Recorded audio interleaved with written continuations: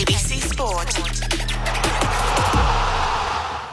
We begin this broadcast by acknowledging the traditional custodians of the land on which this match will be played today and pay our respects to their elders past, present and emerging. We extend that respect to Aboriginal and Torres Strait Islander peoples listening. It's all on the line. Here we go. And the moment of truth has arrived. What a match-up this is. What a game. The umpire holds the footy up. I wouldn't want to be anywhere else on earth. On ABC Sport, this is the AFL. Oh, there's a bit to get inside of the mouth. The intensity and the pressure in the ball is unbelievable. Take your moment. This is that moment of the game of footy. This is just football at its best. And that'll be it. From walking on thin ice to dancing on the mountaintop, the Brisbane Lions never stopped believing. And they are the champions. Sit back, relax, witness the greatest. It don't get better than this. He pulled the river and magnificent goal. Comes out, gathers, snaps, goal. An extra bit of class. He smashed that through. What a kick. What a kick. Goes bang with everything he's got. They are leaving nothing out there. Listen to the roar. The drop punt. He's gone. And the Melbourne is jumping.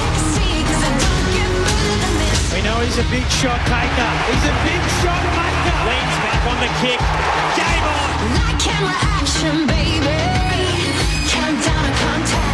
From the right forward, off it. Oh, he's a sharpshooter, all right. Step up in the big moment. Close to the man on the mark. Drop punt. He's there. Gathers, snaps. He'll bring the house down. Sit back, relax, witness the greatest. It don't get better than this. He'll put it on the boot. Kick up towards the logo. You take a seat, cause it don't get better than He this. defies the laws of gravity. He runs onto it 50 from goal. He's in Dusty's pocket. He shoots. Oh, he's as bloody good as Dusty. Oh, yeah. Rowe snaps goal. The drop punt. It's good. And you can hear that body roar. See, cause it don't get better than this. Walks one way and the next and the snap. There's the finish. 60 out. Oh my goodness.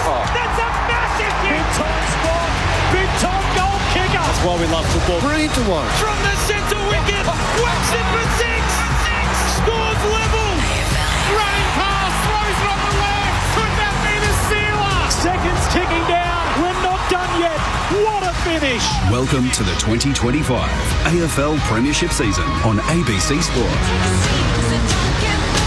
On radio, on digital, and on the ABC Listen app. You take a seat, cause it don't get better than this. Sunday afternoon footy, Melbourne and North Melbourne will be aiming for their first win of 2025 when they meet under the roof of Docklands on ABC Sport. The Demons were brave in their match against the Giants, falling short by 3 points after Lockie Keefe broke Melbourne hearts. Charlie Spargo returns for the Demons, having featured in just the one game last season in opening round, as they try and turn the tide on the off-season that has provided plenty of headlines. Meanwhile, for North Melbourne, an opportunity slip as they couldn't get past the Western Bulldogs last week. The Doggies led from go to woe to win by 16 points. They recall Dylan Stevens and Toby Pink, with Griffin Logue out through injury and Jackson Archer has been suspended. There's no late changes for either side, so Stevens will be the sub for North Melbourne, and it will be Taj Woden for the Demons. It's also a milestone day for Jack Darling, who plays his second game for the Kangaroos, but his 300th game in the AFL. So honoured as a great of the West Coast Eagles, but North Melbourne will celebrate his occasion today.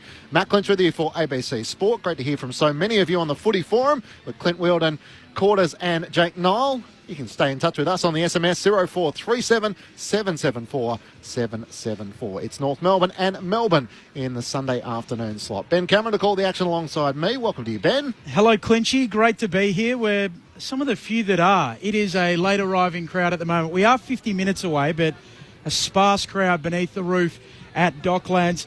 I think the question around North, when will the honourable losses end?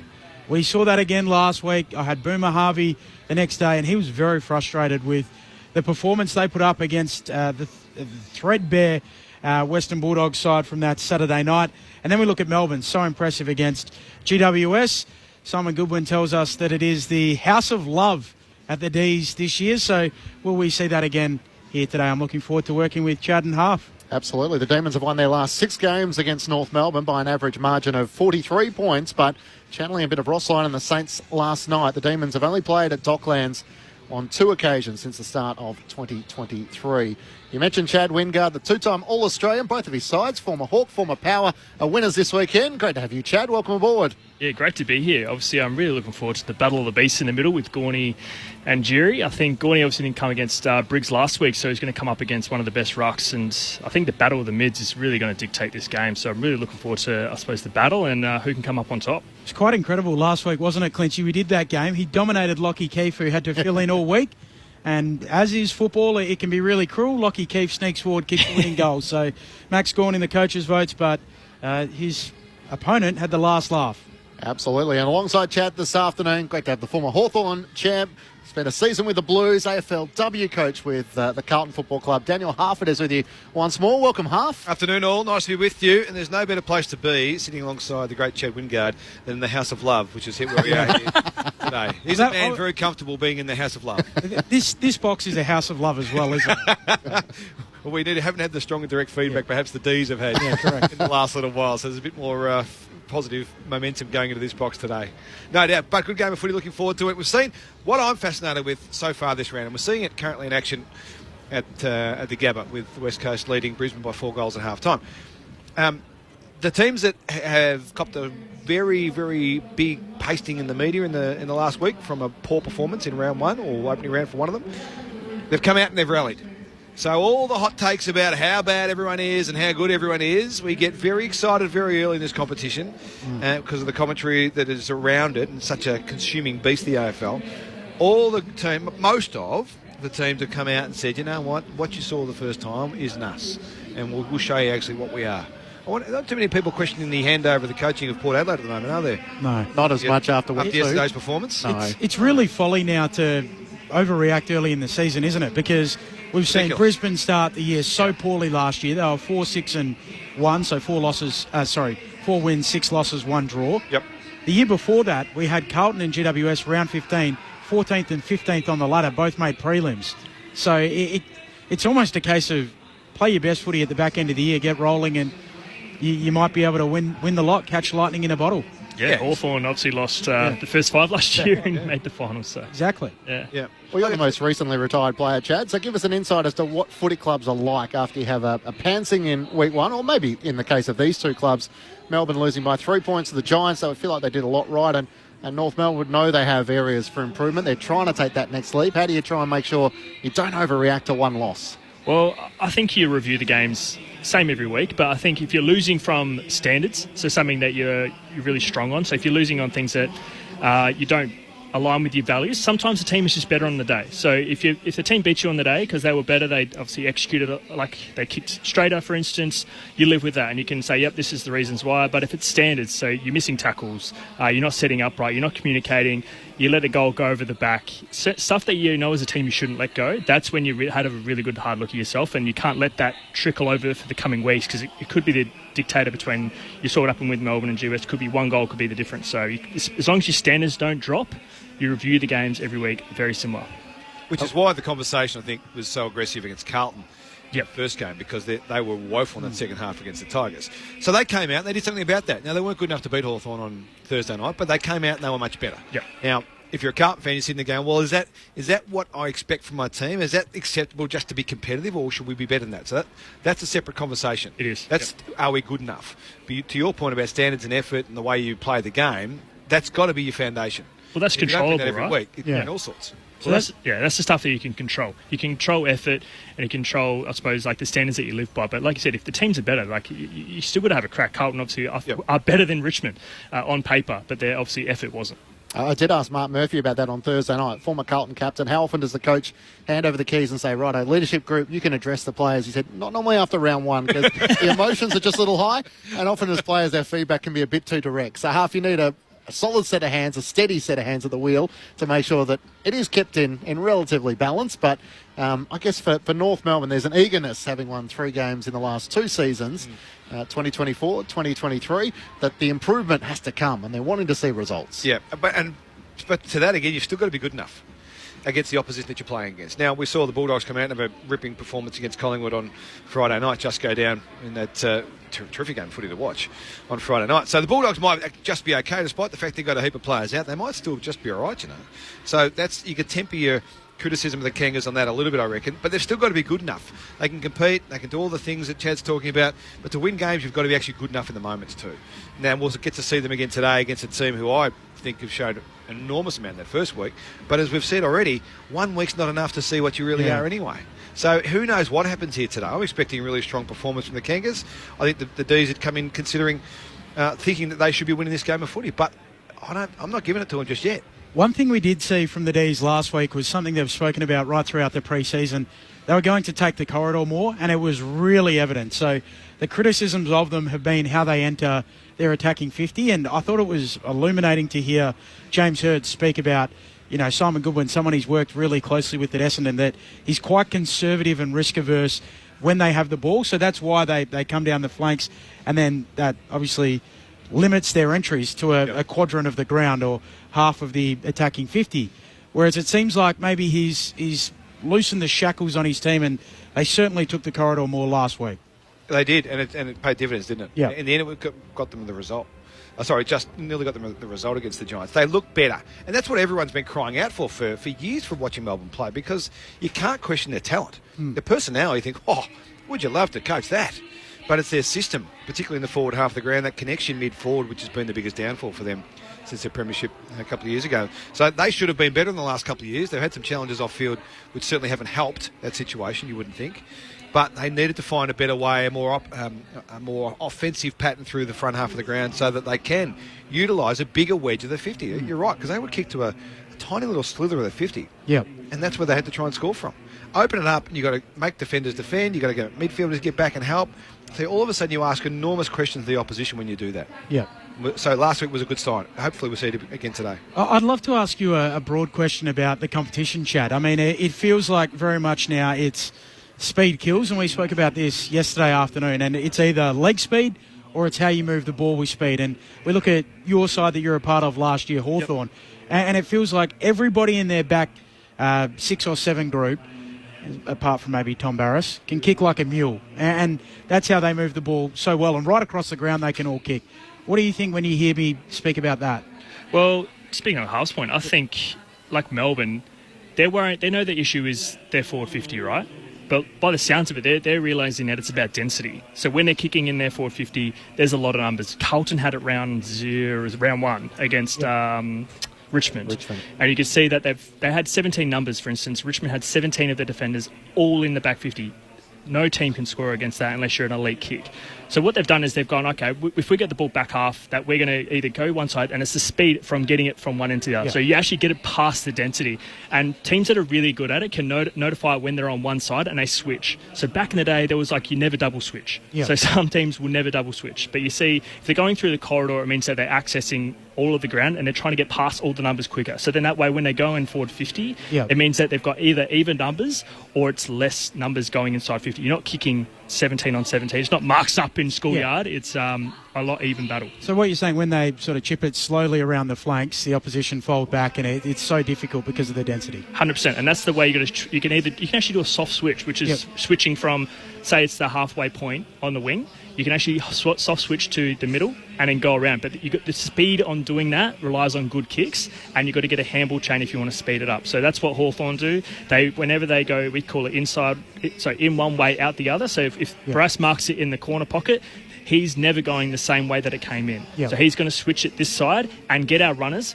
So you've got McDonald, you've got Dylan Moore running out this side as quick as they can, because if they get it on the run, all these guys, all the players are stuck on the other side still. So they can actually, it's like a slingshot. You're going around this side and getting to the forward 50 quicker, so the numbers actually can't get there. So it's actually forwards v backs. It's not the winger helping out to create an outnumber. Great to have the modern insights of Chad Wingard alongside Daniel Harford, Matt Clinch and Ben Cameron to call the action. Lauren Borden is down on the boundary for us this afternoon. Sunday afternoon footy on ABC Sport. You can get in touch with us, 0437 774 774. If you've got a thought or observation you want to add ahead of North Melbourne and Melbourne. There's no late changes. Dylan Stevens is the sub for the Kangaroos and Tajwo Woden for the Demons. But it is interesting, those sides that pride themselves on real contest, clearance, defence. So Melbourne, probably look at Carlton. That was sort of one of their real strengths. Maybe Sydney to a lesser extent. But it feels like in the opening couple of rounds, if you've paid attention a lot, as Ben has touched on, transition by either foot or by leg, And the sides that are able to do it the most damaging have sort of been Hawthorn and GWS are probably the teams that stand out the most, and now Adelaide. Yeah. And we saw it here last weekend watching the Kangaroos. In that first quarter, they were disastrous. They held the ball, they slowed it up, they just kept kicking to the Bulldogs' numbers. They couldn't find a way through, and after quarter time, they totally reset it and started to get some speed on the ball, use handball chains through the middle of the ground, and they got back into the contest. Now, ultimately, they weren't good enough to win it. But they showed that exact model of what you need to do to compete in the modern game, because everyone defensively is so well structured more often than not. And if you give them time, they're going to take up every piece of ground that's going to be dangerous to try and move the ball into, so you've got to find another way.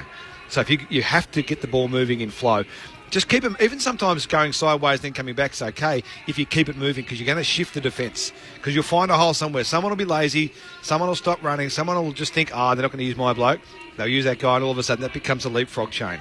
So the Kangaroos are a classic example, but you're right. The good teams from what we've seen so far, Hawthorn, Giants, Adelaide, are scintillating with their ball movement, but kick the ball better than any other team. I read it summed up in a book about sort of the history of soccer tactics, essentially, but it's basically like all invasion games can be distilled down to basically make the ground as big as possible when you've got the ball, and as small as possible when you don't.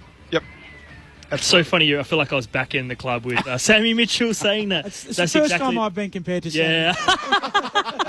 With good reason too, Benny, just by the way. But he's going to have a real head wobble now for the rest of the day.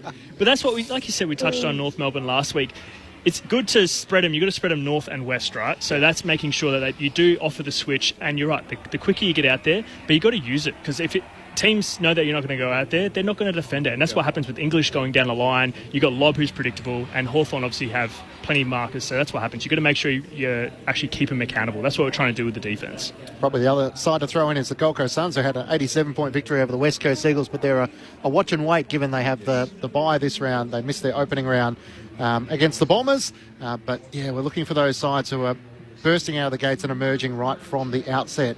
Speaking of which, Chad made reference to the 24-point lead the way of the West Coast Eagles at half-time. The third quarter is underway. There is an ABC call of that game available on the ABC Listen app. Just look for the AFL Extra button. The West Coast Eagles leading by 17 points over the Brisbane Lions, 8-3-51 to the Lions 5-4-34. So the West Coast Eagles booted 5-1 in the opening quarter. They led by 24 points at the first break and then 3 goals apiece in the second quarter. So Flying Ryan has 3 goals, Dewar has 2, and Brisbane has 4 individual goal scorers. So I don't think anyone's quite at panic stations yet for the Brisbane Lions, but this is feeling a bit similar to what they did against the Sydney Swans. Yeah, there'd be some urgency. There would have been some urgency at half-time. I'll give you the tip, because they looked all at sea in that first half from the good chunk that I did watch. And West Coast moved the ball beautifully. They were talking about kicking the ball really well from those teams before. They were doing that. They were kicking it and running on the overlap and creating all sorts of problems for the Brisbane Lions defensively in transition. So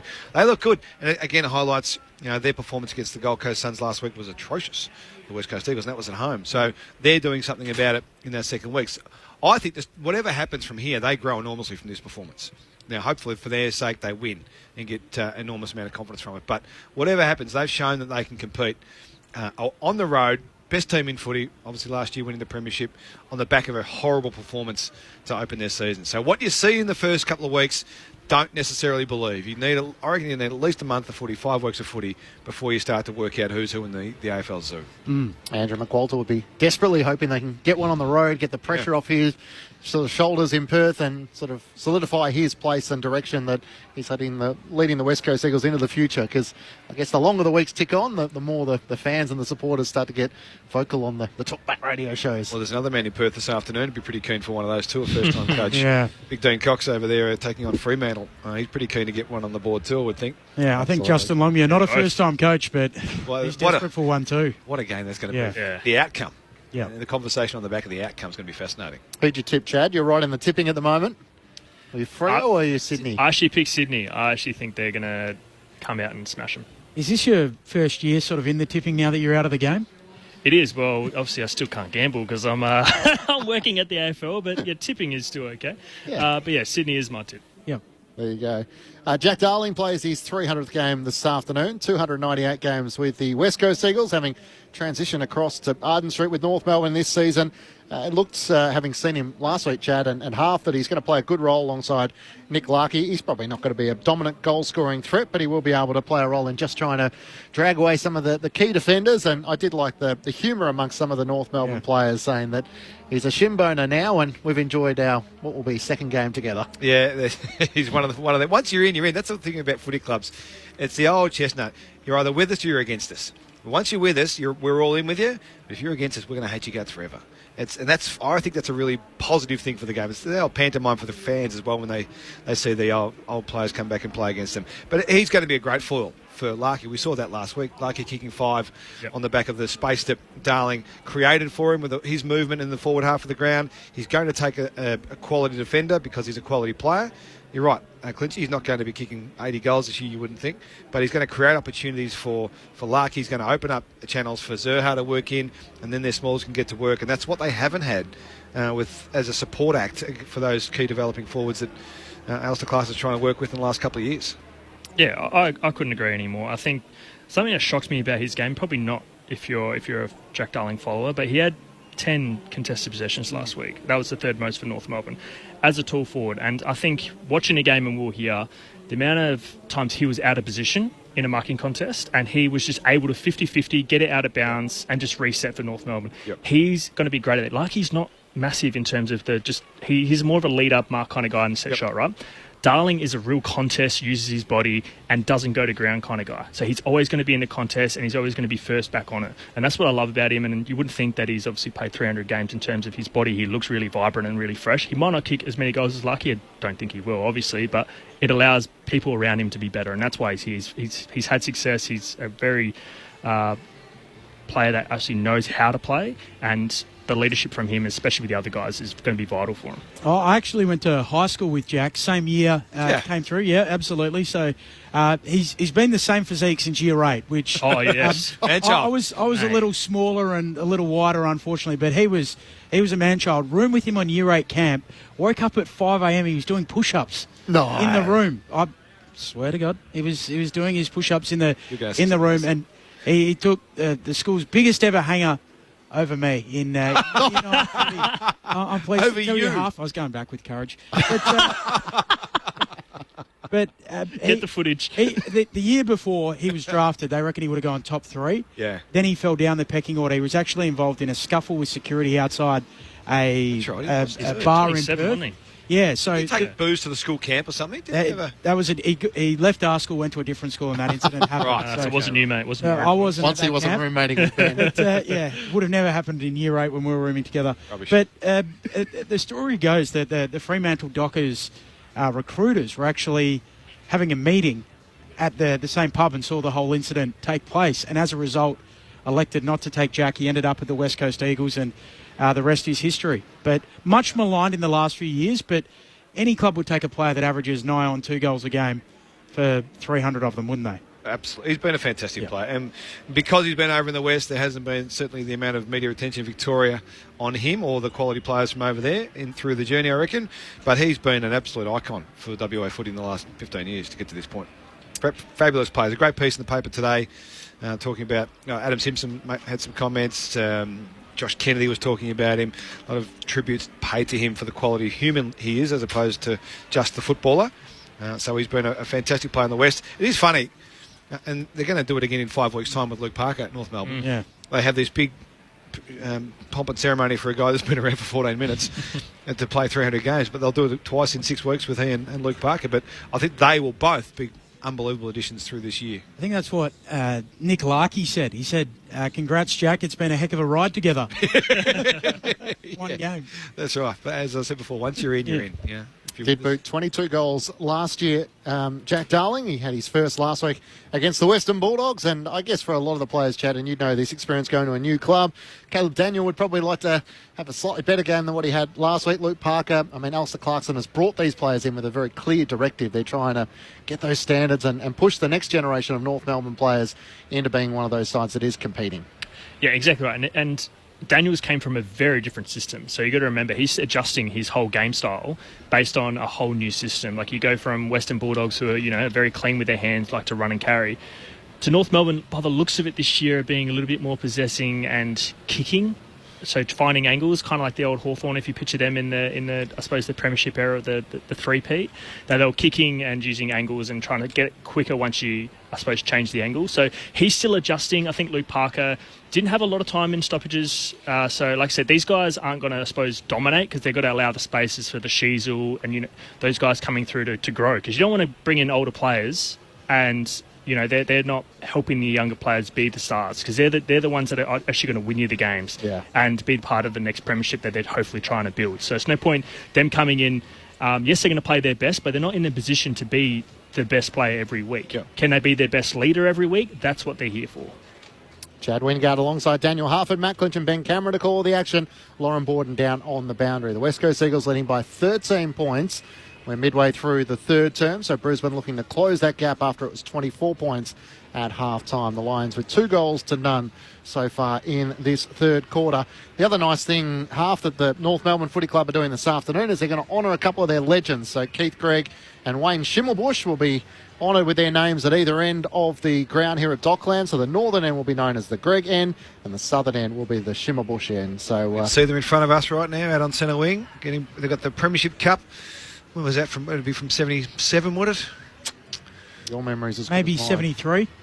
Maybe 73. I only know 73 because of Malcolm Blight. Because I said one day to Blighty, I said, "Oh mate, I just realised you have won everything, but you don't have a Norm Smith." He said, "That's a good point, Ben. They didn't bring it in until 75." And he said, "If you ask anyone, I was best on in 73. Yeah, I would have won it. Yeah, Kevin Bartlett talks about that too. He hasn't won one either, but he would have 3, he reckons. Yeah. So Gregg and Shimmer played 294 and 306 games respectively for North Melbourne through the 70s and 80s, including the club's first ever VFL AFL Premiership in 1975. So they are being honoured today. Schimmelbusch became a dual Premiership player in 1977 and succeeded Gregg as the captain of the North Melbourne Footy Club. I've got a story about Keith Gregg. I was playing in an under 12s or under 13s, wherever it was back in the old days, representative team for the league, for the interleague sort of team. And the second last training session, it was only 3. Second last training session, the coach is in front of the group, all the parents are around, and he goes, right after the last training session on Thursday, we're going to try and get a guest speaker in and just give you a bit of a pump up for the weekend's game. And a kid at the back puts his hand up and says, one of the players, goes, "Oh, I'll get Dad to do it if you like." And you could just see the coach sitting there going, "Oh, mate, the last thing we want your old man telling us how good we are and how good he was back in the old days," thinking he was a nobody. It was Keith Gregg's son. Oh, wow. I would have loved to have heard from Keithy Gregg. Wearing the ankle braces, coming back and having a chat about footy and telling us how good he was. But I remember, I'll never forget the look on the coach's face as if to say, "Mate, no one wants to hear from your old man." It worked out it was Keithy Gregg's son. He got a bit sheepish after that. Well, our master technician, Stuart Baker, was telling us today that as a 12-year-old, he wore the sort of Keith Gregg sort of ankle protections that he used to wear, and at that age they said, geez, he's a bit young to have ankle problems, and yet he was trying to pay homage to a hero. Well, that was a look, wasn't it? That was Keithy Gregg wore the ankle protectors, and it was the only one really that was wearing, and they were white and they stood out on the blue socks and they just looked cool. It was the old wrist tape. They look cool. Players with the wrist tape. I used to think they looked cool, so I used to wear wrist tape. Nothing wrong with my wrists. Who wore the wrist tape? Ricky Barham used to wear wrist tape for a little bit, and then who else was it? It was a Collingwood player. I was a Collingwood supporter as a kid. Big Wes Fellows. Used to love Big Wes Fellows. Remember him? Yep. Big Man Mountain. Used to love Big Wes. He used to wear the wrist tape. And then when I got to Hawthorn, Ray Jenke used to wear Ray Jenke. I love Jenks. So I wore wrist tape for a couple of years for no reason. Number 1, Ray Jenke. Correct. He was a great player, Ray Jenke. He played state footy a lot for Victoria. He was a fabulous player. Beautiful skills. Talking about kicking skills, he'd fit beautifully in the modern game, Jenks. So Keith Gregg and Wayne Schimmelbusch are just below us on the broadcast wing with the 1975 Premiership Cup amongst them and the spotlight being put on them as the lights were just dimmed here at Docklands. Now, the crowd is slowly building, but it's not looking like it's going to be much more than sort of 20 to 30,000 this afternoon, which is probably not surprising given that North Melbourne don't have the biggest fan base and Melbourne fans are more notorious for going to the MCG or elsewhere in winter than probably coming to Docklands. But I guess the Melbourne side of things, Chad, is it was good to see Christian Petrarca back, and he and Clayton Oliver last week, I think combined they had 52 disposals. Track looked to have a bit of confidence back in his body, and any Melbourne midfield that has Gawn, Viney, Petrarca, Oliver, as Brent Green alluded to in the off-season, is going to be a threat. Yeah, and they're cornerstone pieces. They have been for a long time. And they are scary to come up against. I mean, I remember playing against Gorney. I don't know if we had a ruck that day, but we scouted him. Started on ball in the stoppage, and we thought we knew exactly where Gorney's going to put this. It's going to be the tracker at 6 o'clock, and he's going to run through. Mind you, Gorney hit it straight to the winger, and I said, why we scouted this team when Gorney's just smacking it straight to the winger. But yeah, they're absolute stars, and I think, obviously with everything that's going on, especially the last 6 months, it's good to see him back out there, and he's such a loving guy, very humble kind of guy, and I love watching him play. There was sort of a goal which Christian Petrarca kicked, and there was a hug between he and Clayton Oliver. In the media chat, we tend to focus on these sort of moments. There's an insight that all is forgotten, and they're back together on the same page. Is that common in footy clubs, that from time to time it happens where you have disagreements, stuff that happens in the off-season, and then once the footy rolls around, we're all focused on it, but the players have moved on a long time ago? Oh, I think we moved. We used to fight, as you remember, like every day. Like we're fighting against these guys every day in training. So, and it's no love lost. I mean, I think even if you think about Mad Mondays, you always you have a biff or whatnot, but it's not like as stupid as that. 44 blokes. It's pretty rare to find that every player gets on like they're going to be best mates, right? You think about your schoolyard and you have 2 classrooms, they're not all going to get on. Yes, they have respect and they're trying to work to a common goal, but they're not going to know everything about each player, right? So then that's no different to a footy club, and certain guys are closer than others and you have your groups, but when it comes to game day, it's really about, obviously, you come together and you're trying to win. But I think the media definitely overshadow everything, and I think they would be fine, and they've been part of success, and they're brothers for life in that aspect. We learnt about the biff that happens on Mad Mondays when, I think it was Jacob Constantine was involved in the wrestle with Callum Mills that resulted in the shoulder injury that kept, I think it was. I stand to be corrected on that. I don't want to... I actually regret that. We're live, mate. We're live. You want to get that right. Well, no, I'm not worried about naming him. I don't. It wasn't his fault. Though it takes 2 to tango, doesn't it? Is my point. Sounds like he's making. I wasn't blaming him. Well, it sounds like you were to me. But you guys. Apology. Brett Delidio told us that has happened at every Mad Monday he's been a part of. We had a ring of death one day. Oh, here we go. Is this fit for broadcast? It was the Rising Sun Hotel in Richmond, and for whatever reason, it just became this ring of death. The shirts were off, and there was wrestles, and it just... I don't know why or how it happened. I'm sitting at the back, and I'm not in. I'm into this stuff because I get mauled in most wrestles anyway. Yeah, smart. And I was drinking a pot. Why would I do that? But it became a 40-minute ring of death, and just the winner would stay on, and somebody else would come in for no good reason. We're adult men doing stupid things. Jeez, we've gone down a rickety road. Straighten us up. 3-quarter time action. The West Coast Eagles lead Brisbane by 8 points. So that margin from 24 all of a sudden is back to 8. The Brisbane Lions with 3 goals to the West Coast Eagles 4 behinds. You guys do some strange things inside professional sporting organisations. Yeah, I mean, the famous footage of Nigel Smart walking on the coals and all that sort of... we used to have great fun talking with Jamal about that. Got him the nickname Not So. Yes. Isn't it in the wake of that? Not so smart. Not so smart. On the SMS, 0437 774 774. The Traralgon Tigers been in touch for Half and Chat after a weekend of 300 games in Travis Boak, Scott Pendlebury, Steele Sidebottom, Jack Darling. Can they see a day in the modern AFL where a player is still playing after they turn 40 years of age? And Fran in Melbourne saying, loving the pre-game discussion between Chad and Half. Chad, don't ever leave the footy arena. You're an asset to the broadcast media. So lovely to hear from you on 0437 774 774. Stuart, also to the previous conversation we were having, it's okay having good ball movement, but it also needs to be accurate. And Hawthorn have that at the moment. Yep. And Bill says the Crows' skills not as sharp as the Hawks or the Giants. And inexplicably, when in control, they will turn the ball over. Better teams will take their space and surely test them. Well, that's the thing. We're waiting for the tests to come. But just to pick up on that, like what you two can elaborate on this, but when the ball movement is quick and accurate, you tend to get the walk-in goals or the shots from 0 to 30 metres out. Yep. That generally means you're more accurate rather than the wide out from the slow ball movement. Yeah, so because you have to find a narrow spot, which is what we discussed before with Melbourne's ball movement. If you can do it quickly, you will get better looks in better spots. There's no doubt about that. Otherwise, all the numbers are back, and the only place you're going to give away is the boundary line. Yeah. And these days, even that's a worry because of the ability of players now to kick the ball around their body and have those little snaps from inside 30 metres. That's now a dangerous spot. Players like Chad. Players like Chad love that stuff. He was one of the best at that. But we're seeing that's become an area you can't cough up now as a defensive unit either. So it's a fascinating watch, the modern game, and how the tactics are playing a part of to how we see the game being played. The North Melbourne fans are gathering below us. Jack Darling's family is down there. The lights will be dimmed, and in a few moments' time, North Melbourne will make their way out onto Docklands with Jack Darling playing his 300th game this afternoon. 14 seasons with the West Coast Eagles, including a premiership player in 2018, a four-time leading goal scorer, and an All-Australian in 2019. His best was 59 goals back in 2019. He joins the Kangaroos, signing a contract till 2027. So at 32 years of age, which we've learnt today is the same age as Ben Cameron, he's still got a bit of footy left to play in his body, and the Demons will be a few moments away. The other surprising part from the Melbourne side is last week Stephen May was named and unfortunately was pulled out of the side. He's picked up an injury to his larynx, to which chatting to a few people around Melbourne during the week is he was struggling to talk, and as a result they were concerned that if he actually got a bump to his throat in a game that he might struggle to breathe.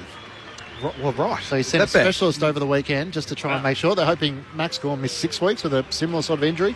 Not hoping it's going to be that bad, but it is a bizarre injury to pick up on the eve of the season. Well, and to have two affect your team through a summer. Yeah. That seems very odd, considering I've never heard of anyone getting a bad larynx. I mean, outside of the great Gary Dempsey, of course, who's got Darren one across the Lockyer, chops. maybe? Was that an injury, or was that... I think it was. I think it was okay. originally injury-related. Maybe karate chops to the throat down there at Casey Fields or something. Ring of Death is back. Cannot get away from this, can we? A stray elbow or something in a tackle. Elbows you can get, forearms and elbows you probably get. But Stephen May's not exactly me or Chad. He's not 5'2".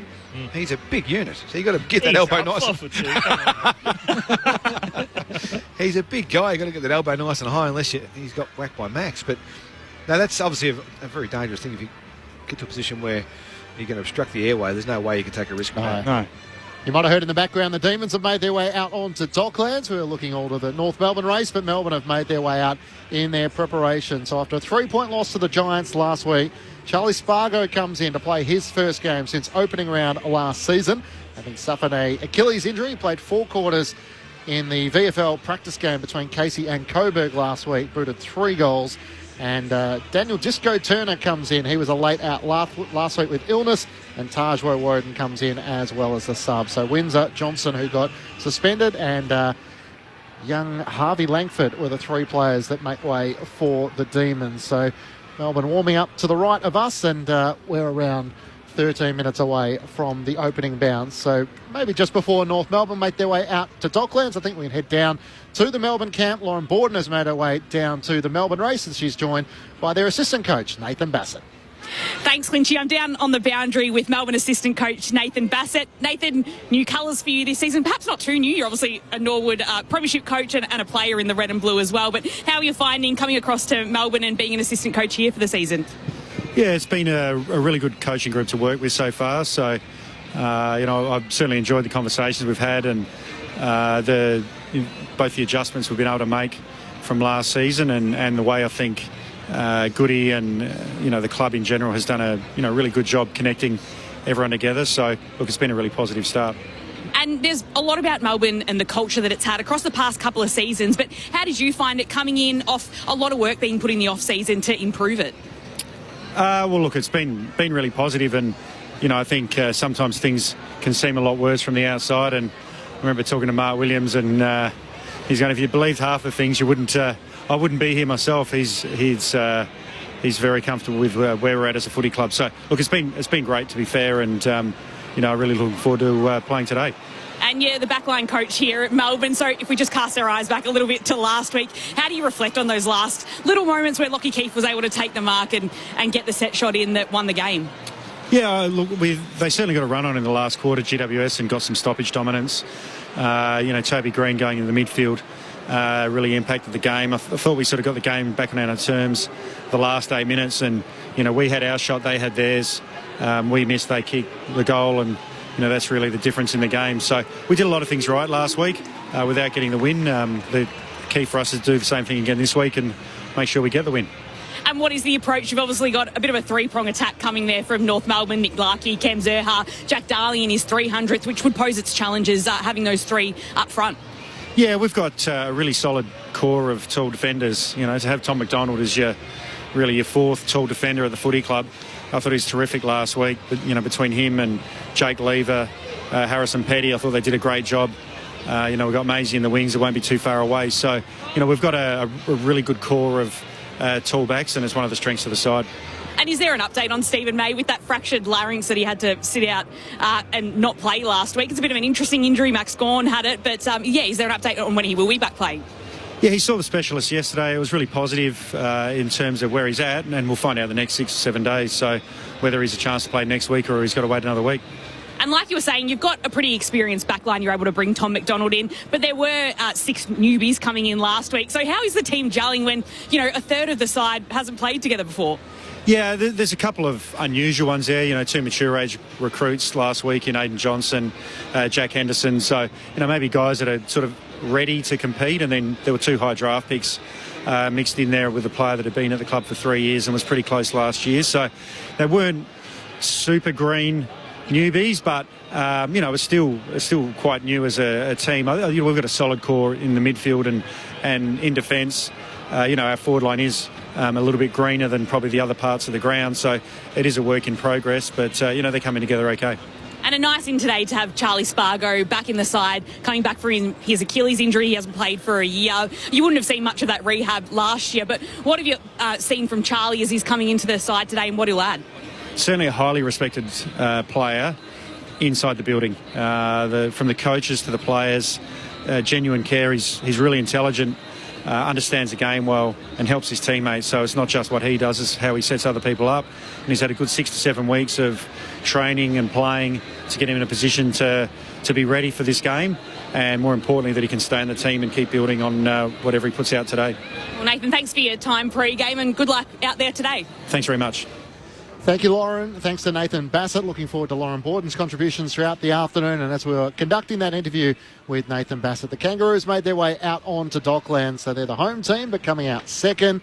And Jack Darling striding through the banner with his 3 children, Max, Leo and Rosie. His wife Courtney was there, and they posed for a photo. So just his second game in Kangaroos colours, but the 2 boys had the North Melbourne jumper with the number 28 on the back. So West Coast in the past, North Melbourne in the here and the now, hoping that they can get their first win of 2025.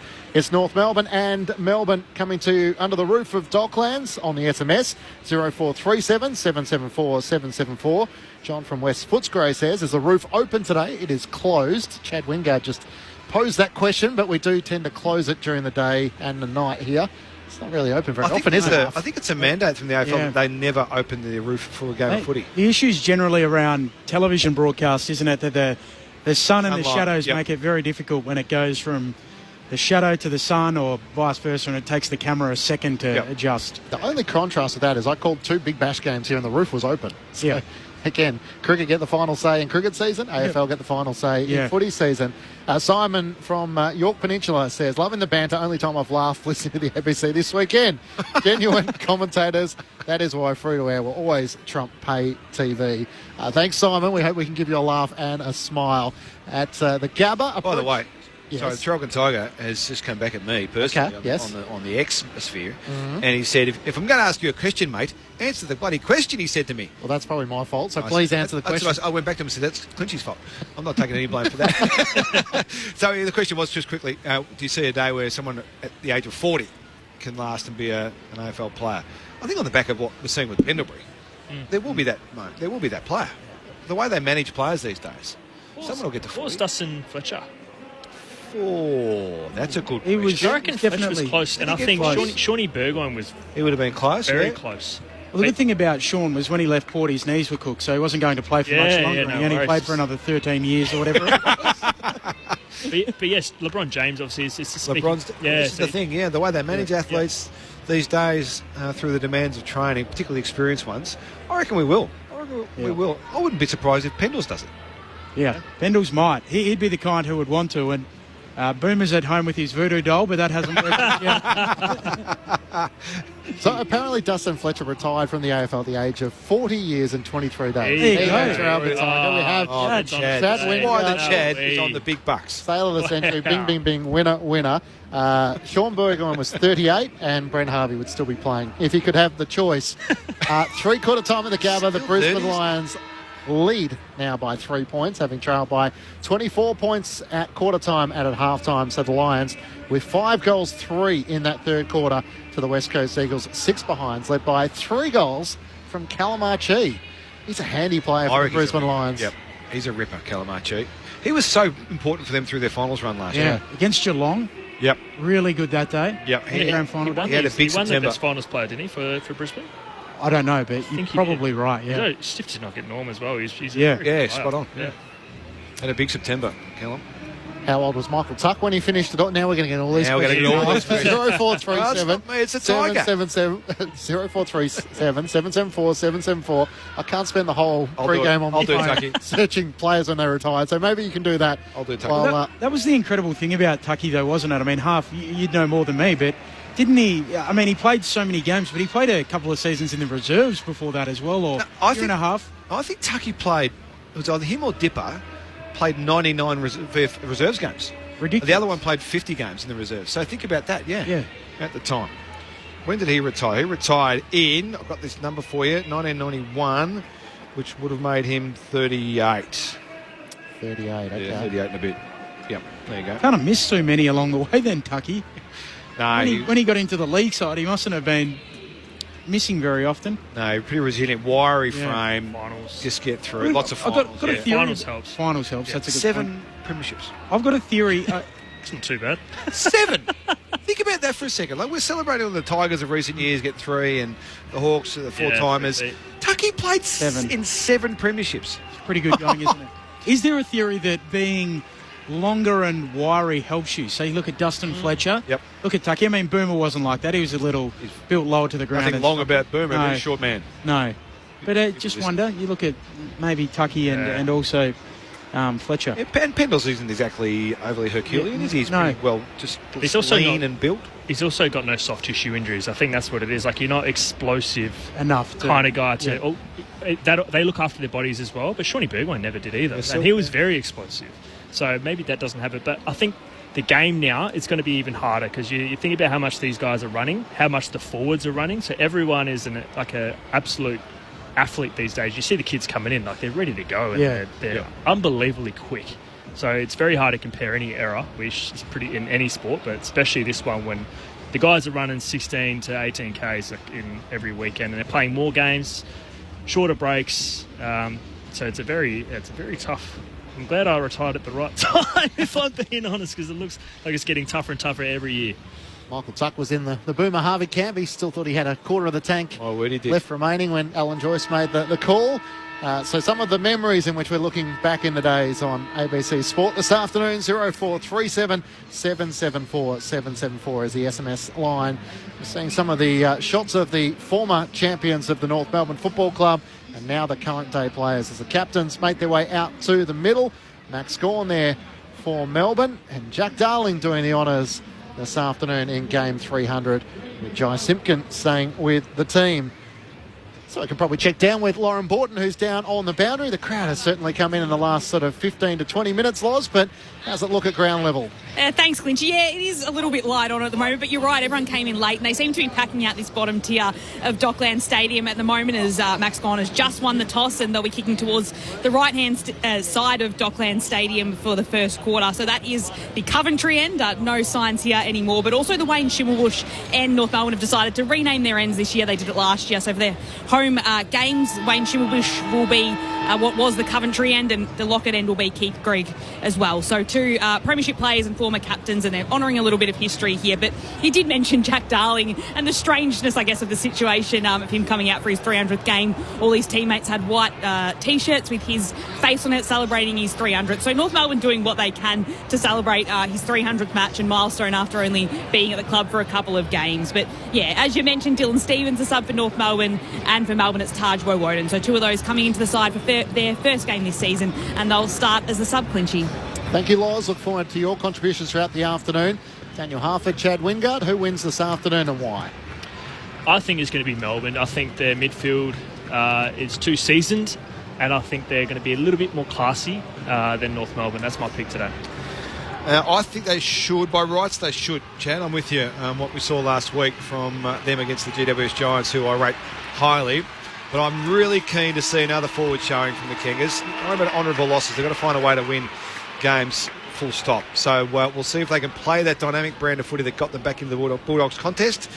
Demons for me by 17 points. Round 2 of the AFL, North Melbourne and Melbourne under the roof of Docklands. Two sides looking for their first win in the season in Jack Darling's 300th game. Here's Ben Cameron. Isn't this a battle as well? Sherry and Gawn. Sherry wins down the opening tap. Parker gets it moving forward with her soccer. Spills back to him. Spiralling a ball inside 50. Larky leads out and marks 25 out directly in front.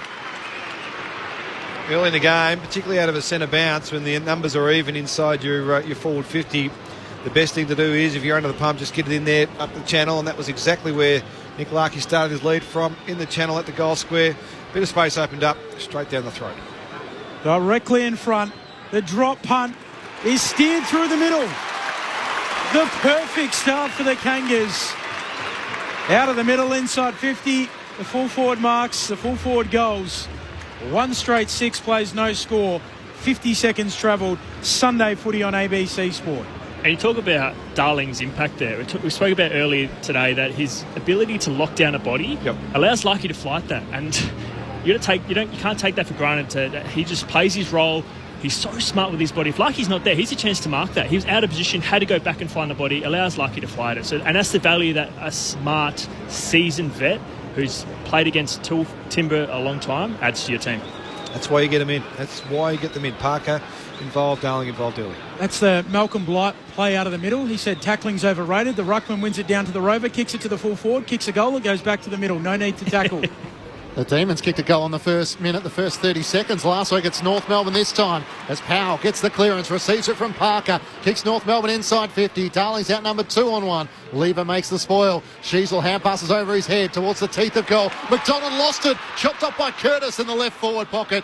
Good tackle late. He had to break out of Lindsay's effort. Still a chance for North as Zerha tried to burst his way through. Lost the footy. Oliver gets the hand pass away to Rivers. Out of defence, a chance for Melbourne to clear. As the kick comes up to Jacob Van Rooyen, who takes the mark. Van Rooyen moves it onto Petrarca. His kick hits Core in the back, bounces back into play. Petrarca picks it up, gives it to Oliver, tackled. Ball jars free. Spargo on his return, off to Lindsay. Back to Bowie, kicks around the wing. Daniel reaching down for it. Can't take the mark, out of play. Throw in on the wing. North have started well. Daniel Harford, Chad Wingard. I think the pressures early doors in the first couple of minutes has been good from both teams, in fairness. That little scramble inside forward 50 for the Kangas in that last entry was great to watch. Numbers everywhere, just hunting the footy, hunting bodies. Petrarca alongside Davies Uniacke as this ball is thrown back in. A chance for Powell, although his hand pass is picked off by Lindsay of Melbourne. Gives it to Jack Viney. Around the boundary line, out in front of Jacob Van Rooyen and Core. Core takes possession, has to release it. Oliver onto it for Melbourne. Hand pass to Spargo, to Van Rooyen. Running out of room, Lindsay keeps it alive. Back to Van Rooyen. Another involvement for Xavier Lindsay. 3 involvements. The kick is smothered as it goes out of play, though. And a boundary throw in at right half forward for the Demons. And Harv's just said, like, the North Melbourne are hunting impacts here. So one misses a tackle, the next one's in, and it's chased from front and back. So it's not just pressure in your face. If you turn, you got someone behind you as well. You looked a real type last week, Lindsay. Gawn wins the tap down, but it spills to Sherry. Gets a handball away to LDU. Davies Uniacke gets it away to McKercher. His kick looking for Sheasel. Chopped off by Viney, out of play, throwing coming. On the wing. Early stages of Sunday footy on ABC Sport. Matt Clinch, Ben Cameron, Daniel Harford, Chad Wingard, Lauren Borden between the benches. This time now Oliver's alongside Luke Davies Uniacke for the throw-in. Sherry wins down the tap to Davies Uniacke. Kicks North Melbourne up towards half forward. Zerha was in front. Lever from behind. Free kick going North Melbourne's way. A push out by Melbourne's key defender. Cam Zerha has it at left half forward. Darling is waving, jumping on the spot in the left forward pocket. He spots him now. McDonald gets back, as does Petty. Flying from stage right. Harrison Petty offering support, and the North fans are being vocal early 4 minutes gone. The Kangas are the opening goal. They're 1 straight 6 to Melbourne yet to score. Has actually filled up okay, the Docklands. Was sparse early on, but the North Melbourne fans have come in. Forward 50 stoppage here for the Kangas. Gawn and Sherry, both with hands on it. Davies Uniacke coming through. Now Parker goes in. Can't gather the footy. Sherry spits it out. Away to Zerha. Runs a massive arc. Now snaps towards goal. Bouncing ball wide of the target. Into the pocket. Bowie's there. It's snapped on goal. Hits the post. Wow. It was very nearly through from Sheasel in tight confines. Couldn't quite find the major opening. Kangas 1-1-7. Melbourne yet to score. 5 play. 3/4 time at the Gabba. Brisbane hit the front, but the Eagles hold a 3-point lead. At the final change, the Demons out of defence. The kick towards Xavier Lindsay. Can't take the mark. Young Kircher on it for North Melbourne. Kicks it looking for Sheasel. He's outnumbered 2-on-1. And Lever takes the mark with Bowie in tow. Taking assertive position behind the ball, the Kangas, on their Melbourne opponents, just jumping in front of them, making them find a way past them or waiting for the long ball, which they can get back and spoil. So it's a nice mindset to have, I reckon, from the Kangas early doors. Xavier Lindsay up to 5 disposals already. As Lever comes into the middle of the ground and Ed Langdon takes the mark. Looking for options. Comes out on the dock side. Looking for Max Gawn. He flies against Sherry. Off hands it comes to the front. Davies Uniacke kept his feet. Bounced into Clayton Oliver. Got a hand pass clear. Finn O'Sullivan looks up to half forward. On the bounce for Zerha. Kicks around his body. Looking for Darling in from the side. Sheasel can't take the mark. Darling kept his feet. Gives the hand pass to Sheasel. To Curtis. Hemmed into the pocket. Centering ball. Good vision touched. In fact, Zerha gets the hand pass to Parker. McKercher on the run from the left forward pocket. Running towards the boundary. Can't work it back left to right enough. North Melbourne by 8 points. 6 minutes gone. Opening term on ABC Sport. He's good enough to kick that, McKercher. That's got to be a goal. He's too skillful to miss that one. Unopposed, really. You'd expect him to finish there with how skillful he is. Salem kicks up to the wing. Good mark, Petty. Brings it down.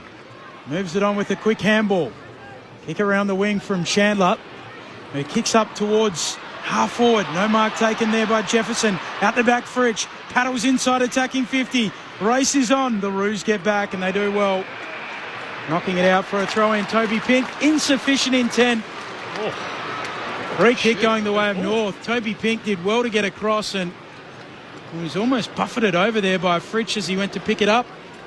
Do you think it's because he handballed that? Did he get a disposal? Did he double hand sort of movement? Yeah, like he fumbled it across. But he had a bloke literally sitting on his back as he did it. Yeah. I reckon that's brutal. That's very tough. Seen a few of those this weekend that you scratch your head at. Yeah. Bailey Dale on Friday night. Van Rooyen with the high towering curling snap. That is special. What a finish. 40 metres out, wide out. And that is brilliant. Back to a 2-point game, 1-8 the Roos. They lead Melbourne 1 straight 6. We've played 7.5 opening term Sunday footy on ABC Sport. As you said, half pre-game. The players can kick goals from the corners now. It becomes a real dangerous spot for them. I mean, that was about 35 out, so it was almost like a Paddy Ryder snap if you remember him at his best. But yeah, they become such a dangerous. It's almost automatic for some of the best small forwards, but not just small forwards. Players, they practice this before the game, and they always, they do this at training all the time. So it becomes a real weapon. You don't want to kick it out in a full or create a deliberate out of bounds. That's very stiff, but the execution on that kick, it almost hit the roof. We were just talking about it. We might have to open up just for his snaps on the boundary. Like Mike Hussey all of those years ago. Yes. Jacob Van Rooyen kicked a goal last week against the Giants. He's on the board early here. Max Gawn just shoves Tristan Sherry out of the way. Gets a hand pass forward. Charging in Jai Simpkin. He cannons into Clayton Oliver, and the two are tangled at the bottom of the pack. Good midfield battle taking place this afternoon. Gawn and Sherry once more. Gawn this time tries to do the ruck work and the roving, but his clearing kick only as far as Caleb Daniel of North Melbourne. Kicks looking for Larkey in the middle of the ground. He takes the mark. Players streaming past him. He decides to go short to Powell. Not 15. Tackled by Petrarca. Ball stuck to the 2. And the umpire will ball it up at the edge of the centre square at half forward for North Melbourne. They lead by 2 points. 9 minutes gone. Opening term. Sunday afternoon footy on ABC Sport. Sherry takes it out of the ruck. His kick goes 5 metres. Petrarca gathers. Wrenched off the footy. Spills to Rivers. Handball free. All of this half forward for North. Powell gets rid of it to Hanson Jr. Short kick. And on the lead, Simpkin He marks 40 out, 30-degree angle to the right-hand side. Clever. They've been really strong in the ground balls at this game so far, the Kangaroos. It's a strength of the Demons with their experienced big bodies normally, but I reckon the Kangaroos coaching box will be pretty pleased with what they're seeing for loose balls in the contest at the moment. A dual Sid Barker medalist is the best and fairest at North in 2021 and 22. Jai Simpkin crosses the paint of 50, puts his laces through it. It won't quite make the distance, goes across the face and tumbles through. Might have even clipped the man on the mark, got close to him.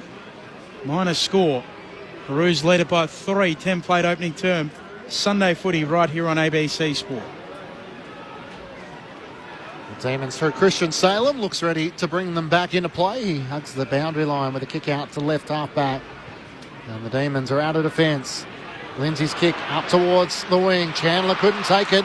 Jai Simpkin pinches it for North Melbourne. Kicks down low inside 50. Curtis on the bounce. Howes is there with him. Paul Curtis kept his feet. Handpass looking for Hanson Jr. Spills back to Curtis. Look away. Handpass over his shoulder to Larkey. Handpass to Zerha. Kicks to the teeth of goal. Tom McDonald rushes it through. Not taking a chance. North Melbourne by 4 points through the opening 10 minutes. Lauren Borden on the boundary. I'm just looking at the surface of Dockland Stadium, particularly on this dockside wing. Just watch it. When players run over it, they're picking up divots from their studs, and you can see sand flying out as well from where they've tried to fill holes. So it looks like a really soft surface, just particularly in front of the benches where I'm sitting. Noticed that earlier, Loz. Looks like half on the fairway. Big divots. The striker on the half-back flank kicks around the city wing, looking for a marker down there. Chomben underneath it, and Charlie Comben, I call him Chomp. It's stuck between the two. Comben marks and goes back to Caleb Daniel. I think I didn't pay attention to that comment either, Benny. It's in the memory bank. Back to McDonald as the Roos look to switch it, trying to bring it dockside. Pink moves it on to Tucker, who goes short to Scott. There you go. It's constant movement. We talked about that before. It's not necessarily going forwards all the time, but it's constantly moving the ball, and now shifting Melbourne. Now the double switch, which Chad spoke about pre-game. Out to Hanson Jr. Back on that city side of the ground. Forward of the wing now. Moves it on. Here is Comben. Taking the mark just inside the field of play. Looks long into the pocket. They all fly. Up goes Zerha. Off hands. Tumbles out.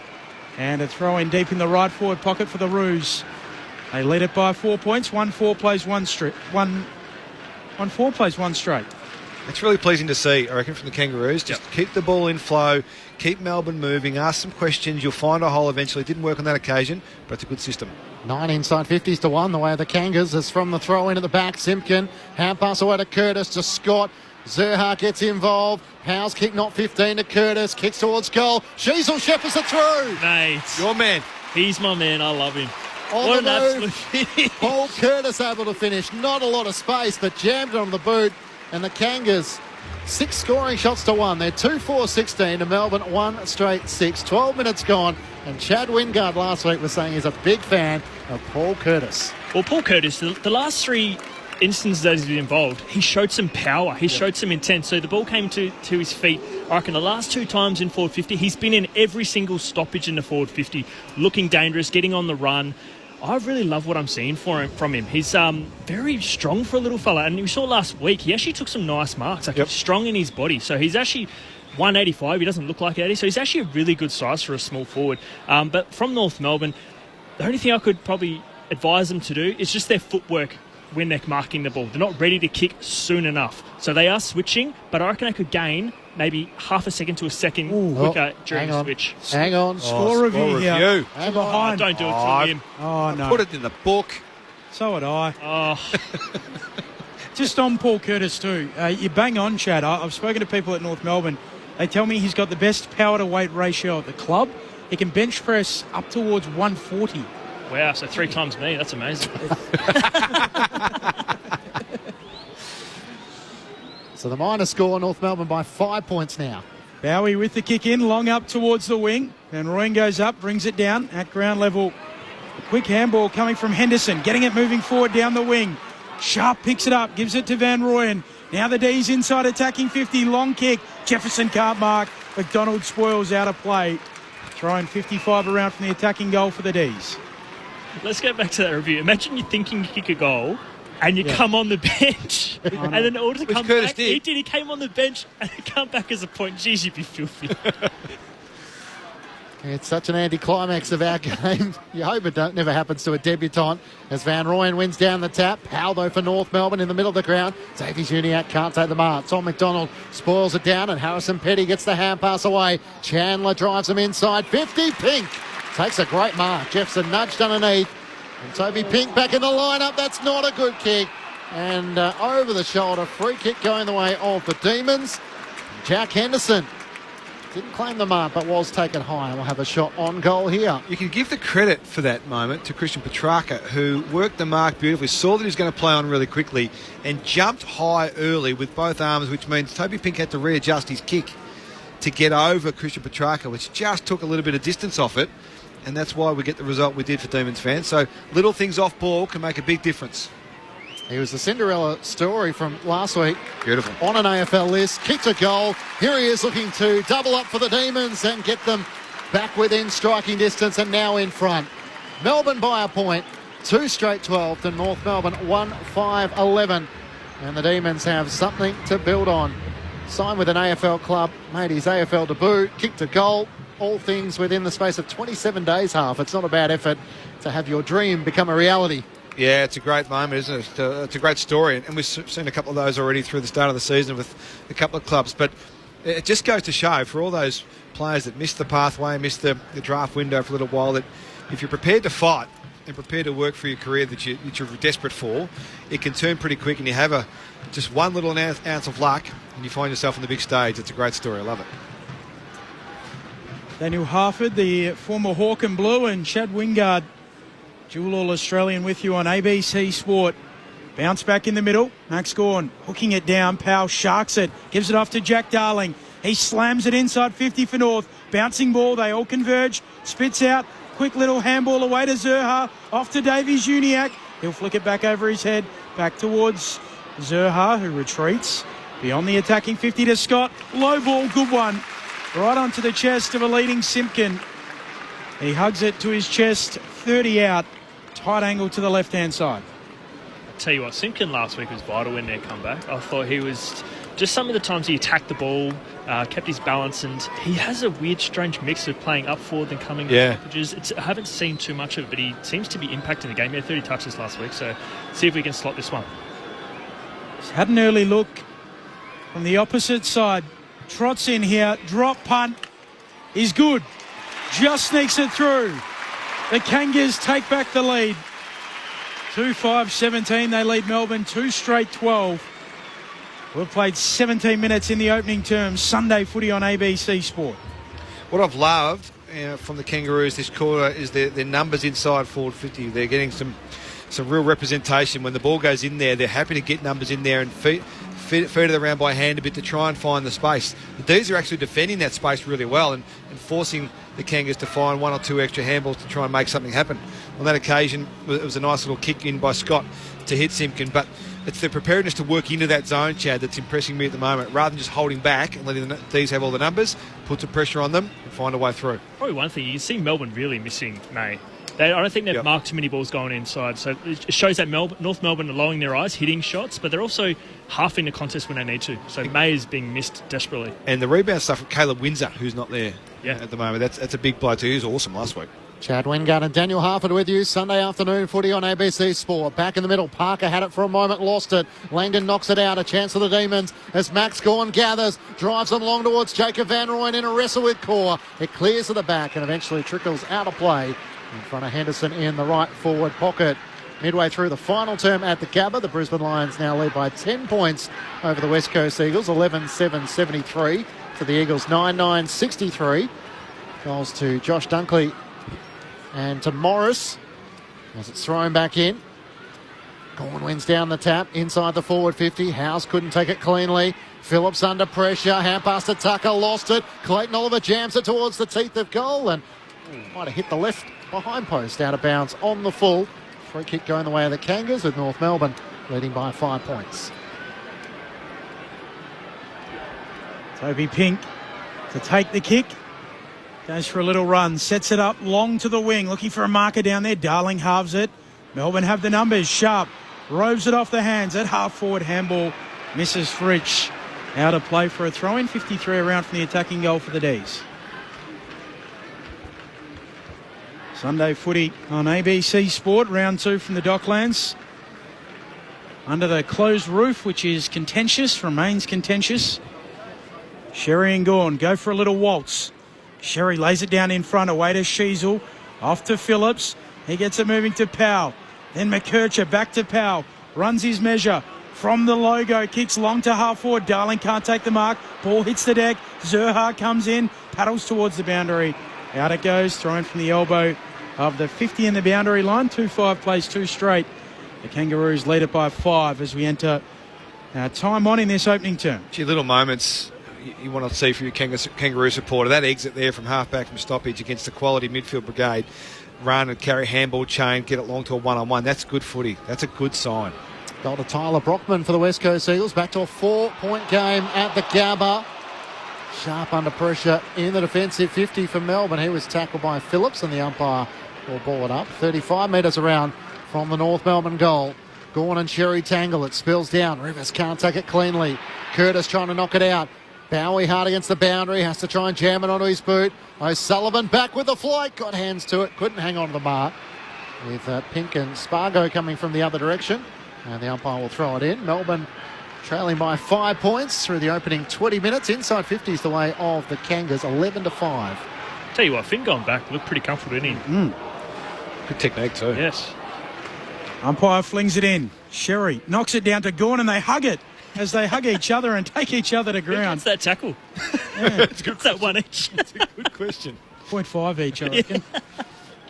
Umpire puts it aloft on the wing. Sherry takes it out of the ruck, ducks under a tackle, kicks long inside 50. Tumble punt, bouncing ball. Darling goes up. The D's are there. It spills to Curtis. They can't take this one off him. He dribbles it through.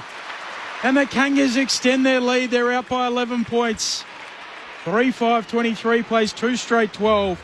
Daniel Harford and Chad Wingard.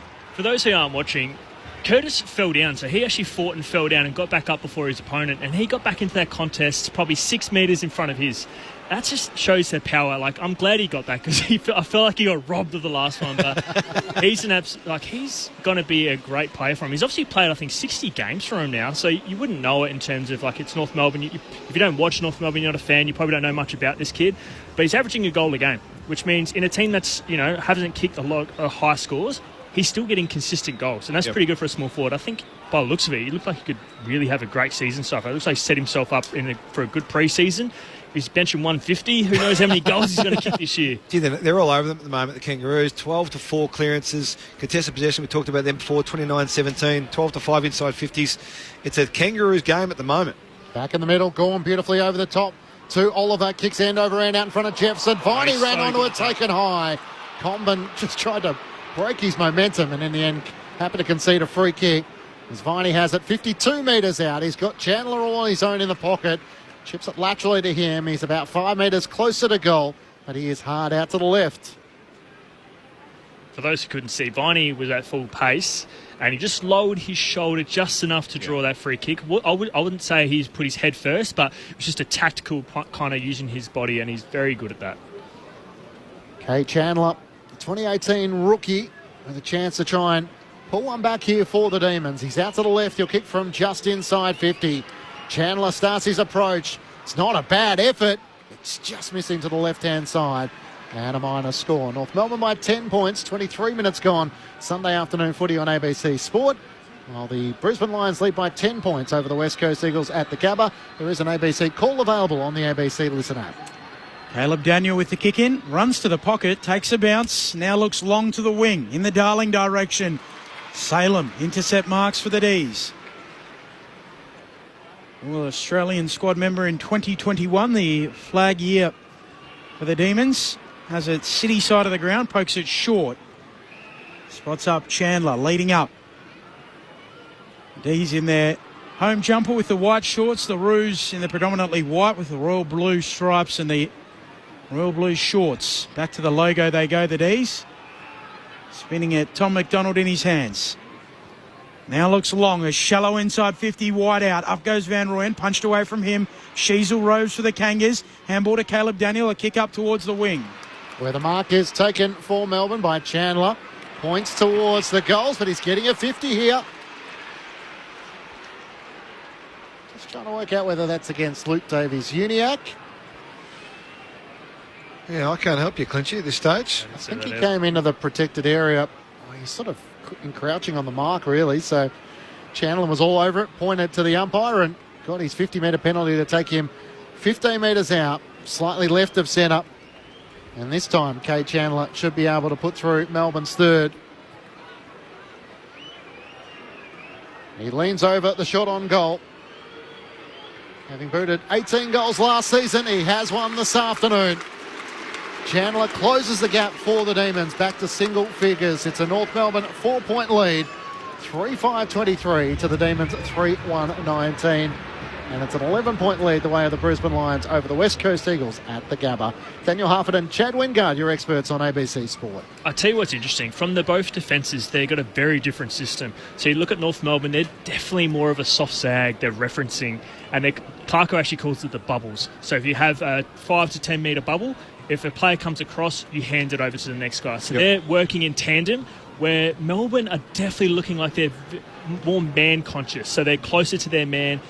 It's actually fun when you see two teams with a different defensive scheme and see which one works better. So North Melbourne obviously kicking more to contests, and Melbourne are trying to pick the holes apart, if you will, on offence. Great insight from Chad Wingard, who's played under Alistair Clarkson. Out of the middle, Simpkin off to Sheasel. Left foot snap inside 50. Bowie takes the intercept mark for the D's, just inside their D50. Looks out to the wing. Petrarca marks. Gives the handball to the run of Chandler. With room to run, kicks forward to the wing. Sharp accepts it. Now he looks up to half forward. His kick is a good one. Sparrow takes it, bundled over. Not 50. Skips back off the mark. Looks inside 50 for the D's. Who's there? Van Rooyen bursting at the footy. Doesn't mark. Oliver Roves. Handball errant. Rivers has to track it. Gathers it centre half forward. Hand pass looking for Salem. Tapped away from him. Well done in the end by North Melbourne as they gather. The kick comes from Costanti out towards Parker. He marks on the wing. Centering ball once more. Getting back in the end. It was spoiled away. Under pressure though. Lindsay. Here's Paul looking for Houses. Chopped off and the umpire will pull it up at left half forward for North Melbourne with Robert Hanson Jr.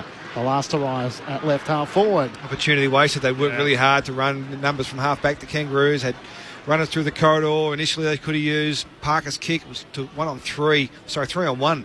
And the one got the hand on it, so a real loss there for them. Gawn knocks it down to Oliver. Hand pass to Lindsay. Gets the hand pass away to Sparrow. Now Viney involved on the wing. Looks up to half forward. Turner has a couple of metres on Comben. Takes the mark. Releases Oliver straight away. Chips it to Petrarca.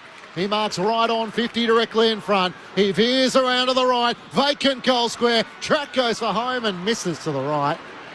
A minor score, North Melbourne by 3 points. Geez, that was classy by Oliver. He could have, I suppose, blazed away inside forward 50, but just pulled his kick at the last second to Petrarca. So, unfortunately, he didn't kick that, but that was a very good build-up. McDonald taking the kick in, touches the ball on the ground to the pocket, and then a long kick up to the wing. Parker goes up, nearly marks, spills down in front, trying to get involved. Tucker, game 150 last week. His handball goes to Davies-Uniacke. Under pressure here, North, and Melbourne, they win it back. Langdon, high ball inside 50, looking for a marker. McDonald again. Oh, he's played a push. Yeah. Oh, there's a shove. What a shame, Aiden Core. Yep. It was a good mark from McDonald under the floating ball, but Van Rooyen's going to get it. Mark set 30 out, 25 out. Just a slight angle to the right-hand side. And these are very tough. This happens almost in every contest. Like, backmen are really good at disguising it. I think the only reason it was against him is that he was the only Melbourne player there, so the umpire had nothing else to look at besides that. So that's a very stiff call, but that happens at every contest. I'll tell you what, if that's the benchmark, it's going to be a lot of free kicks played. Yeah, exactly right. Nicky Touchwood? Very. Yep. Consider themselves a bit unlucky here in this first term with free kicks inside forward 50 for the D's, the Kangaroos fans. Van Rooyen trots in. His drop punt is away to the left, and as they say in basketball, Chad, all don't lie. 3-5-23 plays 3-3-21. Kangas lead it by 2 points. Working beautifully on a Sunday afternoon. As Caleb Daniel brings the Roos back into play. Chandler in it well, spoils it away from Finn O'Sullivan, and a boundary throw in at left half forward for the Demons. They just fist bumped. They just fist bumped after that as if they were the coolest kids in the schoolyard, and they just nailed a big moment, and they're fist bumped. Ron from Adelaide. Hi, guys. On the left side of the box today, obviously. Don't be jealous. Ron says, enjoying the call from the House of Love. Go Demons. We started this half. Very good. The love has become contagious. North Melbourne are wanting some love. Jack Darling involved. Out past the McKercher. Run down. Great chase. Chandler got him in the end around the hips and wins the free kick for Melbourne centre wing. So I reckon they've reset here, the D's. Their intensity now is lifted. The Kangaroos owned the first half of this quarter, but I reckon the last 6 or 7 minutes, I don't know if it's been a message been sent out or they've just recognised it on field, but they have absolutely upped the ante here and closed down all the space of the running Kangaroos. Good point half. Let me give you a little fist pump. Here's Ben Cameron on ABC Sport. North Melbourne by 2 points. Thrown on the wing. Umpire fires it back in. Gawn and Sherry. Sherry down. Oliver almost pinches it. Whistle. Free kick going the way of the Roos. And hear what their fans thought of it. Sherry off to Caleb Daniel. Goes back to Sherry. Big man and the little man in the lid. Both of them back to Toby Pink. Daniel's kick. He gives it off to Powell. Wants to bring it towards the dockside wing. Hanson Jr. in some space. It's been okay so far, Hanson Jr. this quarter. And Subiaco in the WAFL. Stabs it short to McDonald. He takes a tumbling mark. Now feeds it back to Hanson Jr. He loops it over the top. With hands, they work it down the wing. Retreating handball from Tucker. Gets to McDonald. He's tackled quickly. Goes back to Tucker. Roos still in possession. Caleb Daniel. Back to Hanson Jr. He'll go on the left and kick it out on the full. Great pressure. And Melbourne's able to do that because they're referencing a man. So they're getting closer to their... Oh, Petrarca. Even the grades have bizarre moments. Christian Petrarca took the free kick for out on the full. Kicked it straight out on the full.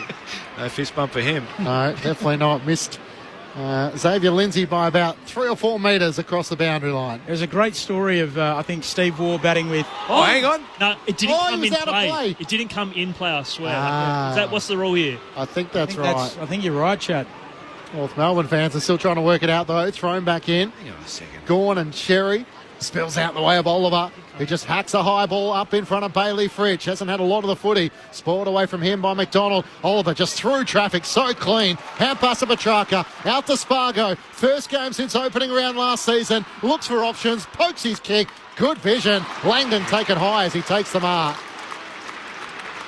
Aidan Corr was on the treadmill going up and down as he was trying to make up ground. And a good mark taken in the right forward pocket. A chance for Melbourne to take the lead, closing in on quarter time. So take me back to this boundary situation. So if you're outside the boundary line, you kick it and it never enters the field of play, it's a throw-in, despite the fact that's a horrendous skill error. I'd assume so. We need that what changed. I think you might be right. We need that changed. That's a garbage rule. That's got to be. Well, it shouldn't happen, mind you, that often. No, that's true. It's pretty hard to not kick it back into play. Which is why it should be a free kick the opposite. If you're bad enough to make that happen, it should be the opposition's ball. Footy in the hands of Ed Langdon, who comes in. The gods are with us. Forward pocket, leans back, misses to the right. What do they say in basketball? Ball don't lie.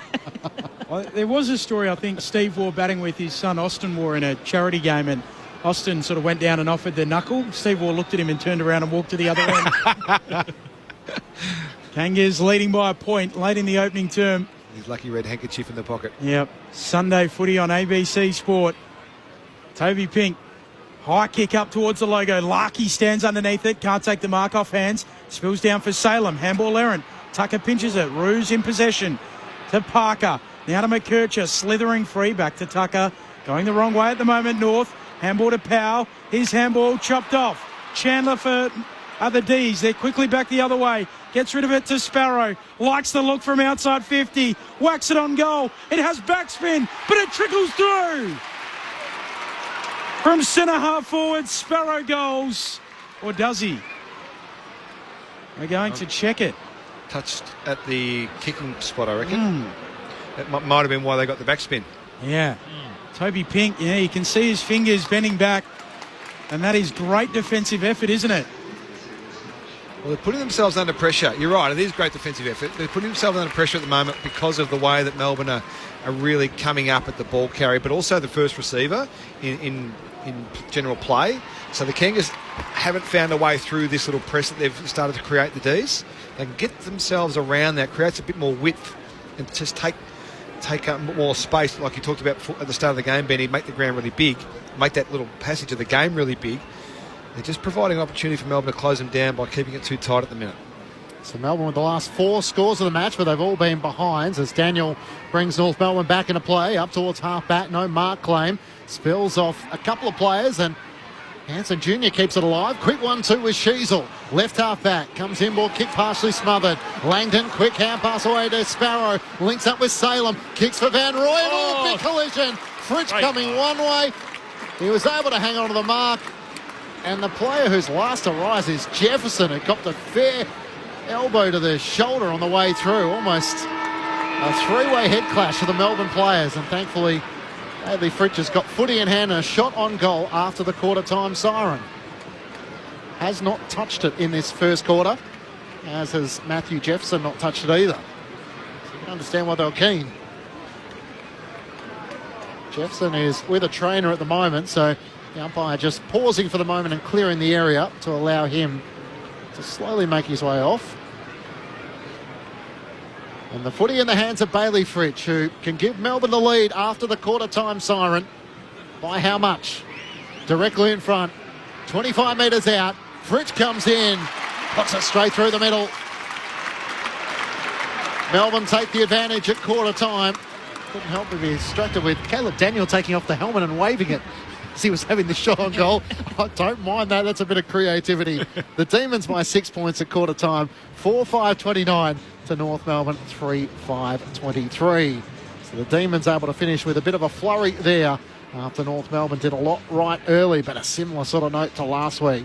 For the Demons, individual goals to Van Rooyen, Chandler, Fritsch and Henderson, while for North Melbourne it's Simpkin, Curtis and Larkey. Melbourne by 6 points at quarter-time. At the Gabba, the Brisbane Lions have kicked clear, although the West Coast Eagles have just kicked a goal, so 4 goals to 2 so far in the final term. The Brisbane Lions 13-9-87 to the West Coast Eagles 11-9-75. Make that another one to the Brisbane Lions. So the Lions leading by 18 points now and looking like they've seen off the best in which West Coast can offer. Sunday afternoon footy on ABC Sport. The World Test Championship is coming. He gets connection here, lifts it over the keeper, 1 bounce for 4. Australia versus South Africa. And he nicks it, he's got him again. Catch every ball on the ABC Listen app. This is the 2025 AFL Premiership season on ABC Sport. Isn't this a battle as well? Sherry and Gawn. Sherry wins down the opening tap. Parker gets it moving forward with the soccer. Spills back to him. Spiralling a ball inside 50. Larkey directly in front. The drop punt is steered through the middle. The perfect start for the Kangas. Out the back, Fritsch. Paddles inside attacking 50. Race is on. The Roos get back and they do well. Knocking it out for a throw-in. Toby Pink. Insufficient intent. I reckon that's rude. That's very tough. Seen a few of those this weekend that you scratch your head at. Van Rooyen with the high, towering, curling snap. That is special. What a finish. 40 metres out, wide out, and that is brilliant. Sherry takes it out of the ruck, ducks under a tackle, kicks long inside 50. Tumble punt, bouncing ball. Darling goes up. The D's are there. It spills to Curtis. They can't take this one off him. He dribbles it through. And the Kangas extend their lead. They're out by 11 points. And this time, Kay Chandler should be able to put through Melbourne's third. Having booted 18 goals last season, he has one this afternoon. Chandler closes the gap for the Demons, back to single figures. It's a North Melbourne 4-point lead. Langdon, quick hand pass away to Sparrow. Links up with Salem. Kicks for Van Rooyen. Big collision. Fritsch coming one way. He was able to hang on to the mark. And the footy in the hands of Bailey Fritsch, who can give Melbourne the lead after the quarter-time siren. Directly in front. 25 metres out. Fritsch comes in. Puts it straight through the middle. This is ABC Sports coverage of the AFL. On your radio. ABC Sport Digital. And on the ABC Listen app. Bailey Fritsch, the 5-time leading goal kicker for the Demons. Goalless in round 1 on the board to give the Demons the lead after the quarter-time siren. 4-5-29 to North Melbourne, 3-5-23. Matt Clinch and Ben Cameron calling the action. Chad Wingard and Daniel Harford, your experts. Lauren Borden down on the boundary. An SMS coming through on 0437 774 774. please ring the AFL and ask about the ridiculous decision to close half of the upper tier. Do you want people to come to the footy or not? Loz, tell us what you can see from your side of things, because above us there are 2 sections of the top tier that are closed. Yeah, exactly that, and you can see that they'd be just behind the broadcast cameras, I think. So upstairs, the third level, there's 4 bays towards the Coventry end and 4 bays towards the Lockett end where it's completely closed. But, you know, next to them there are fans absolutely piling all the way back to the very last row of Docklands Stadium. So obviously they've made this decision based on crowd estimates, and they're trying to close off some sections to save some money, which we do see at certain times throughout the season. It's not that foreign of a concept, but perhaps they weren't expecting as big of a crowd as they've got on a nice day for North Melbourne and Melbourne to be playing at Docklands Stadium, and just trying to work out the ruling exactly as well for Christian Petrarca when he kicked the ball out of bounds. I have been given the rules of the game, so I've got them, a paper copy of the laws of Australian football that I'm trying to work my way through at the moment. So hang on, you asked the question, they gave you the laws of the game and said, here you go, look it up yourself. Go to the glossary. Yeah. Essentially. I had to go through that for the 19th man situation. Yes. The contents is pretty good, so you can find the rough area, but it can be difficult. I think also the sectioning off the crowd is for the TV to make it look a little fuller as well, isn't it? 100%. Yep. 100%. That's where the shot is looking at. No, they can't see behind them, so there's no point having them there, according to the TV people. No, that's exactly why it's happened. Loz's point's right as well about concession stands and saving staff costs and that sort of stuff. So she's right on that front too. Absolutely. But it's a good quarter of footy. The ones that are here and jam-packed to the rafters up top on the third tier are having a good time watching a good game of footy. We saw the Kangaroos, Chad, come out and really take this game by the scruff early doors and probably should have been a bit further in front. Good teams find a way to come back and realise what's happening in game, though, and you'd be able to speak to this really well as a leader of the Hawks in recent years, that you identify things happening in game and are able to adjust, and their pressure went through the roof in the last 7 or 8 minutes of that and got them back to the position now that they're leading at quarter time. Yeah, Melbourne were unbelievable. I think the last 5 minutes, they just came that pressure from front, back, sideways, that whenever North Melbourne had the ball live, they didn't look like they were able to move the ball in any consistency. So I think they're going to find North Melbourne, try and find some marks here, take some sting out of the game early on. Melbourne with the last 2 goals of the first quarter. As the second quarter gets underway, the Demons by 6 points. Gawn wins down the tap. A chance for Phillips for North Melbourne. Hand pass to Powell. Gets the hand pass away to Scott. Clearing kick from the middle of the ground. Larkey on the lead, but Curtis in front. Oh! The mark and copped a knee to or a foot to the midriff. I'm sorry, that hurt me just watching that. Yeah. Jake Lever. A bit lower than midriff. Yeah. Oh, yeah. Oh, cop that. That should be 50 no matter what. He put his hand up immediately to apologise, knowing full well that you got him in a delicate area. Talking about the bench press of 150, he just used his all 150 press of that to push his opponent away and mark that. Unbelievable. Paul Curtis looking to steady out to the right, 40 metres out from goal, hangs it out to the left, and it won't come back enough. Melbourne by 5 points, a minute into the second quarter. Sunday afternoon footy on ABC Sport. Bowie with the kick in, short to the pocket for Salem. Salem happy to just hold it up for the time being. Now goes for a little gallop. Gets to the 50 and kicks up towards neutral territory on the wing. Gawn, uncontested, takes the mark. Off to Viney. Bites off the kick into the middle. Spargo picks it up. Tackled quickly. Scott wraps him up, swallows him up. Now the ball up to come. That was a risk by Scott then. If he missed that, he left his winger by himself. That would have been a goal against if he didn't lay that tackle. Up it goes. Sherry brings it down. Straight to Davies Uniacke. Bursting out of the middle. Just drops the ball. Might have been impacted by a tackle. Goes back to get it. And he was legged. Oh no, someone else was legged. Sparrow. Free kick to the Demons. Middle of Docklands. Sparrow with a low ball inside 50. Up goes Comben. Good mark. Has it 40 out from his defensive goal for the Kangas. Comben kicks out to left half back where Tucker running back with the flight takes the mark. Chip kick to Scott. Had to gather on the half volley.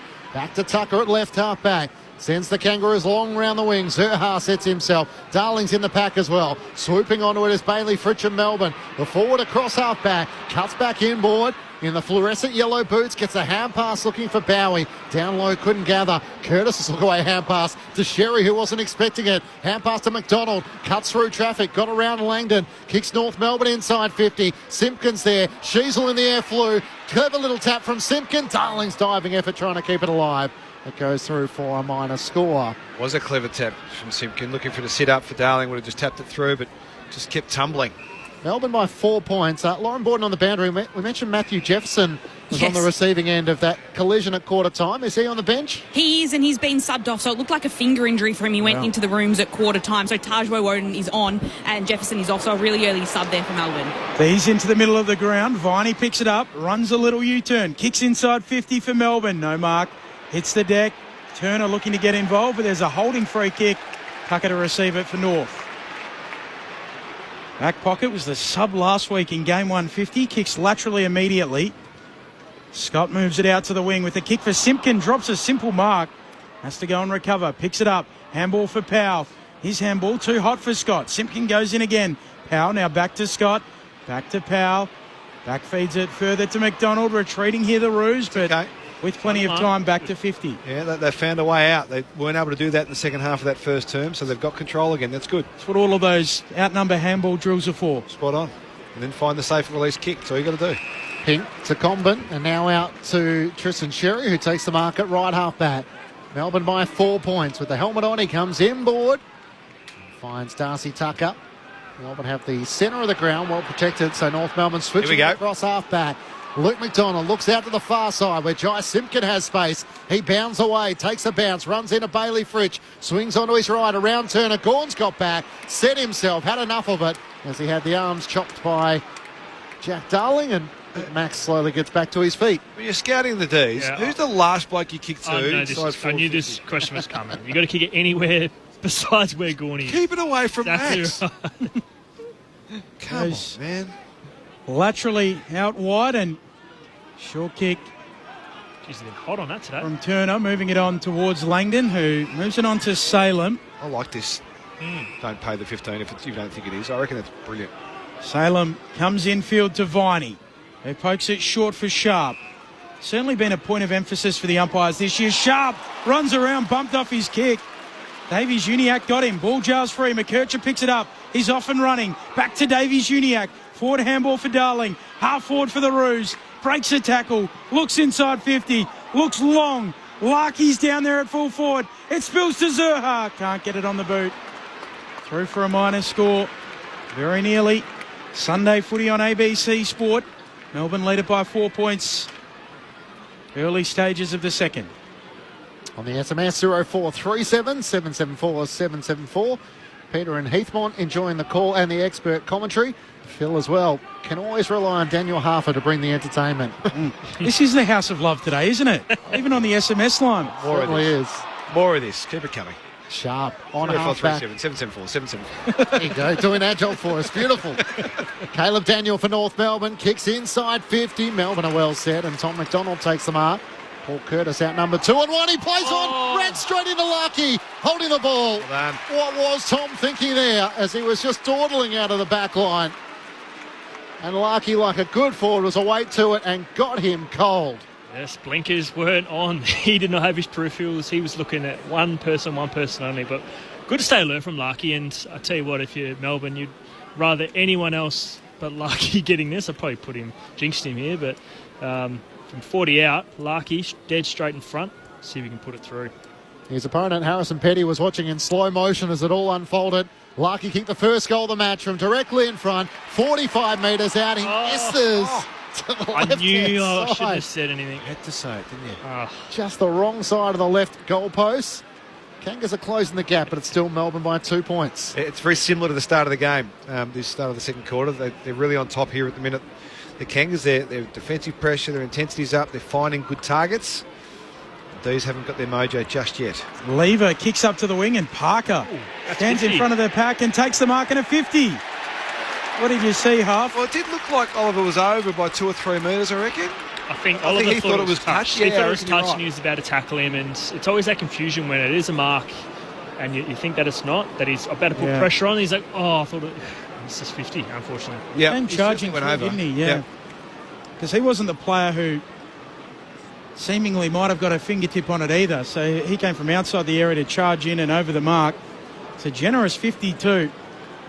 Mark set, 30 out. Slight angle. But there's Sydney Swan. Come Kangaroo!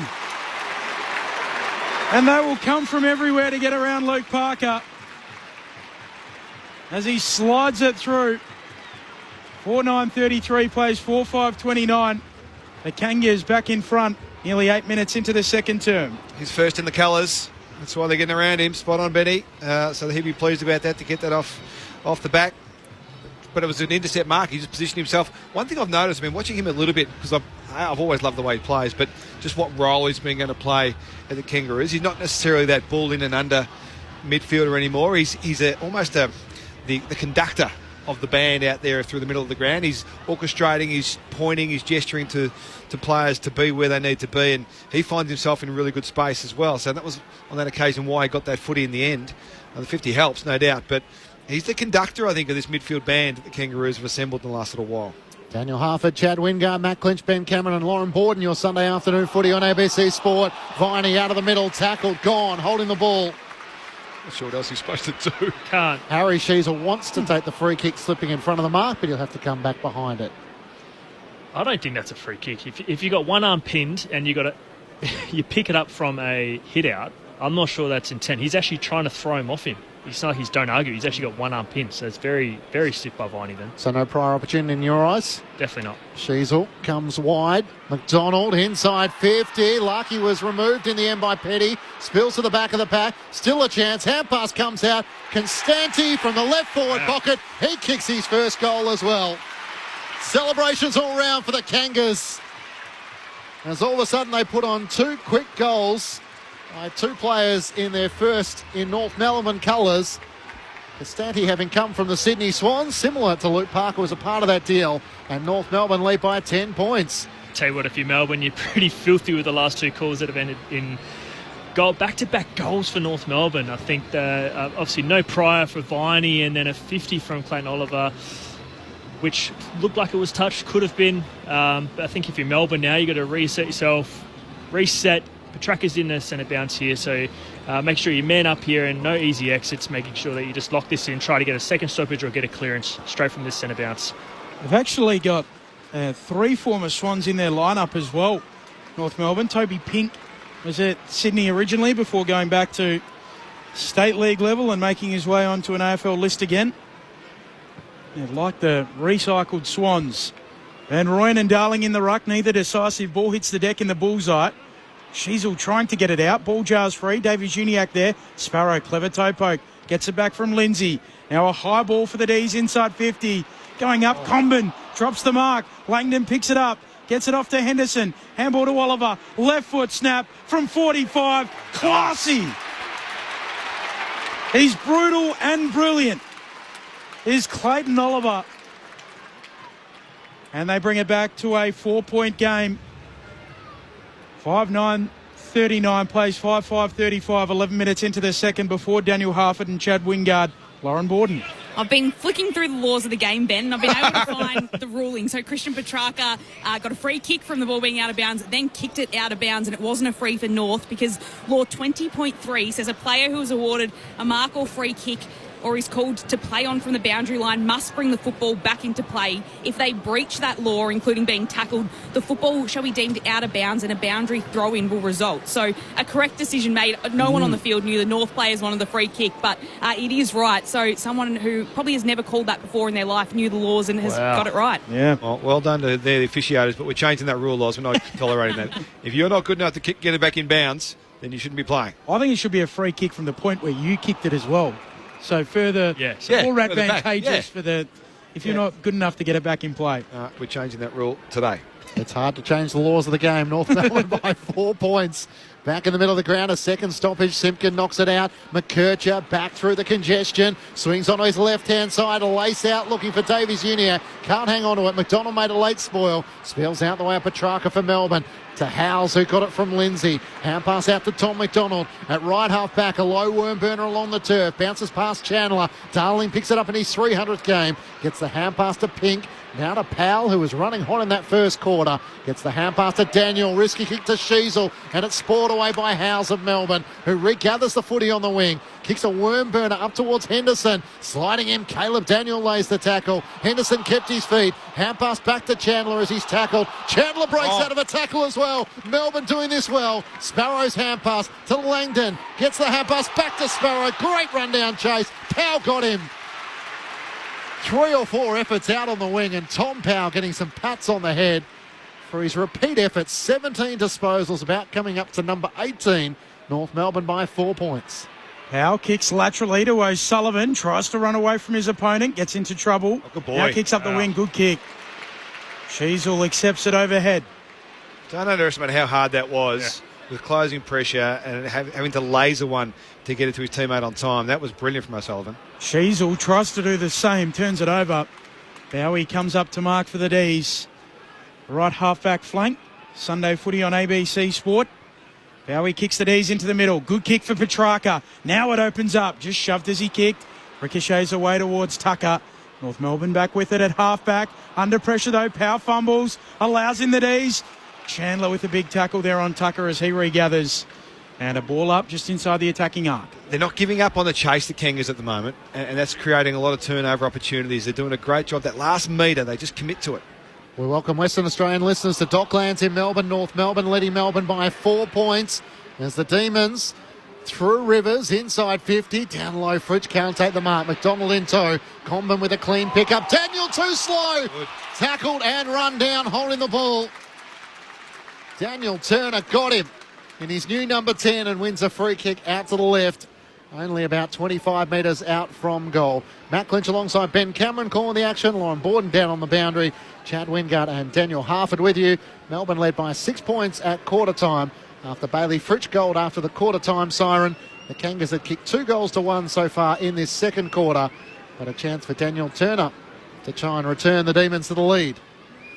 Tell you what, that was a great tackle by Turner.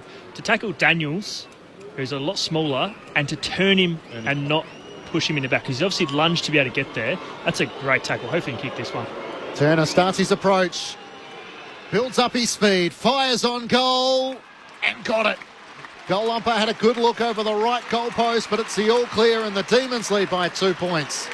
6-5-41 to North Melbourne, 5-9-39. I reckon, the Kangaroos play, and I reckon, well, no, I don't reckon. I thought it hit the post on the way through, the inside of the post, and Kangaroos players are pointing to it. I'm not putting it in the book just yet. I've made that mistake once today with the Paul Curtis goal earlier that wasn't a goal. I reckon there'll be a check on this. Yeah, they review them all on the way back to the middle, so... And we could be going back. See, it did look to deviate, I must admit, and Turner didn't look overly wrapped with the whole situation. No, he didn't. Celebration are normally a good indication. So vibrations. There we go. Oh. Eagle-eyed, halfy up in the box here. Where's a fist bump? Somebody bump me. Goodness sake. Well done. Everyone get around him. Sunday afternoon footy on ABC Sport. For those listeners who have just joined us for the first time, Daniel Harford has tapped into the Simon Goodwin theme. This is a box of love. Yeah. House of Love here on ABC. House of Love. Yes, but we're in the box. That sounds average, doesn't it? House of Love's much better. Yes, that's a much better. Very sensible, that one. North leading by 3 points, courtesy of that. Sullivan outside here. Watch this. This is the Hawthorn play. Set play. In post, a long kick out towards the City wing, looking for O'Sullivan. Good mark. Strong overhead, moves it on quickly to Phillips. Now they're just held up. The D's scurry back. Backward of the logo here, North. The problem with poor old Finn O'Sullivan there was the guy chasing him was Ed Langdon. Yeah. He can get anyone. Try to switch over. Try to get a block from it. Phillips switches it to Core. Defensive point of the square. Hayden caught nothing he likes. Melbourne have got back and set up. We'll go back to centre half back and spot up McDonald. McDonald on that left leg. Out to Caleb Daniel in space on that City wing. Takes the mark and just holds up. It's okay. North by 3. These have got a really good setup behind the ball here, so they're going to have to be a bit patient or kick to numbers at some stage. But Darling 1-on-1's not a bad option. Pink will go long towards a contest. Up goes Darling, brings down the mark. His work rate's been phenomenal today, Jack Darling. Been watching him off ball. He's been playing in the ruck, chasing down tackles. He's been brilliant. That is his calling card as he runs out to the right here. Low driving ball inside 50. Lucky unable to mark. The Roos arrive at ground level. Ball spits out. Lever goes in, picks it up. Loops a handball for Sharp, and the D's are off and running. Hand pass over the top, where Sparrow's able to get it away. We like the game of Xavier Lindsay. He's involved once more. Hand pass to Langdon, little fumble. Gives it back to Lindsay. He's going to retreat back on the bounce to Bowie. Corralled by Darling. Good composure. Found Oliver on the City wing. North Melbourne by 3 points as Clayton Alba looks up towards half forward. Sends in the direction of Daniel Turner. He's out number 2 on 1. Comden brought it down to the front to Pink, but it's pinched by Viney. Hand pass to Petrarca for Melbourne. They're lining up here in the middle. The centering ball finds Cade Chandler, but it could have been Fritsch or Woden. Chandler hugs it to his chest, pretty much directly in front, 35 metres out from goal. Now, if you're Melbourne fans, you're probably wondering why they didn't go forward quicker. They had no one to kick to. And you just see what happens when they half a contest and then change an angle. So North Melbourne over-rotated. So the wingers come down to release their back to push up to give them the outnumber. And what happens with that, if you don't have your half forwards or winger connect with your back, you have spares on the fat side. 1 goal won this afternoon for Cade Chandler to return Melbourne to the lead. He comes in from directly in front and puts through his second. After Turner was denied with the score review, the Demons have the last 2 goals of the match to answer back after North had kicked the previous 2. The Demons by 3 points, 6-6-42 to North Melbourne 5-9-39. For those listeners that haven't come from the Gabba, it was a 19-point win the way of the Brisbane Lions there. 14-10-94 to the Eagles, 11-9-75. The Brisbane Lions kicked 5 goals to 2 in the final term. And nice work from the D's there on that transition. You're right, they didn't have anyone because they produced so many numbers back to stop the Kangaroos in that passage of play we talked about before. So when they get possession, they're all at the ball or behind the ball, so they've got to find a way to get forward in time, but it takes some time. Did that kick from Petrarca? Like, everyone goes, all the defensive players and on-ball players go ball to goal, that line between the ball and the goal. If you can just see it to the open side a little bit and use those targets a bit more, you will find a lot of opportunities to score inside forward 50, I reckon. It's brilliant. Bounce back in the middle. Gorn down for Oliver. Feeds it forward towards Sparrow. Now big Gorn on the run. Floats it on goal. Oh, Maxi. That was spinning forward as it tumbled through for a minor score. I think it was off the shin pad. Melbourne lead by 4 points. 5-9-39 plays 6-7-43. The D's leading. Looked like it came off his hip. He was moving so quickly. Kangas through core, bring it back into play to Sheasel in the back pocket, kicks up to the wing, clears the pack, gathered by Finn O'Sullivan, hugs the boundary line with a kick looking for Cam Zurha, had the arms chopped by Tom McDonald, and will take the free kick centre wing. Melbourne by 4 points, 20 minutes gone. Second term, 6-7-43 to North Melbourne, 5-9-39. The kick up inside 50. Larkey in front position. Advantage taken by North Melbourne. Swinging onto the right-hand side, the finish from Tom Powell. Some reward for all his work in the middle of the ground with 20 disposals and now a goal. And North Melbourne take back the lead, a 2-point advantage. 6-9-45 to Melbourne 6-7-43. I've got that as the 5th lead change of the match, Ben, where the Kangas now leading by 2. I tell you what, Darling and Larkey look like they've played together for many, many years. The way that they both lock down their defender to give them both a chance at running at the ball. And it almost happens the last minute. You think, oh, they're both going to run at it, but you never see them both compete for the same ball. Yep. So Darling knew that he wasn't in the right spot to go for this. So what did he do? Lock down his opponent. Larkey did the same, showed his back, and it creates a one-on-one. And what does the defender do when a one-on-one? They grab. And so you see a player like him in a front position. They look like they've played together for so long. It's very nice to see. And it's not just any opponent either for Darling. It's the interceptor, what's his name again? Lever, yeah. Just in a blink. I was watching him on screen. It was him. You take him out of it, and all of a sudden it's a very different dynamic in the defensive unit. Petrarca with a high kick inside 50 here for the D's. Comben down at ground level, knocks it out, and then it bounces back into the congestion. I liked what the Roos did in the summer to get someone to help Larkey. Clearly needed some support and help some of their young mids as well with Parker coming in. Just as they continue to mature, Braden Maynard reportedly on their radar as well. Clearance from Caleb Daniel. Snaps it into the middle of the ground. Bouncing ball. There is Lever. Petty with him. Zurha knocks it out. Curtis, fumble. Allows in the D's, but he slaps it out. Powell shovels it towards Larkey. Loops it to Hanson Jr. Man on over the top. It's Darling. Game 300. A goal. It was Joe the Goose. Jack the Kanga. And he gets his moment in his milestone match. North Melbourne leads 7-9-51, plays 6-7-43. They're out by 8 points, 22 and a half into the second. Sunday footy on ABC Sport. Well, there's numbers again. Numbers to the contest. They have numbers in support. They're running really hard at the moment, and that's how you create the overlap. That's how Joe does get his goose factor in the goal square. Often you've got to commit numbers to the contest. There's a really good ball. There's a good tackle from Larky up through the centre of the ground. Ideally, Curtis doesn't fumble that ball and they're able to make that much cleaner, much more efficient. But they just had numbers and support. And I've talked before about Hanson Jr.'s role today. He's a little link-up player. I like the way he's playing. He's prepared to work. And in the end, Big Jack gets his moment. And good on him. Good on him.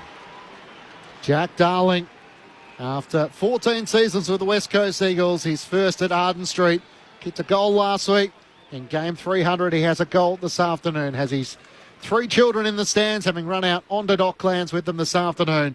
And North Melbourne lead by 8 points. Gawn and Cherry in the middle of the ground. It bounces off the boot of Sparrow. Gawn tries to hack it out of fresh air. It's effective inside 50. Comben in from the side. Marks in front of Fritsch. Didn't think Ruttman could be that creative and clever in quick moments as the kick out to the right back pocket from Comben finds Core. And he chips it up to Sheasel, who marks it right half back dock side. We might see one in years to come. Sam Darcy. Yes. Oof. What about Friday night? Yeah, he's a bit special. Sheasel on the half-back flank. Kicks around the wing. Up goes Sherry. Right there with him, Gawn. Curtis trying to rove it. Gang tackled close to the line. He stands up, eventually brought to ground. Took 2 Ds to bring him down there, Chad, your man. All up very wide out. Gawn and Sherry. Gawn slapping it down. Coming through Phillips. Leaves it behind. Lindsay picks it up for the Ds. High free kick. They take the advantage. Petrarca on to Henderson. 1-2 with Viney. Henderson back to Petrarca. Running down the wing. Looks inside 50. Getting back. Hanson Jr. Back with the flight. Can't take the mark. Ball spills out. Hanson Jr. keeps going. Picking it up quickly. Scott there for the ruse. He's tackled. Rolled. Nowhere to go. And a ball upcoming. 40 out from the attacking goal for the Ds. North Melbourne by 8 points. The Brisbane Lions 19-point winners over the West Coast Eagles. Still to come, the Fremantle Dockers and the Sydney Swans to close out the weekend's footy. Thrown up, Sherry and Gawn. Gawn wins down the tap. Viney on the move. Couldn't take it cleanly. Spills out. Chandler spinning out of traffic. Hand pass to Henderson. Bounces it end over end. And Comben was the goalkeeper. He gets hands to it. Didn't take it cleanly, but does deny the goal. You'd be pretty happy with that fumble, to be honest. Yeah. Someone, I think it was Petrarca's running straight at him, full steam.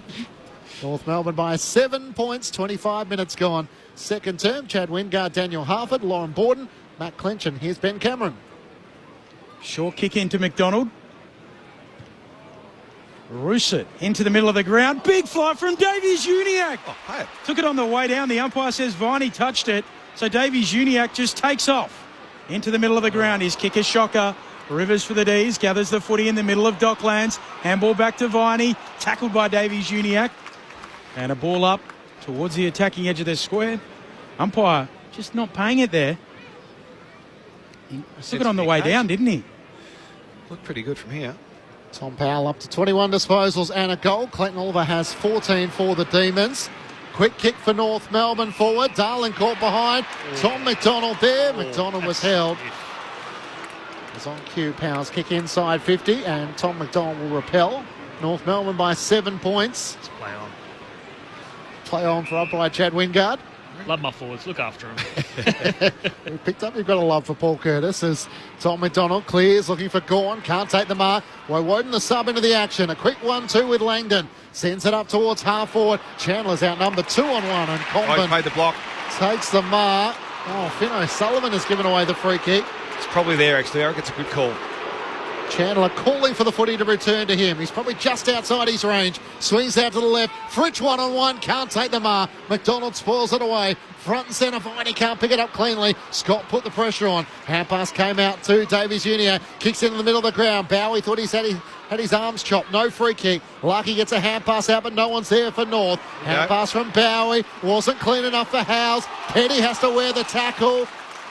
As McKercher and Costanti lock him up, and the free kick. The ball up, I should say, on the wing with North Melbourne, leading by 7. Really good come forward pressure from the Kangas. There's no time and space for either team at the moment. It's a good battle, this. Not far away from half-time. Sunday footy on ABC Sport. Free kick going the way of Sherry. He gives it off to Scott, running by. Kicks the Roos inside 50. Darling there in the pack and got a little shove, but the umpire happy with the lever mark. Back pocket here for the D's.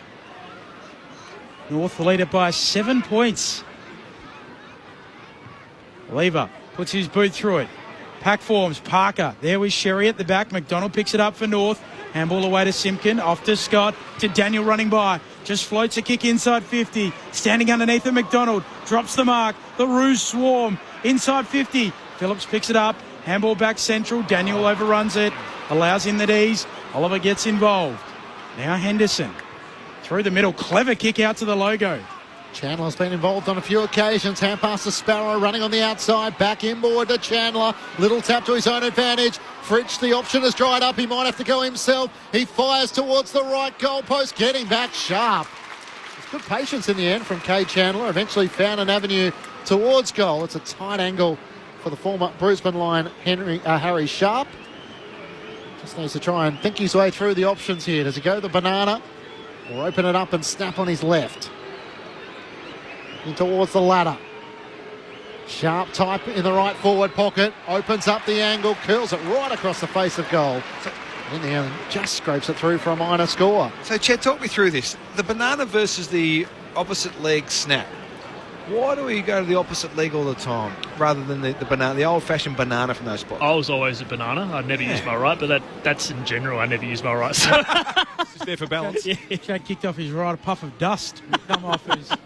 A long kick for the D's up to the wing. Gone unable to mark. Sparrow roves it off to Oliver. To McDonald. Kicks to full forward. Big pack form. Sharp can't mark. Out the back it goes. Caleb Daniel onto it. Trying to get a handball away. In they go. Chandler to Viney. Buffeted off it. Comes out towards Daniel. Nice. Now O'Sullivan. Well worked. To Phillips. Half-back flank now the Roos. Trying to get it on towards Parker. Stands up in the tackle. Handball to Phillips. Really well done by the Roos. Hand pass to Daniel. Cuts through traffic. The Kangas are out of defence. Out to Sheasel on the wing. Hand pass to Davies Uniac. It opens up in front of him. They're out the back as Davies Uniac looks long to Zerha. Can it get it to him? Lever running back. Never faced the footy. That is a free kick. He's and pulled it. Sherry tried to sock it off the ground. It is coming back. Cam Zerha will have it. Left forward pocket, no more than 15 metres out from goal. Yeah, you can't do that. It's a free kick every day of the week. No brainer for the umpire to call. What about the transition, though? Again, little moments, watching teams play and watching them grow in all sorts of pressure at half-back. Great spin from O'Sullivan to kick it all off in the back pocket. But all sorts of pressure in half-back. They worked their way through it calmly, methodically, with good skill level, and found a way to open the game up in the front half. Good footy. Cam Zerha kicked 1-4 last week. A chance to extend North Melbourne's lead here. He comes in, 15 metres out. Umpire shuffles to the right. All clear. He's on the board this afternoon. The Kangas lead by 2 goals. 5 goals to 2 in this second quarter.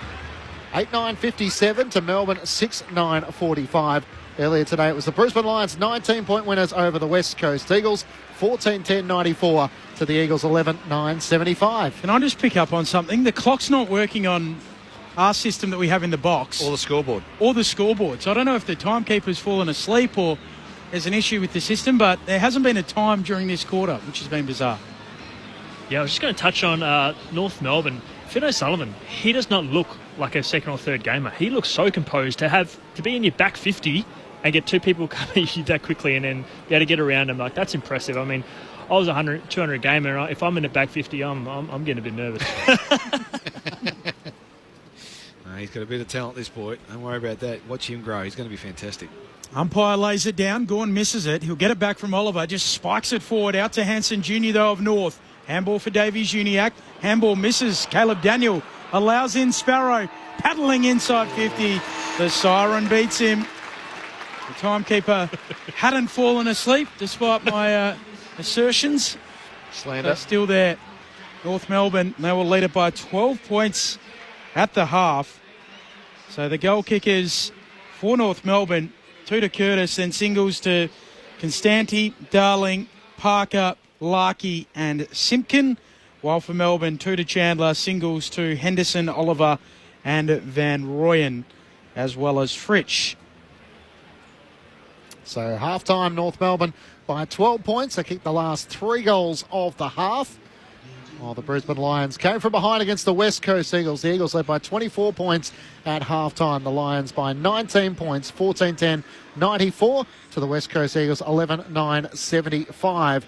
Andrew McWalter still looking for his first win as the coach of the West Coast Eagles. And I think Harley Reid will be looked at for a little moment where he had the Gabba faithfully insight into his thoughts. He gave them the middle finger. Oh, wow. A bit of bird action. Right, it's just a fine for something, isn't it, these days? You can't get suspended for that, surely. No, I don't think so. I think that's Maybe fine. Please explain, don't do that again sort of thing. They love a please explain. Have you ever been issued a please explain? No, but I'm keen to get one. How good's post-career? I asked Nathan Burke that question. He said, how many times do you... I think he said he'd had about 6 or 7. Did you ever get one, Chad? Nah, I was too nice. Yep. Burkie'd had heaps of them, he reckons. Really? Yep. Fair enough, too. Ordinary human. No, just joking, Bergie. No, please explain. I've always wanted one just to see what it looked like and what they actually wanted you to do.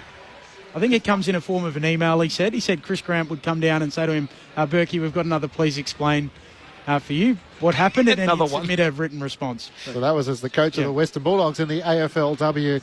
North Melbourne by 12 points at half-time. Please explain how they've done it to us, Daniel Harford and Chad Wingard. Well, they've done it through great pressure. They had a little bit of a lapse in the second half of that first quarter, but they've done it through great pressure and a commitment to support each other in numbers. And I reckon, Chad, that's been the difference in the end. They've been able to find ways to maintain possession through extra numbers. And then because of the way that Demons are defending, which you talked about the first quarter, was a great insight, because they're sort of just doing the man on. If there's an extra number there, you're in trouble because the overlap becomes a really dangerous player. And if you can maintain possession through that, you'll channel the ball and chain the ball into your forward half and give yourself a chance. And in the end, that's been the difference, I reckon. The clearance numbers have been really positive as well for the Kangas. 21-15 at half-time, 76-58 contested possession. So they're winning the grunt game as well. Handball receives is the number I'm really keen on, 80-66 for the Kangaroos to Melbourne. So they're prepared to run and work it by hand to break the game open into space. And finally, they'll find a way inside forward 50. They had 8 different goal kickers in the first term, or 7 different goal kickers in the first half. So they're creating opportunities through different avenues. So that's harder to defend. They're taking away Lever's intercept game, which would be a plan coming in because there's no Stephen May. So if you take away Lever, that's going to create more opportunities. But I've just been really impressed with their preparedness to work and run and create the extra number and provide pressure on turnover as well, and that's given them the lead they've got at half-time. Yeah, I agree.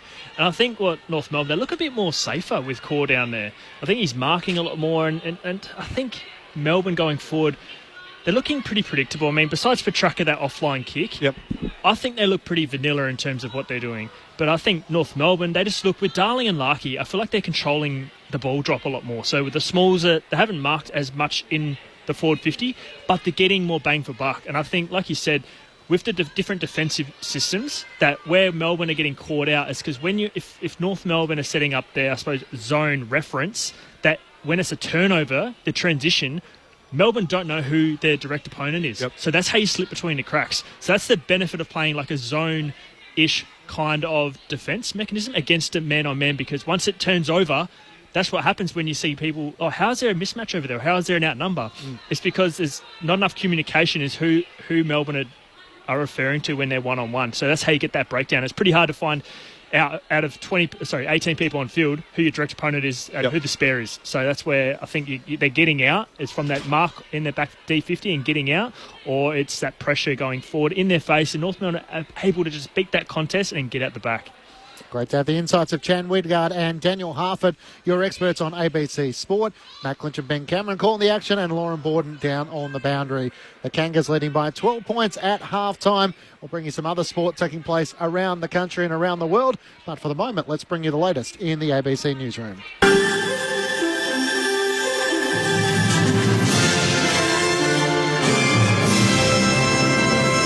ABC News, I'm Eliza Getzi. The Prime Minister Anthony Albanese has acknowledged there are logistical challenges in delivering military aid to Ukraine. Australia has promised to provide Ukraine with second-hand Abrams tanks, but complications are emerging over the transfer after US President Donald Trump's decision to temporarily freeze military assistance to the war-torn nation. Mr Albanese says Australia stands with Ukraine and has already spent $1.5 billion in support. Well, logistics into Ukraine is a difficult task. The government is doing everything that we can to provide support in an expedited way, but we know that there are logistics challenges. This is a war going on. At least 3 people have been killed in the latest round of drone strikes between Russia and Ukraine. Ukraine's State Emergency Service says 2 people died in a Russian drone attack on the capital, Kyiv, that started fires in residential apartment buildings. One of the dead was a woman killed in a fire in a residential high-rise started by falling drone debris. Dozens of people were evacuated from the building, and a Russian regional governor says 1 person has died in a car during a Ukrainian drone attack in the Rostov region. Turkish prosecutors want the mayor of Istanbul, Ekrem İmamoğlu, to be formally arrested and charged with corruption and supporting terrorism. Massive protests are continuing after his detention last week. Mr. İmamoğlu has now appeared in court and denied the corruption and terrorism accusations. Deputy Chair of the opposition CHP, İlhan Uzgel, says the party will stand by him as its candidate against President Recep Tayyip Erdogan for the forthcoming election. We are not going to give up. We are not going to back down. That Mr. İmamoğlu is our candidate in the upcoming presidential elections. We are not going to change our minds under these circumstances. So we are going to see if he is going to be released or he is going to be arrested. Officials in South Korea say 2 firefighters have been killed in wildfires raging in the country's southeast. The Korea Forest Service says 2 other people are missing. Strong winds are hampering efforts to fight the fires around 250 kilometres southeast of the capital, Seoul. A state of national disaster has been declared in some areas and hundreds have been forced to flee their homes. Victoria's housing minister says the government is struggling to keep up with demand for social housing as wait lists in the state soar. 55,000 Victorian families are in line for housing relief, an 8.4% increase on last year. Housing Minister Harriet Shing says social housing remains a priority for the government. We also know that between 30 and 40% of people accessing homelessness services for the first time are coming from private rental. It's really important that we are able to continue our investment into social housing. WA's Deputy Premier Rita Saffioti says her party will strengthen its communication in regional communities after swings away from Labor in several seats. The seat of Kalgoorlie was claimed last night by Labor, but with a 17.5% swing away from the party. Ms Saviotti says the Labor Party will do more to show how they advocate for regional constituents. We need to keep making sure we communicate that to regional Western Australians and so they can understand that we've got a record of delivery and they'll continue to be a priority for our WA Labor government. And a toddler has drowned at a dam north of Melbourne. With the details, here's Tanya Lee. Ambulance Victoria says emergency services were called to a farm at Roo near Nagambie just after 10 o'clock this morning. An Ambulance Victoria spokesperson says the child died after being pulled from a dam on the private property. CPR was performed, but the toddler couldn't be revived. A report will be prepared for the coroner. The incident comes after Royal Life Saving Society says the number of toddler drownings has fallen significantly over the past 2 decades, especially in home pools. But toddlers remain the most vulnerable children to drowning. Police are searching for a second teenager accused of kicking and punching a man while he was on the ground in Canberra's south. It's alleged a 15-year-old boy and a teenage girl physically assaulted the 58-year-old man after an argument at Brewer Street in Woden around 6 o'clock last Wednesday. Officers arrested the boy yesterday to face charges including assault, occasioning actual bodily harm, and breaching bail. And top-ranked women's tennis player Aryna Sabalenka is through to the last 16 at the Miami Masters after her opponent, Elena Gabriela Ruse, retired injured. Sabalenka won the opening set 6-1 before her Romanian counterpart conceded due to a thigh problem. Japan's Naomi Osaka survived a scare to eventually overcome American wildcard Hailey Baptiste. ABC News. The tradition continues. The Sheffield Shield Final on ABC Sport. What about that? Unbelievable! Catch every ball on the ABC Listen app from Wednesday. This is the 2025 AFL Premiership season on ABC Sport. Tajwo Woden is on and Jefferson is off, so a really early sub there for Melbourne. Mark set 30 out, slight angle, but there's Sydney Swan, come Kangaroo! And they will come from everywhere to get around Luke Parker. McDonald inside 50. Larkey was removed in the end by Petty. Spills to the back of the pack. Still a chance. Handpass comes out. Constanti from the left forward pocket. He kicks his first goal as well. Celebrations all round for the Kangas. Gets it back from Lindsay. Now a high ball for the D's inside 50. Going up, Comben drops the mark. Langdon picks it up. Gets it off to Henderson. Handball to Oliver. Left foot snap from 45. Classy. And they bring it back to a 4-point game. 1-1 this afternoon for Kay Chandler to return Melbourne to the lead. He comes in from directly in front and puts through his second. The kick up inside 50. Larkey in front position. Advantage taken by North Melbourne. Swinging onto the right-hand side. The finish from Tom Powell. Powell shovels it towards Larkey. Loops it to Hanson Jr. Man on over the top. It's Darling. Game 300. A goal. Cam Zerha kicked 1-4 last week. A chance to extend North Melbourne's lead here. He comes in 15 metres out. Umpire shuffles to the right. All clear. He's on the board this afternoon. The Kangas lead by 2 goals. This is ABC Sports coverage of the AFL. On your radio, ABC Sport Digital. and on the ABC Listen app.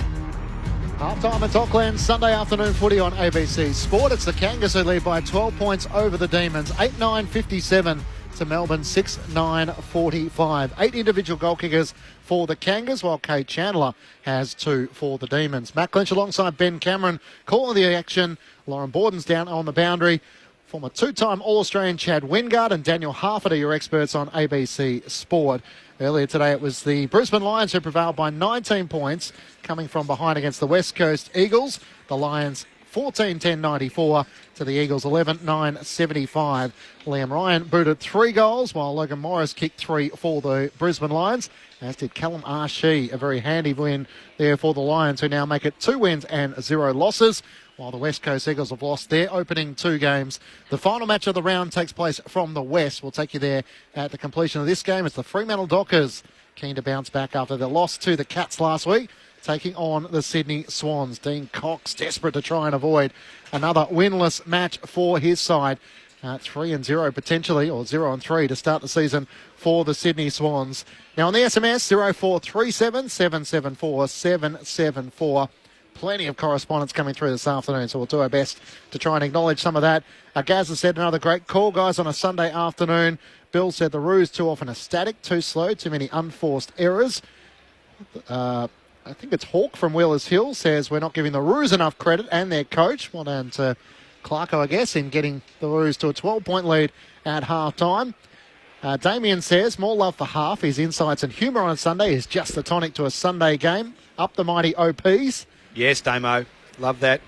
Who's got the direct line of the most influential laws of the game advocate, the great KB? Is that you, Half? That's me. I'll sort that out. And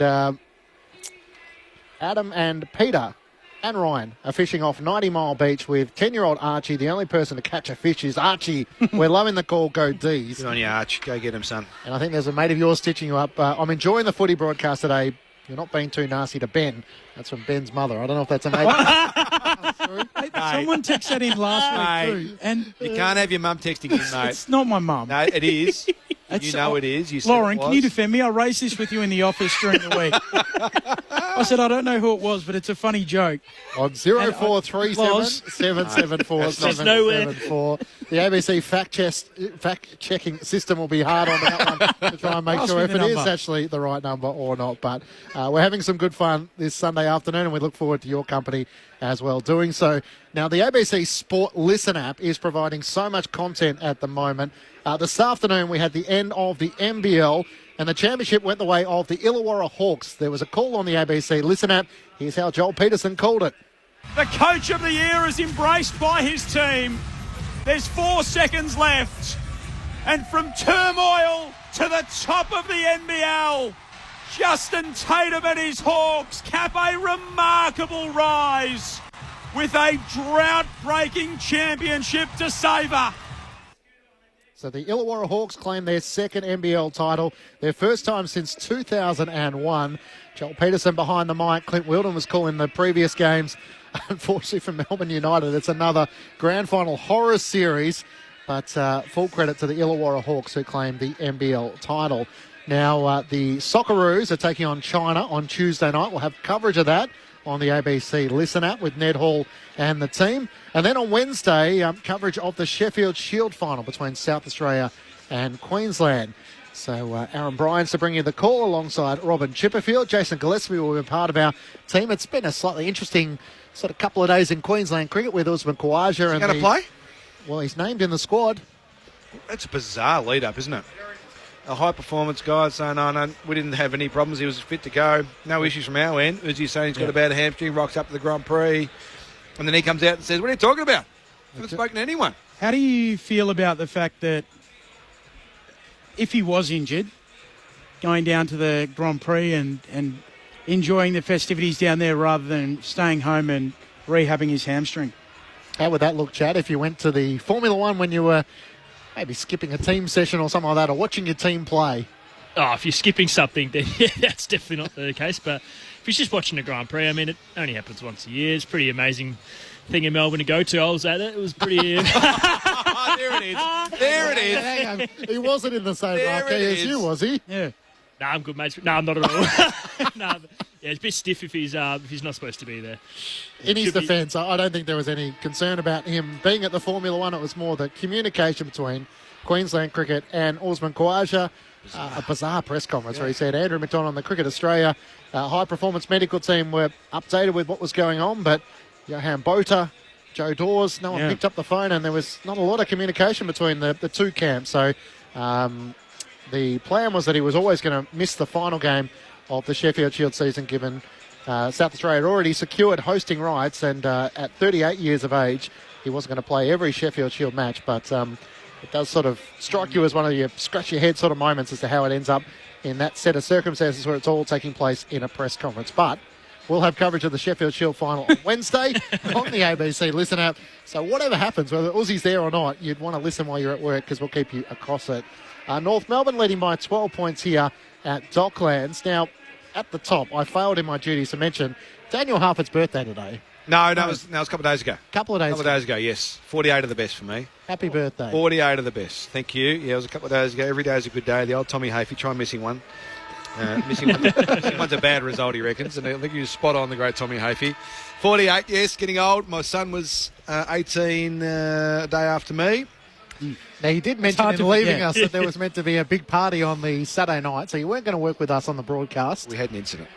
Right. We had an incident. It was a co-18th, shared 18th birthday party, and oh no! And there was an incident, and the other participant, or the other co-host, so to speak, decided that 2 days out from the party, he wasn't coming to the party. and where was said party being held? It was at my place. Right. So we'd ordered all the meat, we'd ordered the security, we'd ordered the help and the tables and chairs and all that sort of stuff. And 2 days out... What was the co-participant bringing to the party? Not a hell of a lot. Okay. There wasn't a lot of feedback. Including the presents, as it turned out. From our co-participant. And 2 days out pulled the pin, so his mates pulled the pin, and so his portion of the party disappeared from the guest list. So my man Wilbur says, we won't do this anymore. We're not going to do this. So the 18th party that was going to be massive and the big shenanigan at my joint, nothing. No party for my man. Oh, no. Which has been a very upsetting couple of days for the parents. I was free last night. I would have come around and helped eat some of the meat. Poor old Wilbur. He wasn't too distressed about it. I think he might have been actually quite relieved that he didn't have to be the centre of attention. He doesn't like the fanfare. He's not big on that. No, he's not big on the fanfare. Throws to his mother's side in that regard. It was a party for the Saints last night, even if there wasn't one at the Harford House, as they came from behind, or in the end they were too strong for Geelong, who was trying to come from behind to pinch victory at Docklands last night. And just a reminder, if you want to catch up on any of the programs across the weekend, AFL Saturday with Corbin Middlemass, Mick Moldhouse and Luke Ball, and myself with Cameron Ling from 12 to 1. Jack McRae, the new Saint, joined us on AFL Sunday. They're all under the ABC Listen app. Just look for the ABC AFL Sport Daily podcast, in which you can hear during the week with Ben Cameron, Corbin Middlemass and Paul Roos and Poppy Penny. Just give a bit of a shout out to Craig Trelevin, the great Craig Trelevin, who's listening over there in Perth. Wow. ABC call. From a teammate of mine back in the old days. Jock. To him as well. North Melbourne by 12 points into the second half. We go with Ben Cameron. Out of West Perth. I'll check that. Might have got myself in trouble. Hopefully not. Opening clearance going the way of the Kangaroos. Bouncing ball. Salem picks it up, kicks laterally out to Oliver, who takes the mark for the D's. You say East Perth or East Fremantle? East Freo champ. Yeah. Well, that was a misstep from me. Salem goes short, looking for Spargo, bounces past him, getting involved quickly is Curtis, slaps it out. There to mop up quickly is Chandler, gets it back to Spargo, to Lindsay. Now Viney wide out half forward, kicks to full forward, coming up, Core drops the mark. Has to follow up for the Roos at ground level. Gets rid of it, away to McDonald, back to Core, kicks around the ground. Curtis goes up, hands to it, he'll get a chopping of the arms free kick. North lead by 12 points, 8-9-57 plays, 6-9-45.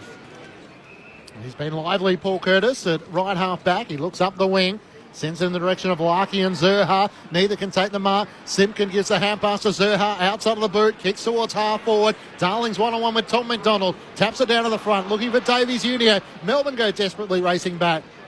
Salem gathers, swings in a tackle. North Melbourne trying to keep it alive. Petty looking for the boundary line, and he gets it in the end as Zerha tackles him across it, right forward pocket for North Melbourne. The Kangas by 12 points. I'm pretty sure Trelevin did win a Sandover under Simpson as well. Yeah, he was part of that little contingent. Kenny Judge got all the East Freo boys, didn't he? Brendan Crummell, Hayden Kilmartin, Craig Trelevin. Clever little tap from Sherry. Oliver beats Zerha to the football. Viney, handball away, and now the D's through Woden. Son of an East Fremantle champ. Gets it on to Langdon, to Oliver. Now Woden again. He'll kick inside, attacking 50. Looking for a marker down there. Bouncing ball for Chandler.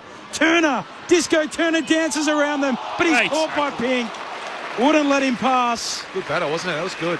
Holding the ball. Well done, Toby Pink, on the last line for North. Kangas lead it by 12 points as they did at the half. Pink across the full-back line to Aidan Core. Moves it out to Caleb Daniel, the former Bulldog, who marks in the right back pocket. Looks for avenues out of defence. Kicks a high ball in the direction of Comben. He and Davies Uniacke. Comben had a lot of it and eventually has paid the mark. Despite Howes being caught behind and trying to get a fist in there. Hoping to get a season where his body allows him to play the footy he knows he's capable of. Curtis takes the mark. Hand pass to Powell through the middle of the ground. The mark is taken by Jack Darling down low as Parker got involved. Lace out pass to the key forward. Just looking at this performance from the Kangaroos so far, Chad, compared to the one we witnessed last week against the Bulldogs, there seems much more cohesion. Now, that doesn't happen in a week, so maybe we just didn't see the best of them last week, but just the way they're working with each other in play, in tight, in space, they're just connecting really well across the ground. Jack Darling has a goal already in his 300th match. He's out to the right, starting his approach. Looking to extend the North Melbourne lead from 50 out. Sets flight. It's right to the goal line. Sherry takes the mark in front of Max Gawn. Tangling on the goal line. Tristan Sherry realised it wasn't going to get the distance and set himself in front. A good contested mark. Sherry, baby. Nice. That was good. 1-on-1 against Maxi Gawn, the goal scorer. That's not easy for anyone. And Max, having dominated last week, saw Lockie Keefe kick the winner. Tristan Sherry puts it straight over his head. North Melbourne extend their lead with the first goal of the second half. It's an 18-point ball game the Kangas way. 9-9-63 to Melbourne 6-9-45. 4 minutes gone in the third term. Chad Wingard and Daniel Harford, your experts on ABC Sport. I just reckon it's the way they're connecting on field at the moment, the Kangaroos, which is creating really good opportunities. I've talked at half-time about their preparedness to work and create the outnumber, and that's been a real big strength. But just the way that ball transitioned from defence. There we go, Sherry baby in the background. You're all over it today. Loz Borden, no, she's loving it downstairs.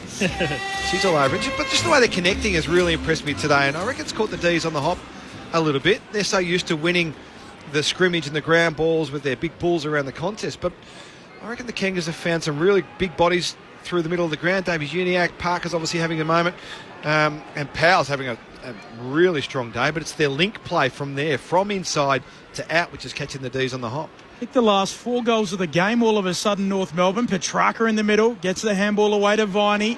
Twisting, turning, shrugging a tackle, kicking to full forward. Fritsch is down there, spoiled away, Sharp coming through. O'Sullivan with him, onto it again, Fritsch, bumped off his kick. Goes to full forward, but the mark taken by Caleb Daniel. And a 50. He can come back to the 9. Spargo just crept over the mark, and now Caleb Daniel off for a trot. Roos by 18 points in early stages of the third. Kicks out wide, a good kick. Draws Comben to the footy. The big man goes for a gallop. 2 bounces.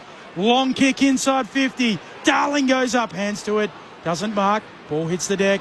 Melbourne have the numbers. They work it out on the last line.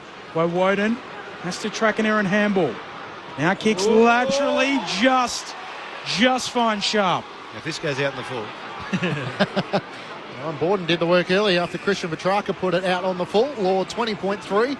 All the wiser. If you kick it out on the full from being out on the full, it's a throw-in. It still doesn't make any sense. 10 out of 10 for her work today. She deserves a raise. Ed Langdon at right half back, comes back across half back to Petty. Good kick into the middle of the ground. Petrarca takes the mark, chips it over the top to Spargo. He's at the edge of the centre square. Oliver wants it short. Viney wants it short. He drives it long in the direction of Turner, wrestling with Comben. Comben makes the spoil for North. Pink couldn't take it. Viney could. Pink locks him up at the last moment. Just 25 metres out from the Melbourne goal. As Ben may mention, the Kangas have kicked the last 4 goals of the match. Melbourne need a response. Got a forward 50 to try and do it here. Sunday footy on ABC Sport. Sherry takes it out of the ruck, slips a tackle off to Daniel. Floating kick just beyond the defensive arc. No mark taken. Sheasel taps it to Simpkin. Roos have the numbers. 1-2 with Darling. Simpkin, left foot kick. Perfect for Sheasel. That was well worked by North. Said that a few times today, Half and Chat. That's terrible kick. Sheasel turns it straight over to Rivers. Melbourne in possession. Kick for Petrarca on the logo. He can't trap it.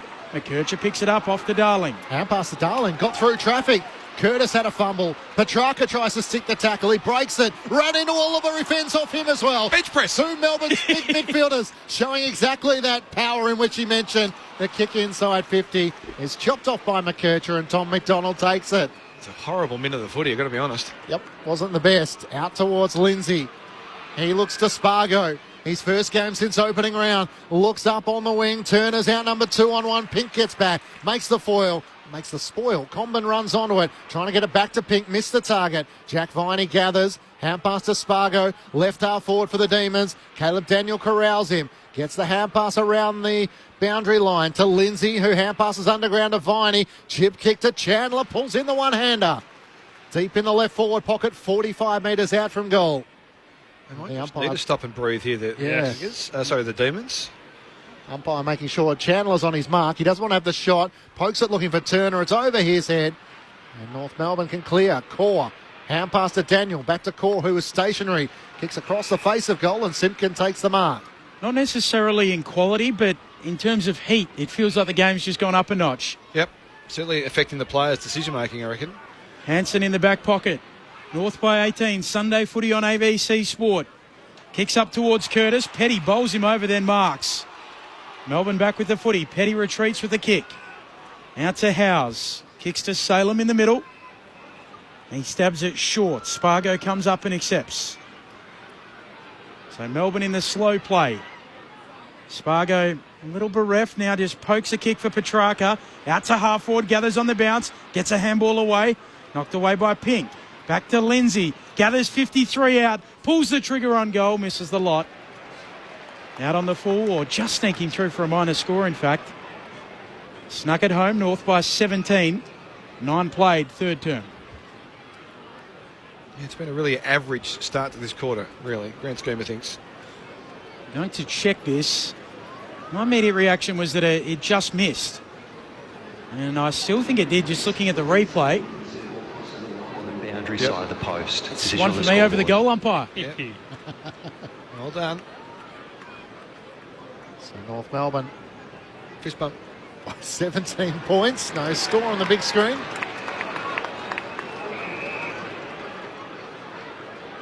And eventually the footy is returned to Charlie Comben, who will take the free kick up against the right behind post. Kangas 9-9-63, Melbourne 6-9-45. Comben has players set on the dock side, sends it as far as it can. Larkey's the target, works underneath it. Petty takes the mark. Oliver was shoved out of it as well. Petty reloads inside 50. Turner's out number 2 on 1. Core comes across, makes the spoil. Collateral damage with Comben as well. He seems to be okay now. And a throw in the left forward pocket for Melbourne. Still that forward to centre entry for the D's is a bit of a problem. A couple of times they've brought it back through the corridor and still haven't found avenues, so it's still a work in progress. Hasn't looked as good as last Sunday. From the throw-in, Van Rooyen bumps Darling out of the road, takes it out of the ruck, handball for Spargo, can't handle it. Van Rooyen comes and picks it up again, inside 50 to D's. Chandler looking for Sparrow, misses him, and Core just whacks it out of there. Kicks as long as he can into the middle of the ground. Tom McDonald for Melbourne, mops it up. Handball away to Howes. Just slips out of trouble. Back to McDonald. Wide handball out to Lindsay. Neat user on that left leg. Kicks to Chandler. Up at high half forward. Draws the man. Gives it to Salem. Short kick inside 50. Turner coming up. He marks. Hands out in front. 30 out. 5 metres in from the boundary line. Left forward pocket. And Melbourne finally got some reward for effort. They've owned time in forward half this whole quarter, and they've just pinned him in, repeat entries after repeat entries, and it just took a little bit more space where they've returned it from serve from the back half there and just found a market. Like I said, that last touch, they've finally got a mark inside forward 50. It is a tough angle. Let's see if he can slot it through and actually get some reward for effort. The man they call Disco Turner. Boot to ball from 45. The drop punt is pure. Disco Turner trying to turn the tables of this match. It's back to 12 points. 9-9-63, plays 7-9-51, 12 gone. Third term Sunday footy on ABC Sport. Nice word from you, Benny. Those at home will love that. That's a nice little zinger from you. But a great reward, as you say, for a bit of time in forward half. If I'm the Kangaroos, I'm not too depressed. Despite the fact we haven't found a way out yet, if you're the Kangaroos coach's box, Chad, you've forced them wide to the boundary. I mean, that's a brilliant finish. Yeah. But if they're having to kick their set shots from outside that sort of area of the 50 really close to the boundary line, you'd be happy with that from a defensive perspective. So credit to Disco. He's hot at the moment. It's almost a Disco Inferno. but from a defensive perspective, if you're the Kangaroos, you're not overly upset about that. Kick it from 40 on the boundary, have a great time. Daniel Harford alongside Chad Wingard, Matt Clinch and Ben Cameron calling the action. Lauren Borden down on the boundary. Sunday afternoon footy on ABC Sport. Oliver gets the clearance of Melbourne. Kicks to half forward. Sparrow over his shoulder. Was looking for Langdon, but LDU gets back. Davies Uniacke for North Melbourne. Kicks up towards half forward. In a tangle. Costanti and might have given away the free kick against Bowie. And an arm around the midriff and dragged him down in the end, and that's how the umpire saw it. Melbourne trailing by 12 points, but have the ball at half back. Bowie short inboard to Petty and back to Bowie. Providing the run across half back. Keeps looking for Sparrow. Risky kick. Might pay the toll here. O'Sullivan takes it. Chips it to half forward. Parker takes the mark. Player streaming past. Looking for the options. It's Zurhaar in the left forward pocket. He takes the mark. He could have looked left or right. Costanti was racing to the right forward pocket. And now the responsibility in the hands of Cam Zurhaar. Well, you can't defend that. You make an error like that coming through half back into the middle of the ground. It's going to be a score the other way. It's just a matter of how long it takes. And that was a really quick transition from the Kangaroos, but that is a disaster for the D's. For the bounce back goal for North Melbourne after Turner's at the other end. Zurhaar with one already this afternoon. Left of centre, 35 metres out. Fires it at the right goal post and through it goes. Zurhaar with his second. And the Kangas answer the Demons' challenge for the moment. 18-point lead North Melbourne's way. 10-9-69 to the Demons 7-9-51. Earlier today, the Brisbane Lions 19-point winners over the West Coast Eagles. And still to come, the Fremantle Dockers taking on the Sydney Swans. And it's interesting with Melbourne. They've taken that kick a fair bit today, but it hasn't really paid off. Like, that's the first time it's actually hit him in the face and gone a goal back the other way. But Petrarca has got that ball, I reckon, 3 or 4 times in that mid area, and they haven't scored from it. So they're not going quick enough for it, or they're actually not finishing that last play. And we've spoken about Melbourne for the last 3 or 4 years. It's that last kick. But they're putting themselves in good positions to get there. It's just when you make sure you hit that kick, you've got to score off it, because otherwise there's no point taking those risky kicks if you're not even going to be able to score off it. And I don't necessarily know, Chad, but it might be the guys forward of the ball.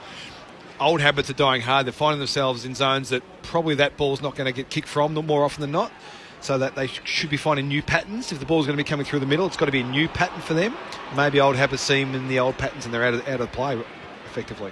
Thoughts of Daniel Harford and Chad Wingard. Free for Melbourne out of the middle. Chandler kicks inside 50. Petrarca being held. Free kick. Yep. Looked like it from here. They were just tugging on the jumper, wrap around with the arms, and the umpires don't like that. It's a free kick. Wrap around, it's pretty clear these days. You can't be doing that from a defensive perspective. So, right in the eye line of the umpire, every day of the week, that's a free kick. That's the first time they're trying to hit a guy on a lead. Yeah. I mean, when I was Petrarca, he draws a crowd, but if Cor's matching someone on the lead up, he feels very much unsafe compared to being in the hole and just looking eyes at the ball. You need your champs in this competition. He's the D's champ. And Petrarca goes. He reinstates a 12-point deficit for the D's. The Kangas lead 10-9-69, plays 8-9-57. Quarter hour mark. Third term, Sunday footy right here on ABC Sport. And it's middle of the third quarter, and it's a 2-goal margin, but that is a critical moment in the game, I reckon, for Melbourne. As you said, Benny, the champs have to stand up and they have to own the big moments when they come to them. And Chandler's having a real influence in this game in the centre forward area, the forward half area of the Demons has done all day. But you have to have those guys, and Petrarca's obviously probably number one seed when it comes to the most important players. He's got to go and nail those moments. If he doesn't do that, it sucks the life out of your teammates because you think, maybe it's not our day. So that's a critical moment in this contest for the D's, I reckon.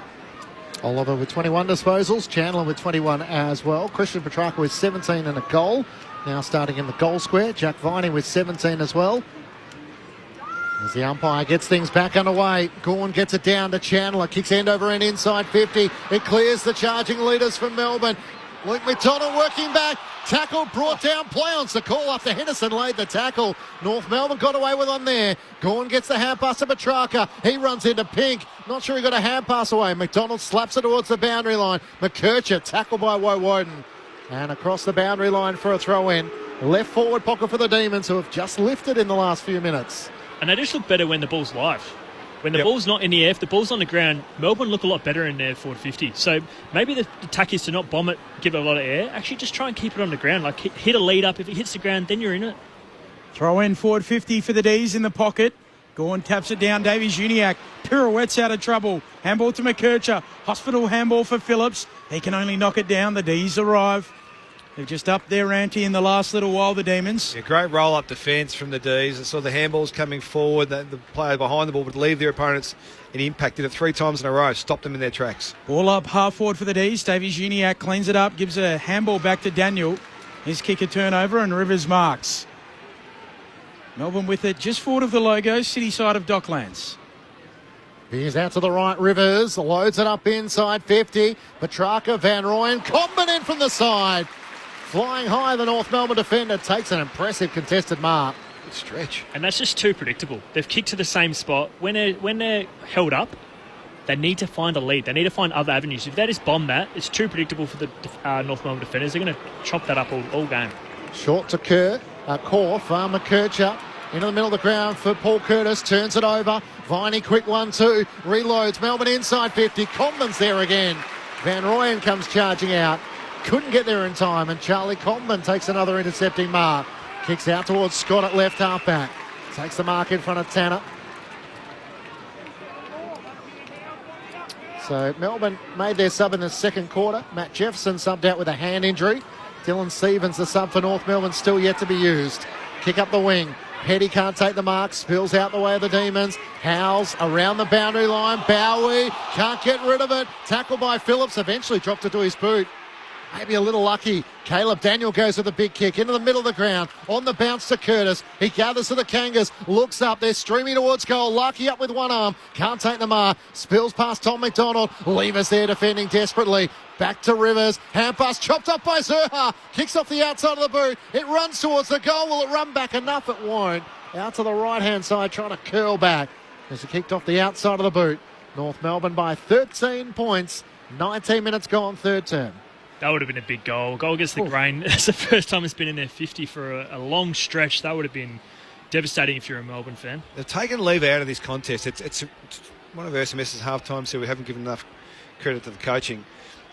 That's exactly what they've done. I'm sure that's been a plan to just take him out of the contest. Had 5 disposals, just the 3 marks. There's no influence on this game whatsoever. They've worked around this beautifully, the Kangas. D's with short kicks. Now Langdon, a longer one up to the wing, and Comben again. Taken 3 intercept marks in the last 2 minutes. Had 23 or 24 broken bones in his career. He's lost track, which is what happens when you get that high. But looking like the player he might well become. The clean run at it. Daniel kicks up the corridor. Phillips marks just forward of the logo on the edge of the square. That's why you want Caleb Daniel on your team. North with a long entry off the boot of Phillips to full forward. Out the back, Zerha. So too Scott. Coming across Rivers. Covers well. Constanti goes and picks it up. He's tackled nearly high, but the umpire wants to ball it up. Really good tackle. Left forward pocket here for the Roos. They lead it by 13. 20 played, third term. And North Melbourne need to set up defensively here. Try and pin him in and trying to get a goal out of this. Need to make sure their defensive structure is set and make sure they can just keep some time in their forward half here. Voice of Chad Wingard and Daniel Harford, your experts on ABC Sport. Sherry wins down the tap. Trying to prize it clear. Parker's hand pass towards the teeth of goal. Clearing kick in the end by the Demons up towards Van Rooyen. Can't take the mark. Good chase by Henderson. It spills out the way of Luke McDonald. Back inside 50. Pack forms. Umpire calls chopping of the arms and a Melbourne free kick. It's going back to Jake Lever, who was in the pack there for the Demons, and he'll take the free kick just 5 metres out from his defensive goal. North Melbourne by 13 points, 21 minutes gone, third term. Lever with a long kick up the middle. Danger, big collision. Langdon, good mark. Closing late, Tucker. Comes down with the footy though. Langdon gives it off to Woden, runs into trouble. Coughs up the footy. North back with it. Centre half forward. Handball Parker. Davey Juniak avoids the trouble. Off to McKercher. It's through. Turnovers. Hear that. Listen to the Kangas roar. The experience and the youth combining in the way they want. North by 19. 11-10-76 plays 8-9-57. And this is exactly what I'm talking about from Melbourne. They're taking risky kicks, and if it's not paying off, if I was to see a Melbourne fan that we've got 3 or 4 goals out of those sort of kicks and those sort of chains, I'd be like, okay, we've got 1 against. But now they've had 2 goals against them from risky kicks, going through the middle and running through. But let's not underestimate the pressure that North Melbourne are putting on. Yep. That was almost a spoil, so someone coming forward to spoil that. And to turn that over, like, I'll tell you what, that's the loudest I've heard this crowd erupt today. That was an unbelievable moment. Big moment for North Melbourne. They've had the grain against them this whole quarter. To get that one back, big props to them. Let's see if they can get it going out of the middle of this quarter. Actually, a game-high lead for the Kangas now as well. 19 points, 23 minutes into the third. Melbourne haven't led since the midway mark of the second quarter.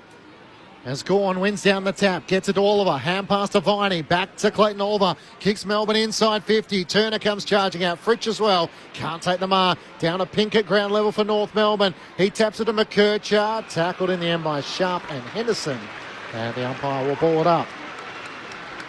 North Melbourne with 10 individual goal kickers in their 11-10-76, Melbourne 8-9-57, a couple of goals to Kate Chandler up for the Demons. As the umpire throws it up, Gorn wins down the tap against Sherry. Trying to get it to Sparrow. Simpkin gathers though for North. Hand pass to Scott. Kicks up the wing. Lever in front of Darling. Tries to tap it down to the advantage of Howes. Gets the hand pass to Sparrow. To Oliver. All by hand by Melbourne. Hand pass to Viney. Salem's problem to deal with. Tackled by Sheasel. Somehow got it to Oliver. Back to Sparrow. Inside 50. Petrarca taps it to his own advantage. Core races back. Sticks a boot in there. Clears the congestion for the moment. Spins off Sharp. Fritsch off a step. Misses to the right-hand side. North Melbourne by 18 points. Just not quite clicking for the Demons at the moment. I don't know if I've ever seen a defender back-to-back sockers in the D50 around this 30 metres straight out. That's I think Melbourne really need to come with a tackle, keeping this on the ground in forward 50. North Melbourne are looking a little bit vulnerable. Yeah, it's a good call. Sullivan with a short kick into the pocket. Off to Core, his kick overshoots Pink. And a throw-in to come. Just beyond the attacking 50 for the Demons. 24 and a half minutes into the third. Sunday footy on ABC Sport. Still to come following this game. We're out west. Home of Craig Trelevin. For Fremantle and Sydney, that's coming up. Sherry winning it down. Parker getting involved. Viney too. He pinches it. It's a handball away, but Simpkin there for the Roos. Off the power. Dangerous kick to a dangerous spot. Inside the defensive 50. Misses McKercher. Sharp wins it. Right on the arc of 50. Gets rid of it to Turner. Kicks to full forward. Nobody there except for Simpkin. Marks defensively. And the Roos have it again. That last kick again. Gorney killing them. In the square against Josh Simpkin, and he put it straight off. That should have been a mark at goal square for Gorney then. Simpkin to Bailey Scott, kicks up towards Zerha, can't take the mark. Hanson Jr. against the boundary, hand pass to Parker, to Zerha under pressure, kick around his body, chopped off by Lever. Takes a good mark in front of Harry Sheasel. Lauren Borden on the boundary. Dylan Stevens just in front of Lever here is about to come on as the sub, so not sure he's coming off yet, but Stevens about to come on. All right, thank you, Loz. Kick up towards Charlie Spargo, caught one around the head from Jai Simpkin. It was across the boundary line, and the umpire says throw it in. Jake Lever's got an issue there for the D's as he comes off, Loz. Left ankle, that is exactly what he's touching at the moment, taking his boot off straight away. So after he took that kick, he's hobbled off to the boundary and he's trying to get his left boot off now. Oh, that's a real concern for Melbourne fans. Stephen May already out. Gawn wins down the tap. Simpkin dumped in a tackle, holding the ball. And Melbourne will take it through Tom Sparrow at right half forward. He doesn't look comfortable at all, Jake Lever. No, that looks bad. You're hobbling that bad. He couldn't put any weight on that. Basically hopping to the bench. Sparrow kicks it short to Oliver. Cops a spray from Very Spargo. wide out. Sets it up for a leading Fritsch. Can't get there. Punched away by McDonald. Goes straight up and down. Core punches it out of the 50. Onto it, Sheasel. Slick hands for Curtis. Too slick. But he goes and gets it again. Releases the run of Scott. Roos down the wing. Phillips goes back to Curtis. Misses him. Curtis does well to keep it moving into the middle of the ground. Big ball to be won. Sheasel goes in. These have the numbers. McDonald picks it up off the Rivers. And now Rivers cuts a swathe through them. He didn't have a lot at half forward, but he spotted Spargo late. On the bounce to him. Gathers, ran into Simpkin, trying to get it back to Rivers. Couldn't do so. That's all right. Sullivan sockers it straight to the boundary line. It'll be insufficient intent. That's okay. They can set up now. That's not a bad call. But then you've got to set up. You can't allow free players. Bowie quickly takes it because Lindsay's all on his own at right half forward.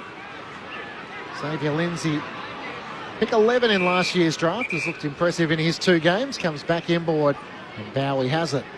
So they've got 3 or 4 players and 20 metres out Melbourne trying to just block for each other and create a lane for somebody. North Melbourne by 18 points. Bowie goes for Gawn on the lead. Can't take the mark. Call for North Melbourne. Hand pass into the back pocket for Tucker. Hand pass to Simpkin, hard against the boundary to Davies Uniacke, trying to get around Clayton Oliver, got the back of the jumper. Hand pass to Simpkin, back to Davies Uniacke, kept running. Hand pass to Phillips, he's trying to find a way forward, shovels a hand pass to Curtis. They're streaming past him. He wants to kick it to Sheasel in the middle of the ground. He missed him. And Harrison Petty gathers for Melbourne. Here come the Demons. Now they go through the middle. Salem releases Viney, running room, kicks inside 50. Onto the chest of Comben. Well, he's becoming a problem, Comben, as the loose player. And the D's keep kicking it to him. Now, the Kenga should have had a goal.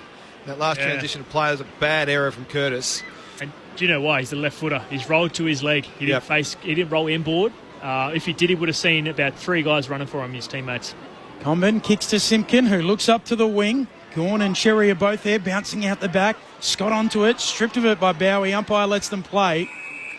And eventually it's out. Throw in coming. Talk about those handball grid games earlier, Benny. Yeah. The Kangas are really benefiting from that. They've been fantastic in close quarters on the boundary line. Numbers against them.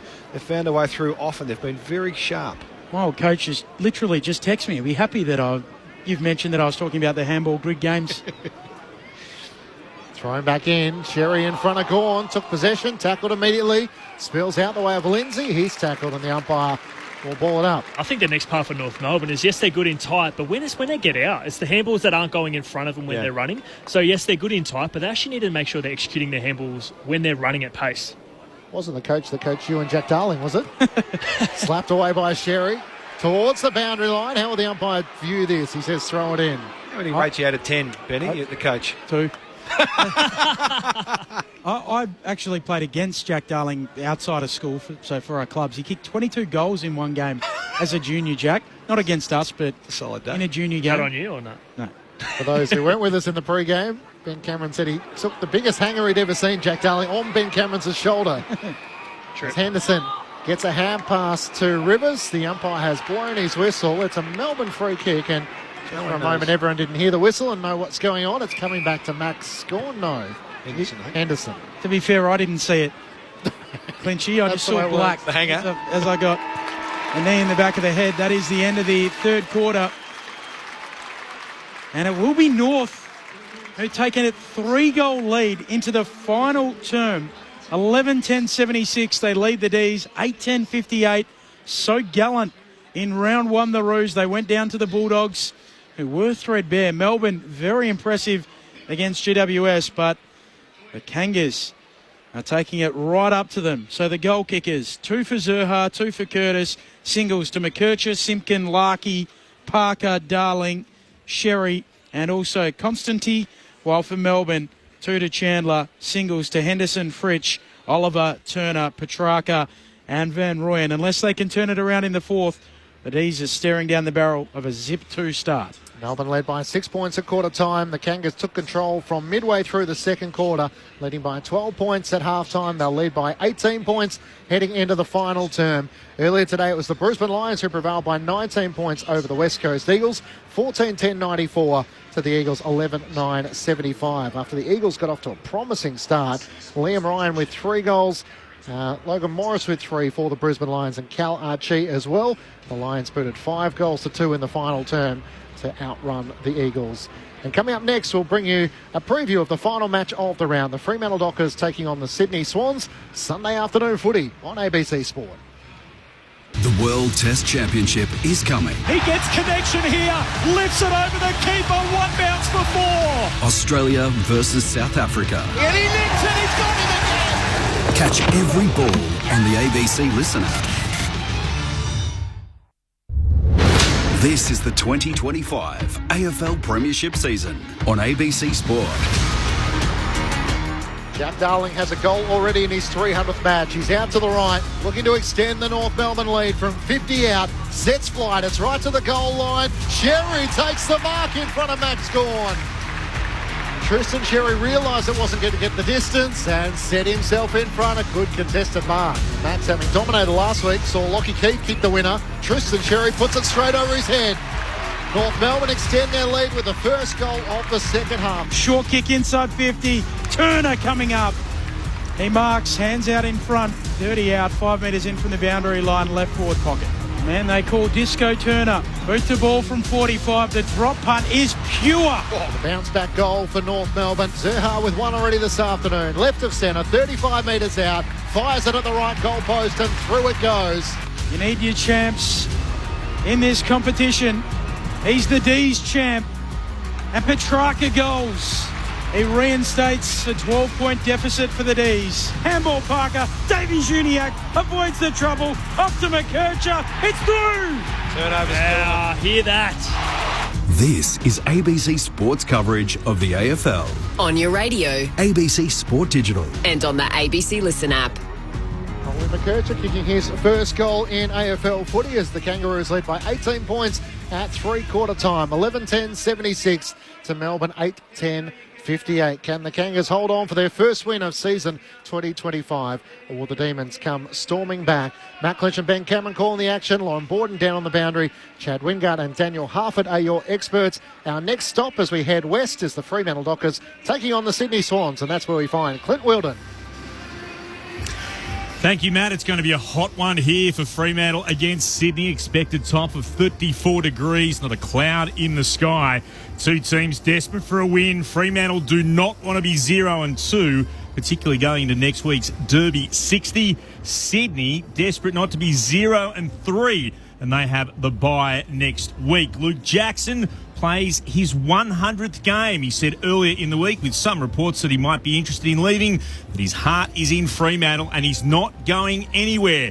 How will he play today as the Dockers celebrate the inclusion of their big off-season recruit in Shea Bolton? Game 136 for him, his first in the purple after missing with injury last week. There are no late changes. The subs, Josh Draper for the Dockers, Angus Sheldrick for Sydney. This will be an interesting one as both teams try to find their first victory of the season. Coming up after your clash, Clinchy. Thank you, Clint. Look forward to listening as we drive home. Clint Wilden and Mitch Turner to call the action. Peter Bell alongside Cara Antonio with the Cash Fonadar on the boundary. Fremantle and Sydney, the final match of round 2. North Melbourne by 18 points here at three-quarter time against the D's. Chad Wingard and Daniel Harford. What happens next?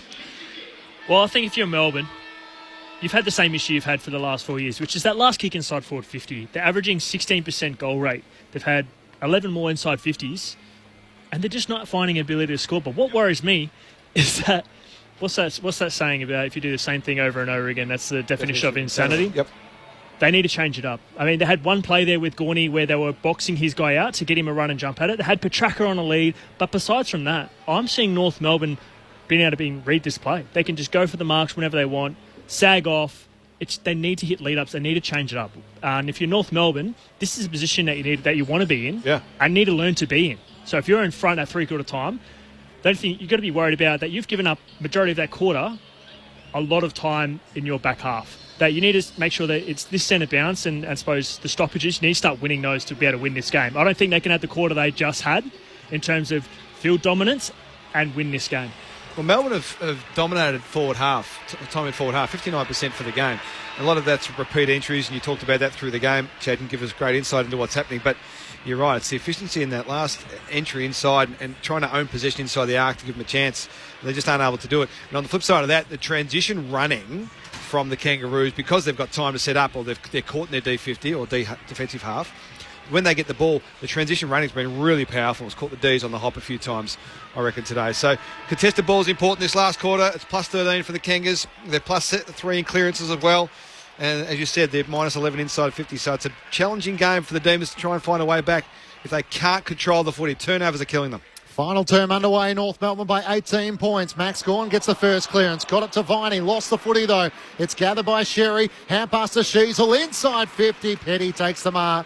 Peeling off Larkin. He played on. He had. Curtis tackles him. That's my boy. Oh, bench press Curtis back again. You don't want to play on when Paul Curtis is in the vicinity. He lays the tackle. Petty just ran right into him and, to be fair, tried to fend him off initially. And Curtis with a chance to try and extend the lead to start the final term. What's his bench pull? Because he just pulled him in. Need all his stats up. What can't this guy do? Just needs to finish this now. Chad Wingard has ticket 1A in the Fanboy Club as Paul Curtis is trying to extend North Melbourne's lead in the first minute of the final term. He comes in and puts it through for the Kangas. Curtis with his second. He did have a goal that was denied earlier, which unfortunately with the score review got denied, but North Melbourne lead by 24 points, 12-10-82 to Melbourne 8-10-58. That is a big goal to start this final term. And if you just see from North Melbourne there, I know that kick going inside forward 50 was intercepted, but look at the trajectory of it. It was probably like a 2-3 iron. It was actually lower and offline. A stinger. Everything that Melbourne has done is almost touched the roof and just gone to the same spot, right about 10 metres outside the goal square. So you just see just changing angles, different sort of kicks, creates an opportunity for them. Lauren Borden on the boundary. Just a bit of an update on either bench. It's Will Phillips who's been subbed off for Dylan Stevens, who's come into the game for North, and Jake Lever still on the bench for Melbourne. He went down into the rooms with that left ankle foot injury at three-quarter time. He's back out and just getting a rub down at the moment, but it's still troubling him. That's a problem for the D's. Yeah, that is a concern. Pink with a high ball inside 50 for the Roos, and Larky reaches up and plucks it. Well, that's an uncommon position he's found himself in today. Harrison Petty's been playing him back shoulder. He's been forcing him chesting him under the ball in those high ball situations. But for whatever reason, on this occasion, Petty had front position, and Larky did exactly what Petty's been doing to him all afternoon. Chested him under the ball and found the right position to put his hands up. That was clever forward craft. What a champion he's been for North. On the approach to make it really tough for the D's. Boy. It's a long road back for Melbourne. North lead it by 5 goals neat. 13-10-88, plays 8-10-58. 3 minutes into the fourth. Sunday footy on ABC Sport. And I know it's personnel. Obviously, you've got Larky and Darling down one end. Two guys who have been veterans. They understand the game. They're at the pinnacle. But you can learn so much just from their body work. It does take talent, but it takes practice and actually owning your craft, right? There's been probably 4 or 5 instances where I've seen Larky or Darling just dictate their guys in the contest. Melbourne can learn from that. They need to make sure, if they're worrying about their last kick, what can you control as a forward? So just don't worry about the kick itself. If you can't, as a forward, you can't control where they're kicking it. But they need to make sure they're owning their craft of when it does go in the air, what are they doing in their body? It's unbelievable how well they work together. All of a sudden, the Kangas have kicked 8 of the last 10 goals of the match. Chad Wingard with you on ABC Sport. Back in the middle, Powell gets the clearance to North Melbourne. Inside 50, Curtis is free. Had his legs taken out by Bowie. It's gathered by Hanson Jr. Out past the Larky. Here's another one. They're running away from them at the moment, the Kangaroos. As Nick Larky kicks his third. And on the big screen, the young Kangas fans, they're celebrating in the aisles. 36-point leaders with 3 goals in the opening 4 minutes of the final term. 14-10-94 to Melbourne 8-10-58. Well, what a start. 3 goals in 4 minutes. I mean, if you're Simon Goodman, who's now down coaching on the bench, he's been in the box most of the afternoon. He's now on the bench just in front of Loz doing his business. He'd be sitting there going, what do we do from here? Because it's centre bounce, it's clearance work. Powell's having a huge impact on this performance. Crash and bash inside the forward 50, ground level ball, and just put heaps of pressure on the Ds. It's been a brilliant start. This is what they didn't do last week. The Bulldogs did this to them at the start of the last quarter last week, and it cost them the game. They've learnt from that, and they're better again today. Kicked the last 4 goals again, the Ds, and 10 of the last 12. So, make that the Kangaroos. They've kicked 10 of the last 12 as Powell goes bursting out of the middle. Kicks to full forward. Darling can't mark. In the pocket. Bowie soccers it out. Lauren Borden downstairs. Just involved in that contest, so he's come onto the ground and gone straight to fullback, and like you mentioned, Simon Goodwin is down on the boundary with his headset and has watched a couple of goals go through for North Melbourne in the last couple of minutes that he's been down here. Second try for me. Last 4 goals, 10 of the last 12. Forward pocket, throw in for the Roos, slapping it to the back. Sherry Oliver's there, up and down it comes. Up goes Curtis. Oh, bench press. Takes the mark. Bench ball, bench press, what do you want? 53 metres out, tells them all to settle down. Kangas lead it by 36, 5 into the 4th. He probably can't kick that far, so he tries to chisel a kick inside 50. It never got past Ed Langdon. Here's a chance for Melbourne. Kicks out wide to the outer side. Less bench press, more kicking for Paul Curtis, I reckon. Maybe stick with the foot skills this week. Henderson takes the mark for Melbourne.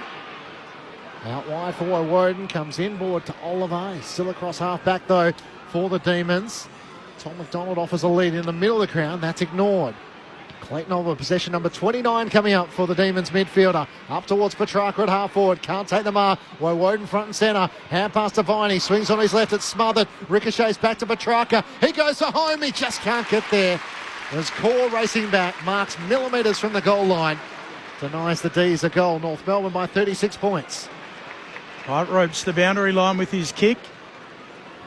Able to get it to Stevens, the sub. Another recycled Swan out there for the Roos today. He runs around the boundary line. Kicks a floater up to the wing. Curtis drops the mark. Lands in the lap of Darling. Off to Sheasel. Well-weighted kick. Looking for Hanson Jr. Has to gather on the bounce. Shrugs a tackle. Forward handball to Curtis. Breaks the 50. Centre and kick. Great for Zerha. Transition footy. They've gone D50 to forward 50 so often today. It's very, very impressive. 25 out directly in front. And Zerha can kick another goal. They are piling on the pain here, the Roos.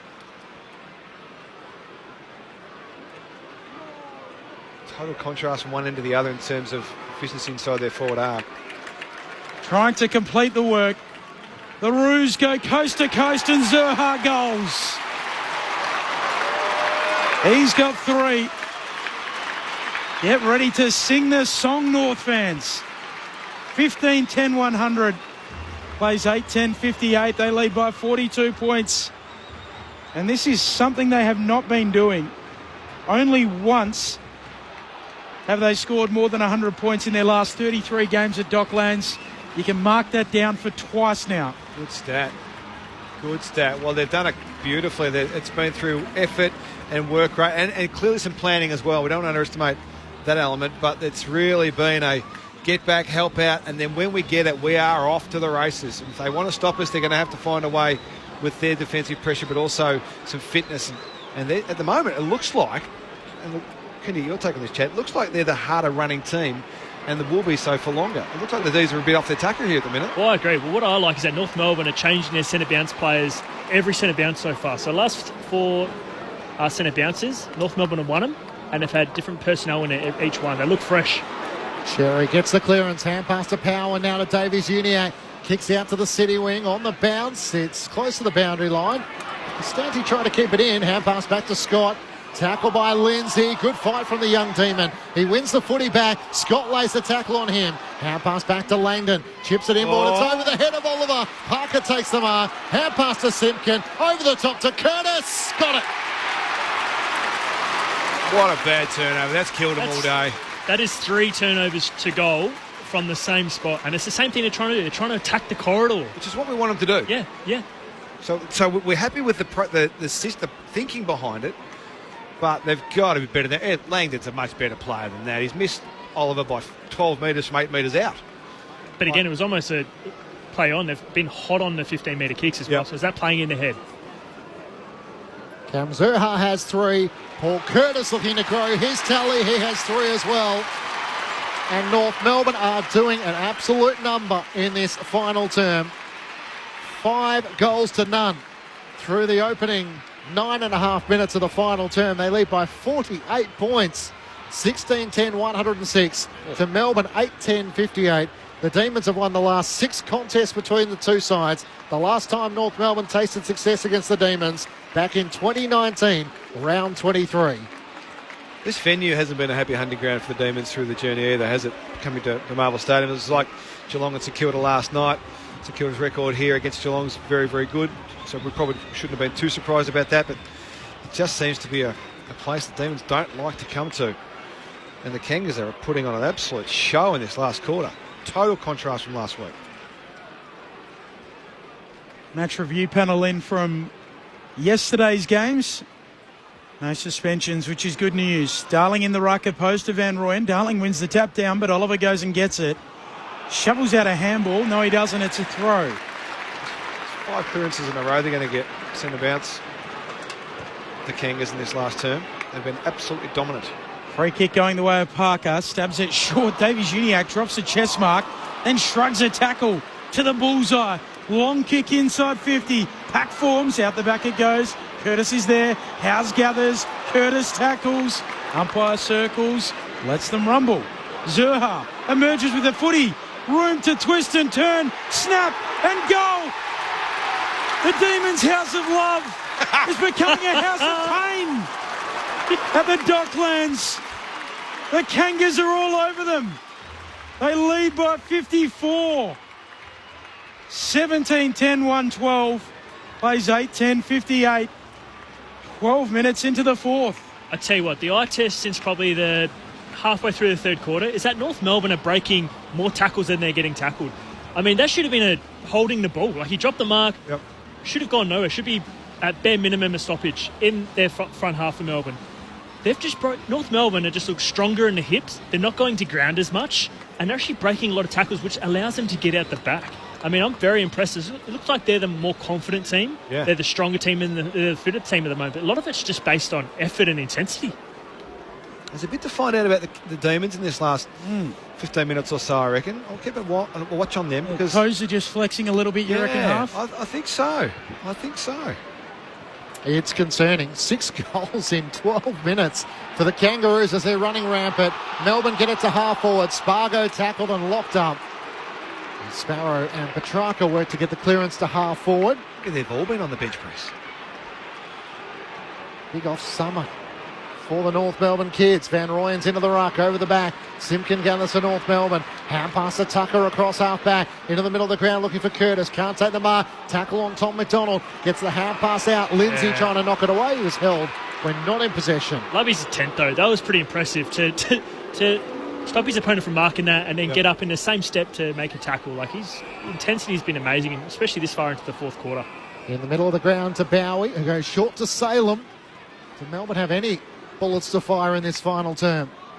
They're 54 points down as he works it out to Bowie at left half forward. Long kick inside 50. Van Rooyen's there. Turner as well. Petrarca front and centre. Hand pass chopped off by Darling. Stripped to the footy. Spills out the way of Davies Uniacke. Hand pass away to Caleb Daniel in the back pocket. Kicks up towards Simpkin. Tom McDonald got hands to it. Tries to juggle the mark. Not paid in the eyes of the umpire. Lindsay's hand pass inboard. Sparrow, was he held when he didn't have it? Sheasel's brought down. Somehow got a kick away while lying on his backside. It spills out to Spargo. Kicks out to the wide side of the ground. That's a great pass. Van Rooyen leads out and marks on his chest. And I tell you what, that is a sight to see if you're Melbourne fans. You're like, wow, finally they've kicked somewhere that's not 5 metres from the goal line, or the goal square, I should say. 30 numbers. I mean, if you saw the heat map of the kicks inside forward 50, it's literally be a small spot fire about 5 metres out from the goal square. And I think this is the first time we've hit a lead that someone's had separation for one and they've led it on a mark. Open side.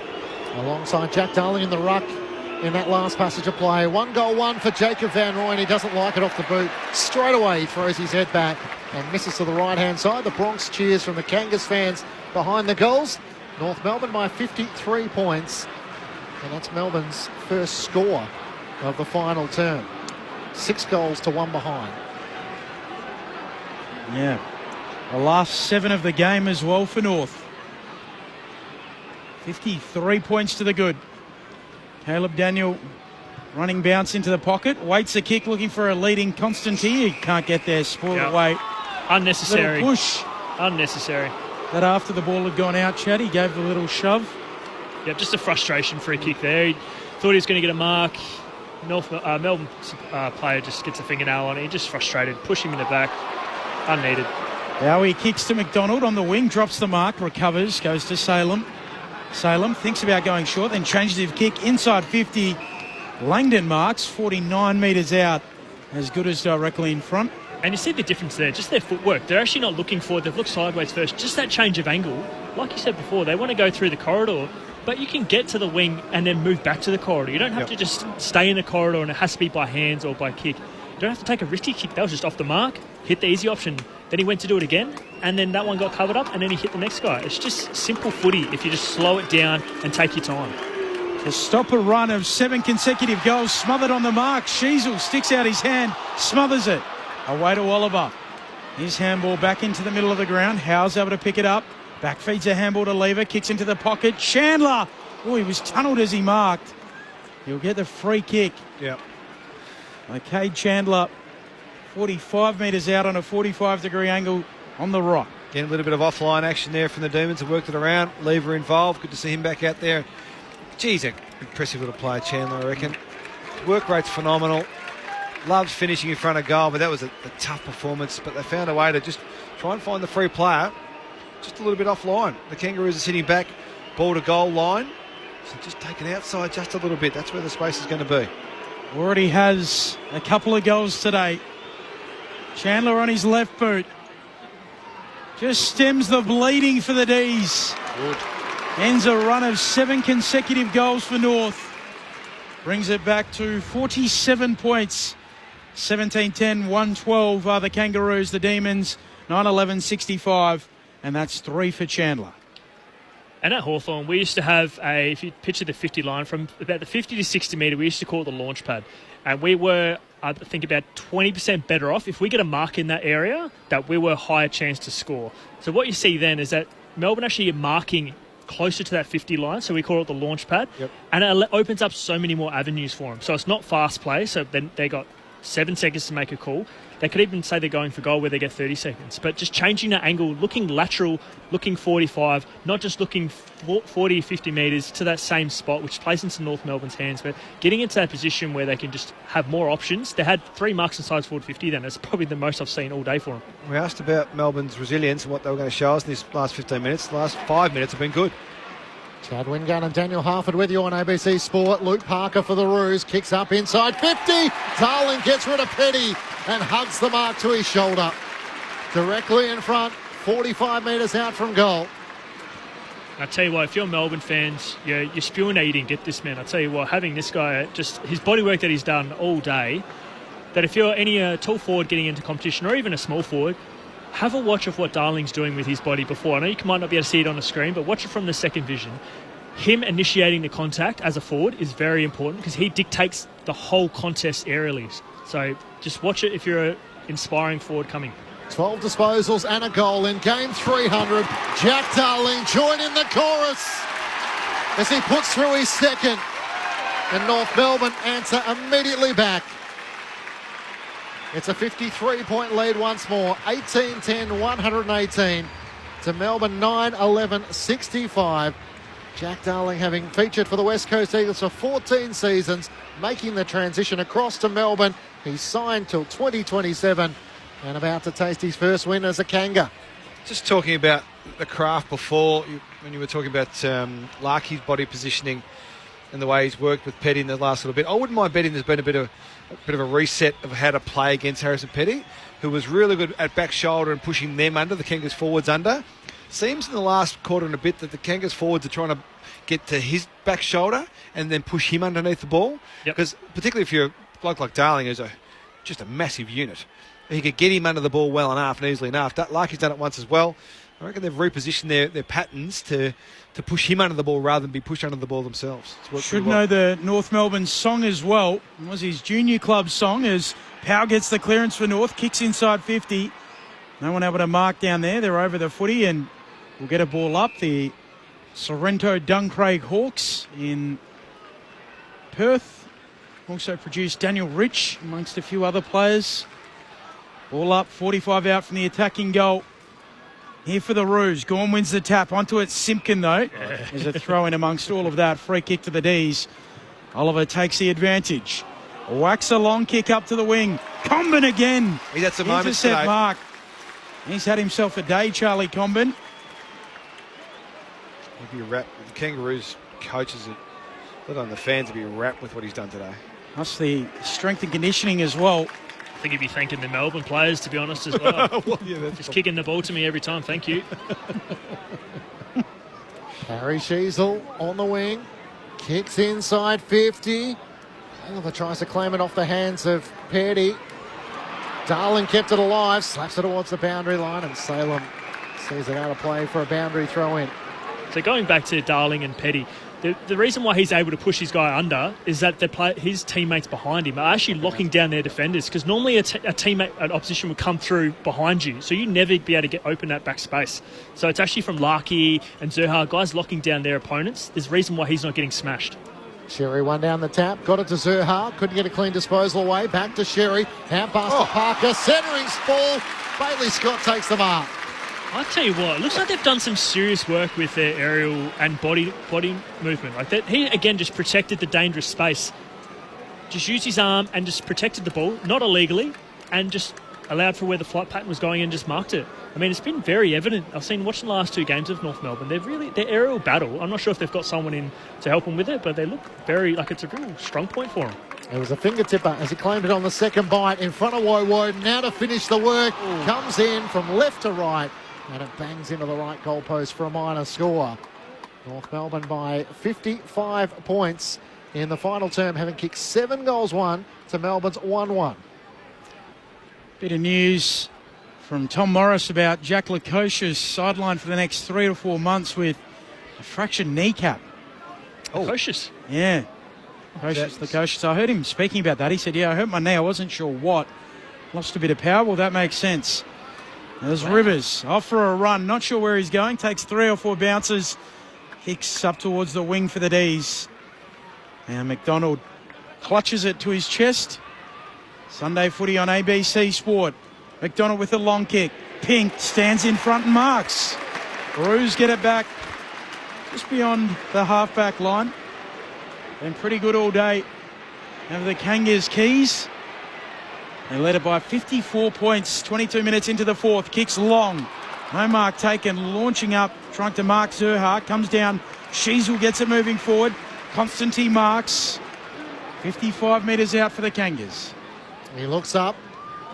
Kicks into the man of the mark. Rivers, it ricochets back, and then he gives away a free kick for a hold. So it'll come back to him at left half forward. Wants to chip it back to Caleb Daniel, but it'll have to come back to Costanti at left half forward. His first goal as a Kangaroo earlier today from the Sydney Swans, part of the trade with Luke Parker. Swings out to the right, kicks long towards Sherry and Curtis. Curtis in front, can't take the mark. Gorn at the back, hand pass over his shoulder to Sparrow. Into the middle of the ground, tough one for Fritsch. Out number 2 on 1. McDonald slaps it down, looking for Tucker. Little Topo. Costanti trying to duck out of a tackle. Hand pass to Daniel, hand pass to McDonald. The Roos around the outer side. Hand pass to Sheasel, decides to go backwards to Daniel. Possession number 29 coming up for him. Into the middle of the ground for McKercher. Thought about the hand pass, now looks more direct. Kicks out wide to left half forward. Scott takes the mark. They are playing on at will. Swings onto his right and bangs through another. Stop it. Wow. 8 goals in the final term. And the North Melbourne fans who have been long and suffering are enjoying this show in the final term. Sit back and enjoy the show. North Melbourne by 60 points. 19-11, 125 to Melbourne 9-11, 65. We'll have to check the record books for North Melbourne's highest score in recent years. So we're watching the Harlem Globetrotters here. But what's happening is that they're changing angles with their kick. I mean, you look at Daniels, has that kick, pulls it off, about 30-metre kick, just changes angle. And again, face up, urgency with your feet. So you're facing up, you see your options, and they're not looking 40 metres. They're just looking for what's in front of them. They're giving what the opposition are giving them. And I tell you what, that was a special finish, mind you. But, geez, the build-up has just excited me if you're North Melbourne fans. The foot skills is really improved from the last couple of years. Daniel's been great. I'm so happy for the North fans. I mean, they've seen this movie before. It's usually just been happening to them. Yeah. Yep. Yeah, 8 goals in a quarter. I can't imagine that's happened too many times either for the Tigers of recent years. They did score 132 against the Gold Coast at Bell Reeve late in 2023. Remember when Larkey kicked the bag, I think, the final round of the season. So they might go past that today. The D's are out of the middle here, though. Viney to Oliver. On the burst. Long kick to full forward. Turner down there. Drops the mark. Spills to Spargo. Wrapped up by a couple of Kangas. And a ball up alongside the behind post. Again, we're talking about you need to run at that. You need to mark that. We see the same thing happened with Zerha. He draw the free kick off Lever. Like, it gets frustrating if you're a Melbourne fan that these simple, I suppose, skills that you can know as a forward, they're just not utilising them. Going down for Viney. Handball errant. O'Sullivan wins it for North. Gets a handball away to Stevens. To the run of Hanson Jr. Galloping down the dockside wing. Gets caught. Has to get rid of it. Slaps it up to the wing. Henderson will go and pick it up for the D's and then kick infield. Good kick for Rivers. Rivers has Bowie on the boundary side, interchange side, decides to go for Henderson, who marks lunging forward at left arm forward in front of Caleb Daniel. Centres the ball. Poor kick, looking for Sparrow. Intercepting mark taken by Harry Sheasel. North Melbourne look to turn defence into attack to Scott through the middle of the ground. Howe involved again. Possession number 31 coming up for him as he looks up towards Larkey. He's uncontested. Going back with the flight was Rivers. Did well not to give away the free kick with his back to the ball. Hand pass comes out to Stevens. Can't take it cleanly. Sailing for Melbourne through the middle of the ground. Taking a bounce, Sparrow. Hand pass to Rivers. Feints the hand pass. Gets around Caleb Daniel. Chips it to Clayton Oliver. Attacking side of the centre circle. Some kick out wide to Spargo. He has space at right half forward. And then Turner in the pocket should take the mark. And go back and have the set shot for the Demons. So that's the flip side. Like, Melbourne have been turning the ball over at half-back all afternoon with clever kicks they're trying to create, just not pulling them off. On that occasion, the Kangas should have had that right half forward, had 3 numbers there to 1 at one stage, lost possession of the footy, and the Demons had transitioned forward to the ball, so they weren't able to stop it. So turnovers in that area of the ground are absolutely death in modern footy. You cannot afford to do it. Daniel Turner, 1-1 this afternoon, comes in from outside 50, and it's right all the way and a minor score. See what, Clayton Oliver is sitting there going, any danger, you both give me some help. Yes. He's worked his backside off this afternoon. He's had 34 disposals. He's kicked the goal. He's had 12 clearances. He's been just about everywhere for the D's. Melbourne 1 goal 2 in the final term. North Melbourne 8 goals 1. It's the Kangas by 59 points. Great to see him. Daniel with the kick in. Out to Hanson Jr. Some numbers for you, Half and Chad. Biggest win in terms of margin since round 9 2020. This is on track to be. That was 69 points against Adelaide. As Hanson kicks long up to the wing. Larkey in front off hands. It's also on track to be their biggest win under Alistair Clarkson. So the previous biggest he's had is 35 points, which was that game against the Gold Coast Suns that I mentioned. So it will also be their highest score under Alistair Clarkson if they can get past 132. Thrown in, Sherry in front of Gawn. Down towards Petrarca, spinning out of traffic. Hand pass taken off by Simpkin. Gets the hand pass forward to Parker. Now McKercher over the top. Davies Uniacke was set up to be tackled, and Rivers lines him up and tackles him to the turf. It's a great hand pass in the end from McKercher, but no damage done. Davies Uniacke is probably a bit sore and sorry for it. 28 minutes gone, final term. Just repeating, we'll be taking you west to the Fremantle Dockers, taking on the Sydney Swans. Now, WA listeners, you won't miss a minute of the action. You'll depart as soon as the siren sounds.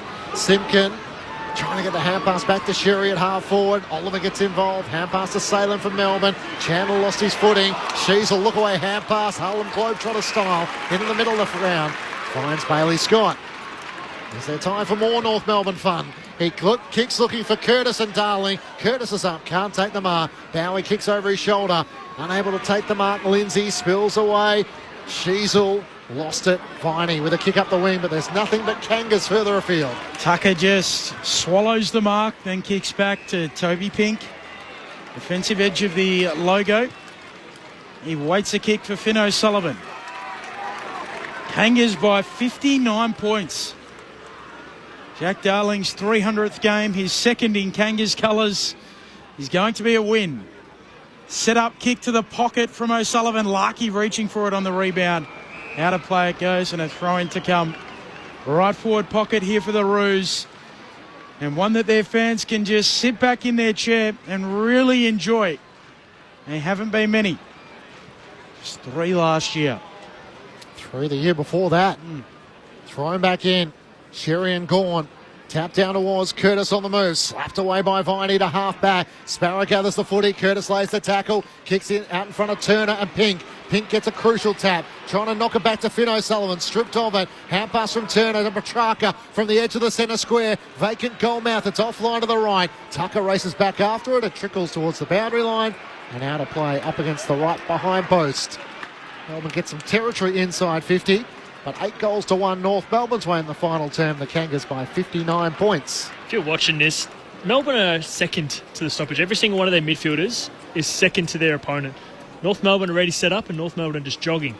They're running harder. They've been running harder all day. Look fitter. Yep. Forward 50 stoppage for the D's. Gawn palms it down onto it. Davies Juniak. Clearing kick for the Kangas. Darling comes up and marks. How fitting. Another touch for Jack in game 300. Kicks out wide for Curtis. Tell you what else would help them. I think North Melbourne are rotating their players through there a lot more. So they're a bit fresher. I think relying on, like you said, Clayton Oliver to shoulder the load up there is just unfair. They need more players going through there and having more impact. Here go the Roos again. Hanson Jr. roves the pack. Runs to 50. Off to Larkey. Has to break a tackle. 40 out from goal. Will set up a high kick. Looking for a marker. Stevens goes up. Can't take it. Gets it at ground level. He thinks about snapping. Off to McKercher. Chips a kick. There's nobody there. And Woden, he mops up on the last line. Hand pass to Bowie. Trying to find an avenue out of defence. Looking for Turner at half back. Spoiled away by Comben. What a fitting note to finish on. The siren sounds. North Melbourne sing it one and all. They're on the board in 2025. Their biggest win in 4 years. North Melbourne beat Melbourne for the first time in 6 years by 59 points. North Melbourne's on the ball. Good old North Melbourne. They're champions, you'll agree. North Melbourne is the team that plays to win for you and me. The Demons led by 6 points at quarter time. North Melbourne by 12 points at half time, and they didn't look back from that point onwards. By 18 points at three-quarter time, and then 8-1 in the final term. The Kangas 19-11, 125 to Melbourne 9-12, 66. And sing it one and all. Join in the chorus. North Melbourne's on the ball. Good old North Melbourne. They're champions, you'll agree. North Melbourne is the team that plays to win for you and me. In front of 28,768 fans, the Kangas get their first win of the season. While for the Demons, well, their fans will feel like it might be a long season if today is an indication. They are 0-2 to start the season after a tight loss to the Giants by 3 points last week. For the winners, 4 goals to Cam Zurha, 3 goals to Nick Larkey and to Paul Curtis, 2 goals to Jack Darling, individuals to Cherry, Simpkin, Scott, Powell and Parker, alongside McKercher and Costanti. It just keeps going on, the goal kickers for North Melbourne. While for the Demons, 3 goals to Kate Chandler, individuals to Van Rooyen, Turner, Petrarca, Oliver, Henderson and Fritsch. The Kangas win us by 59 points. For our Western Australian audience, we bid you farewell. You're off to the Fremantle Dockers taking on the Sydney Swans. And for everyone else, we'll continue on. We'll bring you some reaction from inside the North Melbourne room. So Jack Darling, it's game 300 as a winner. Daniel Harford and Chad Wingard for North Melbourne fans. It's the type of win they've been hoping for to try and plant the seeds of optimism as to what might be possible. No doubt they'd be ecstatic with that performance from their boys this afternoon. It was a tough grind early doors. It was 2 goals at half time, which you talked about, but it was the way they set the game up in the first half of that first quarter which really impressed me. The D's rallied and wrestled it back as a good team does. It's been pretty proud and pretty prominent for quite some time. But it was the second half. They've kicked 11 goals to 3 in the second half and blown the game wide open. Of course, 8 goals to 1 in the last quarter will help that. But I just reckon that they've showed a lot, and Chad's been talking about this through the commentary this afternoon, about their physicality, their strength, their power, and their ability to master their craft in one-on-one situations, particularly when the ball's in the air. And watching it live here, it's hard to ignore that. It was absolutely in your face this afternoon. That was the difference. Now, we'll lament the turnovers of the Demons through the afternoon, trying to get more aggressive with their ball movement. And they turned the ball over, and it cost them on a couple of occasions. But this was an amazing victory for the Kangaroos, and all that they've been trying to build in the last couple of years under Alistair Clarkson. As he comes down the stairs onto the arena at the moment, the coach, and gets some massive high fives from the Kangaroo faithful. So they're loving it. But this is almost the combination of what they've been trying to do. This is exactly, you'd think, the blueprint of what Alistair Clarkson has tried to introduce to this footy club in the last couple of years, Chad. And we saw it on show against a team that would have come in here, and we both tipped the D's leading into this, would have come in here thinking that they were absolutely favourites for a reason to win this game of footy, but they were found wanting. Yeah, that was super impressive. I think their aerial, like I spoke about before, I think their aerial presence is a real weapon for them. And that's all over the ground. That's just not with Jiri, that's not with, like the forwards as well. But they're down back. They look like it was, they out Melbourne with their contested ball. Obviously, the aerial marks look like the Stephen May and the Lever type of, when they were set up and when they won their grand final. Yep. Has kind of elements of that with a strong midfield. I think what is exciting if you're North Melbourne is just the amount of people who contributed today. A former teammate of Jack Darling, Andrew Gaff, has come out to help cheer him off. Docklands with Luke Parker on either side. A thumb up to the North Melbourne faithful. Just his second game in Kangaroos colours, but a win. And game 300 for Jack Darling. Had a good day too.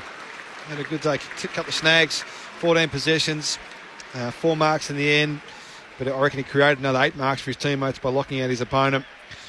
Worked hard, 3 tackles, but I reckon he put pressure on 15 or 16 times where he almost got the tackle. Yeah, yep. He was just brilliant with his second and third efforts today when the ball hit the deck. He's not just an aerial presence for the Kangaroos. He's an all-over-the-ground presence. When he played in the ruck, he did a good job as well. So it's a really good find, I reckon. Yeah. A really good find. And maybe I was a little bit harsh on North Melbourne last week. I was pretty hot on their standards, not getting back off the mark. When McDonald gave away 350, didn't stand a mark in the goal square, kicked the goal.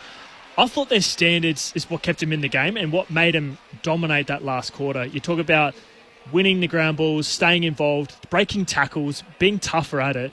I think what happened from last week to this week is just a dramatic improvement. I mean, it could be the opposition that they were played against. Maybe Melbourne didn't bring their A game, but I was super impressed. The amount of contributors that North Melbourne had, it was an unbelievable game and something if you're a North Melbourne fan, you'd be pumped going into the weekend. Finishing your weekend and going into the week on a Monday with a win like that. So how big are you willing to go? There'll be those on social media who will say, finally North Melbourne have arrived, or given the calibre of opposition. And straight on the SMS, Alice has been in touch, 0437 774 774. Hard to watch the D's today, very disappointing. Well and truly outplayed.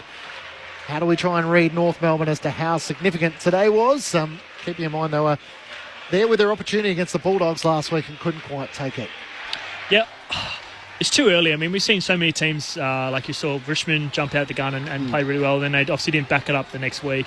I think for North Melbourne, it's definitely the consistency throughout the game as well. Like even in some patches, they were a bit iffy with their defence. But like I said, the biggest thing for me watching North Melbourne is the amount of people that contributed today at a higher level. That I reckon they had 10 players. If you pick the 3-2-1, I reckon we could squeeze probably 6 or 7 players in there. It was super impressive, and that goes to the fact that I think they rotated a lot of players in their centre bounces. Josh Simpkin came in and dominated. Like all the players that came into their centre, even Jack Darling in the ruck. Like the amount of people that they just rotate and flip around, and they just impacted the game so much. LDU was impressive. Just some of the stuff that they breaking tackles and feeling like they were the stronger, the fitter team.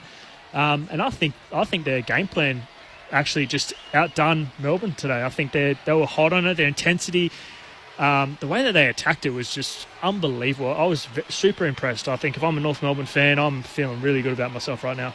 We'll find out pretty quick because they've got Adelaide next week in Adelaide. Yep. So we'll know exactly where they are from what we've seen from the Crows so far this season. Some of our listeners are about to depart, heading west for the Fremantle Dockers taking on the Sydney Swans. We'll continue on the ABC Listen app, but we bid you farewell. North Melbourne winners by 59 points.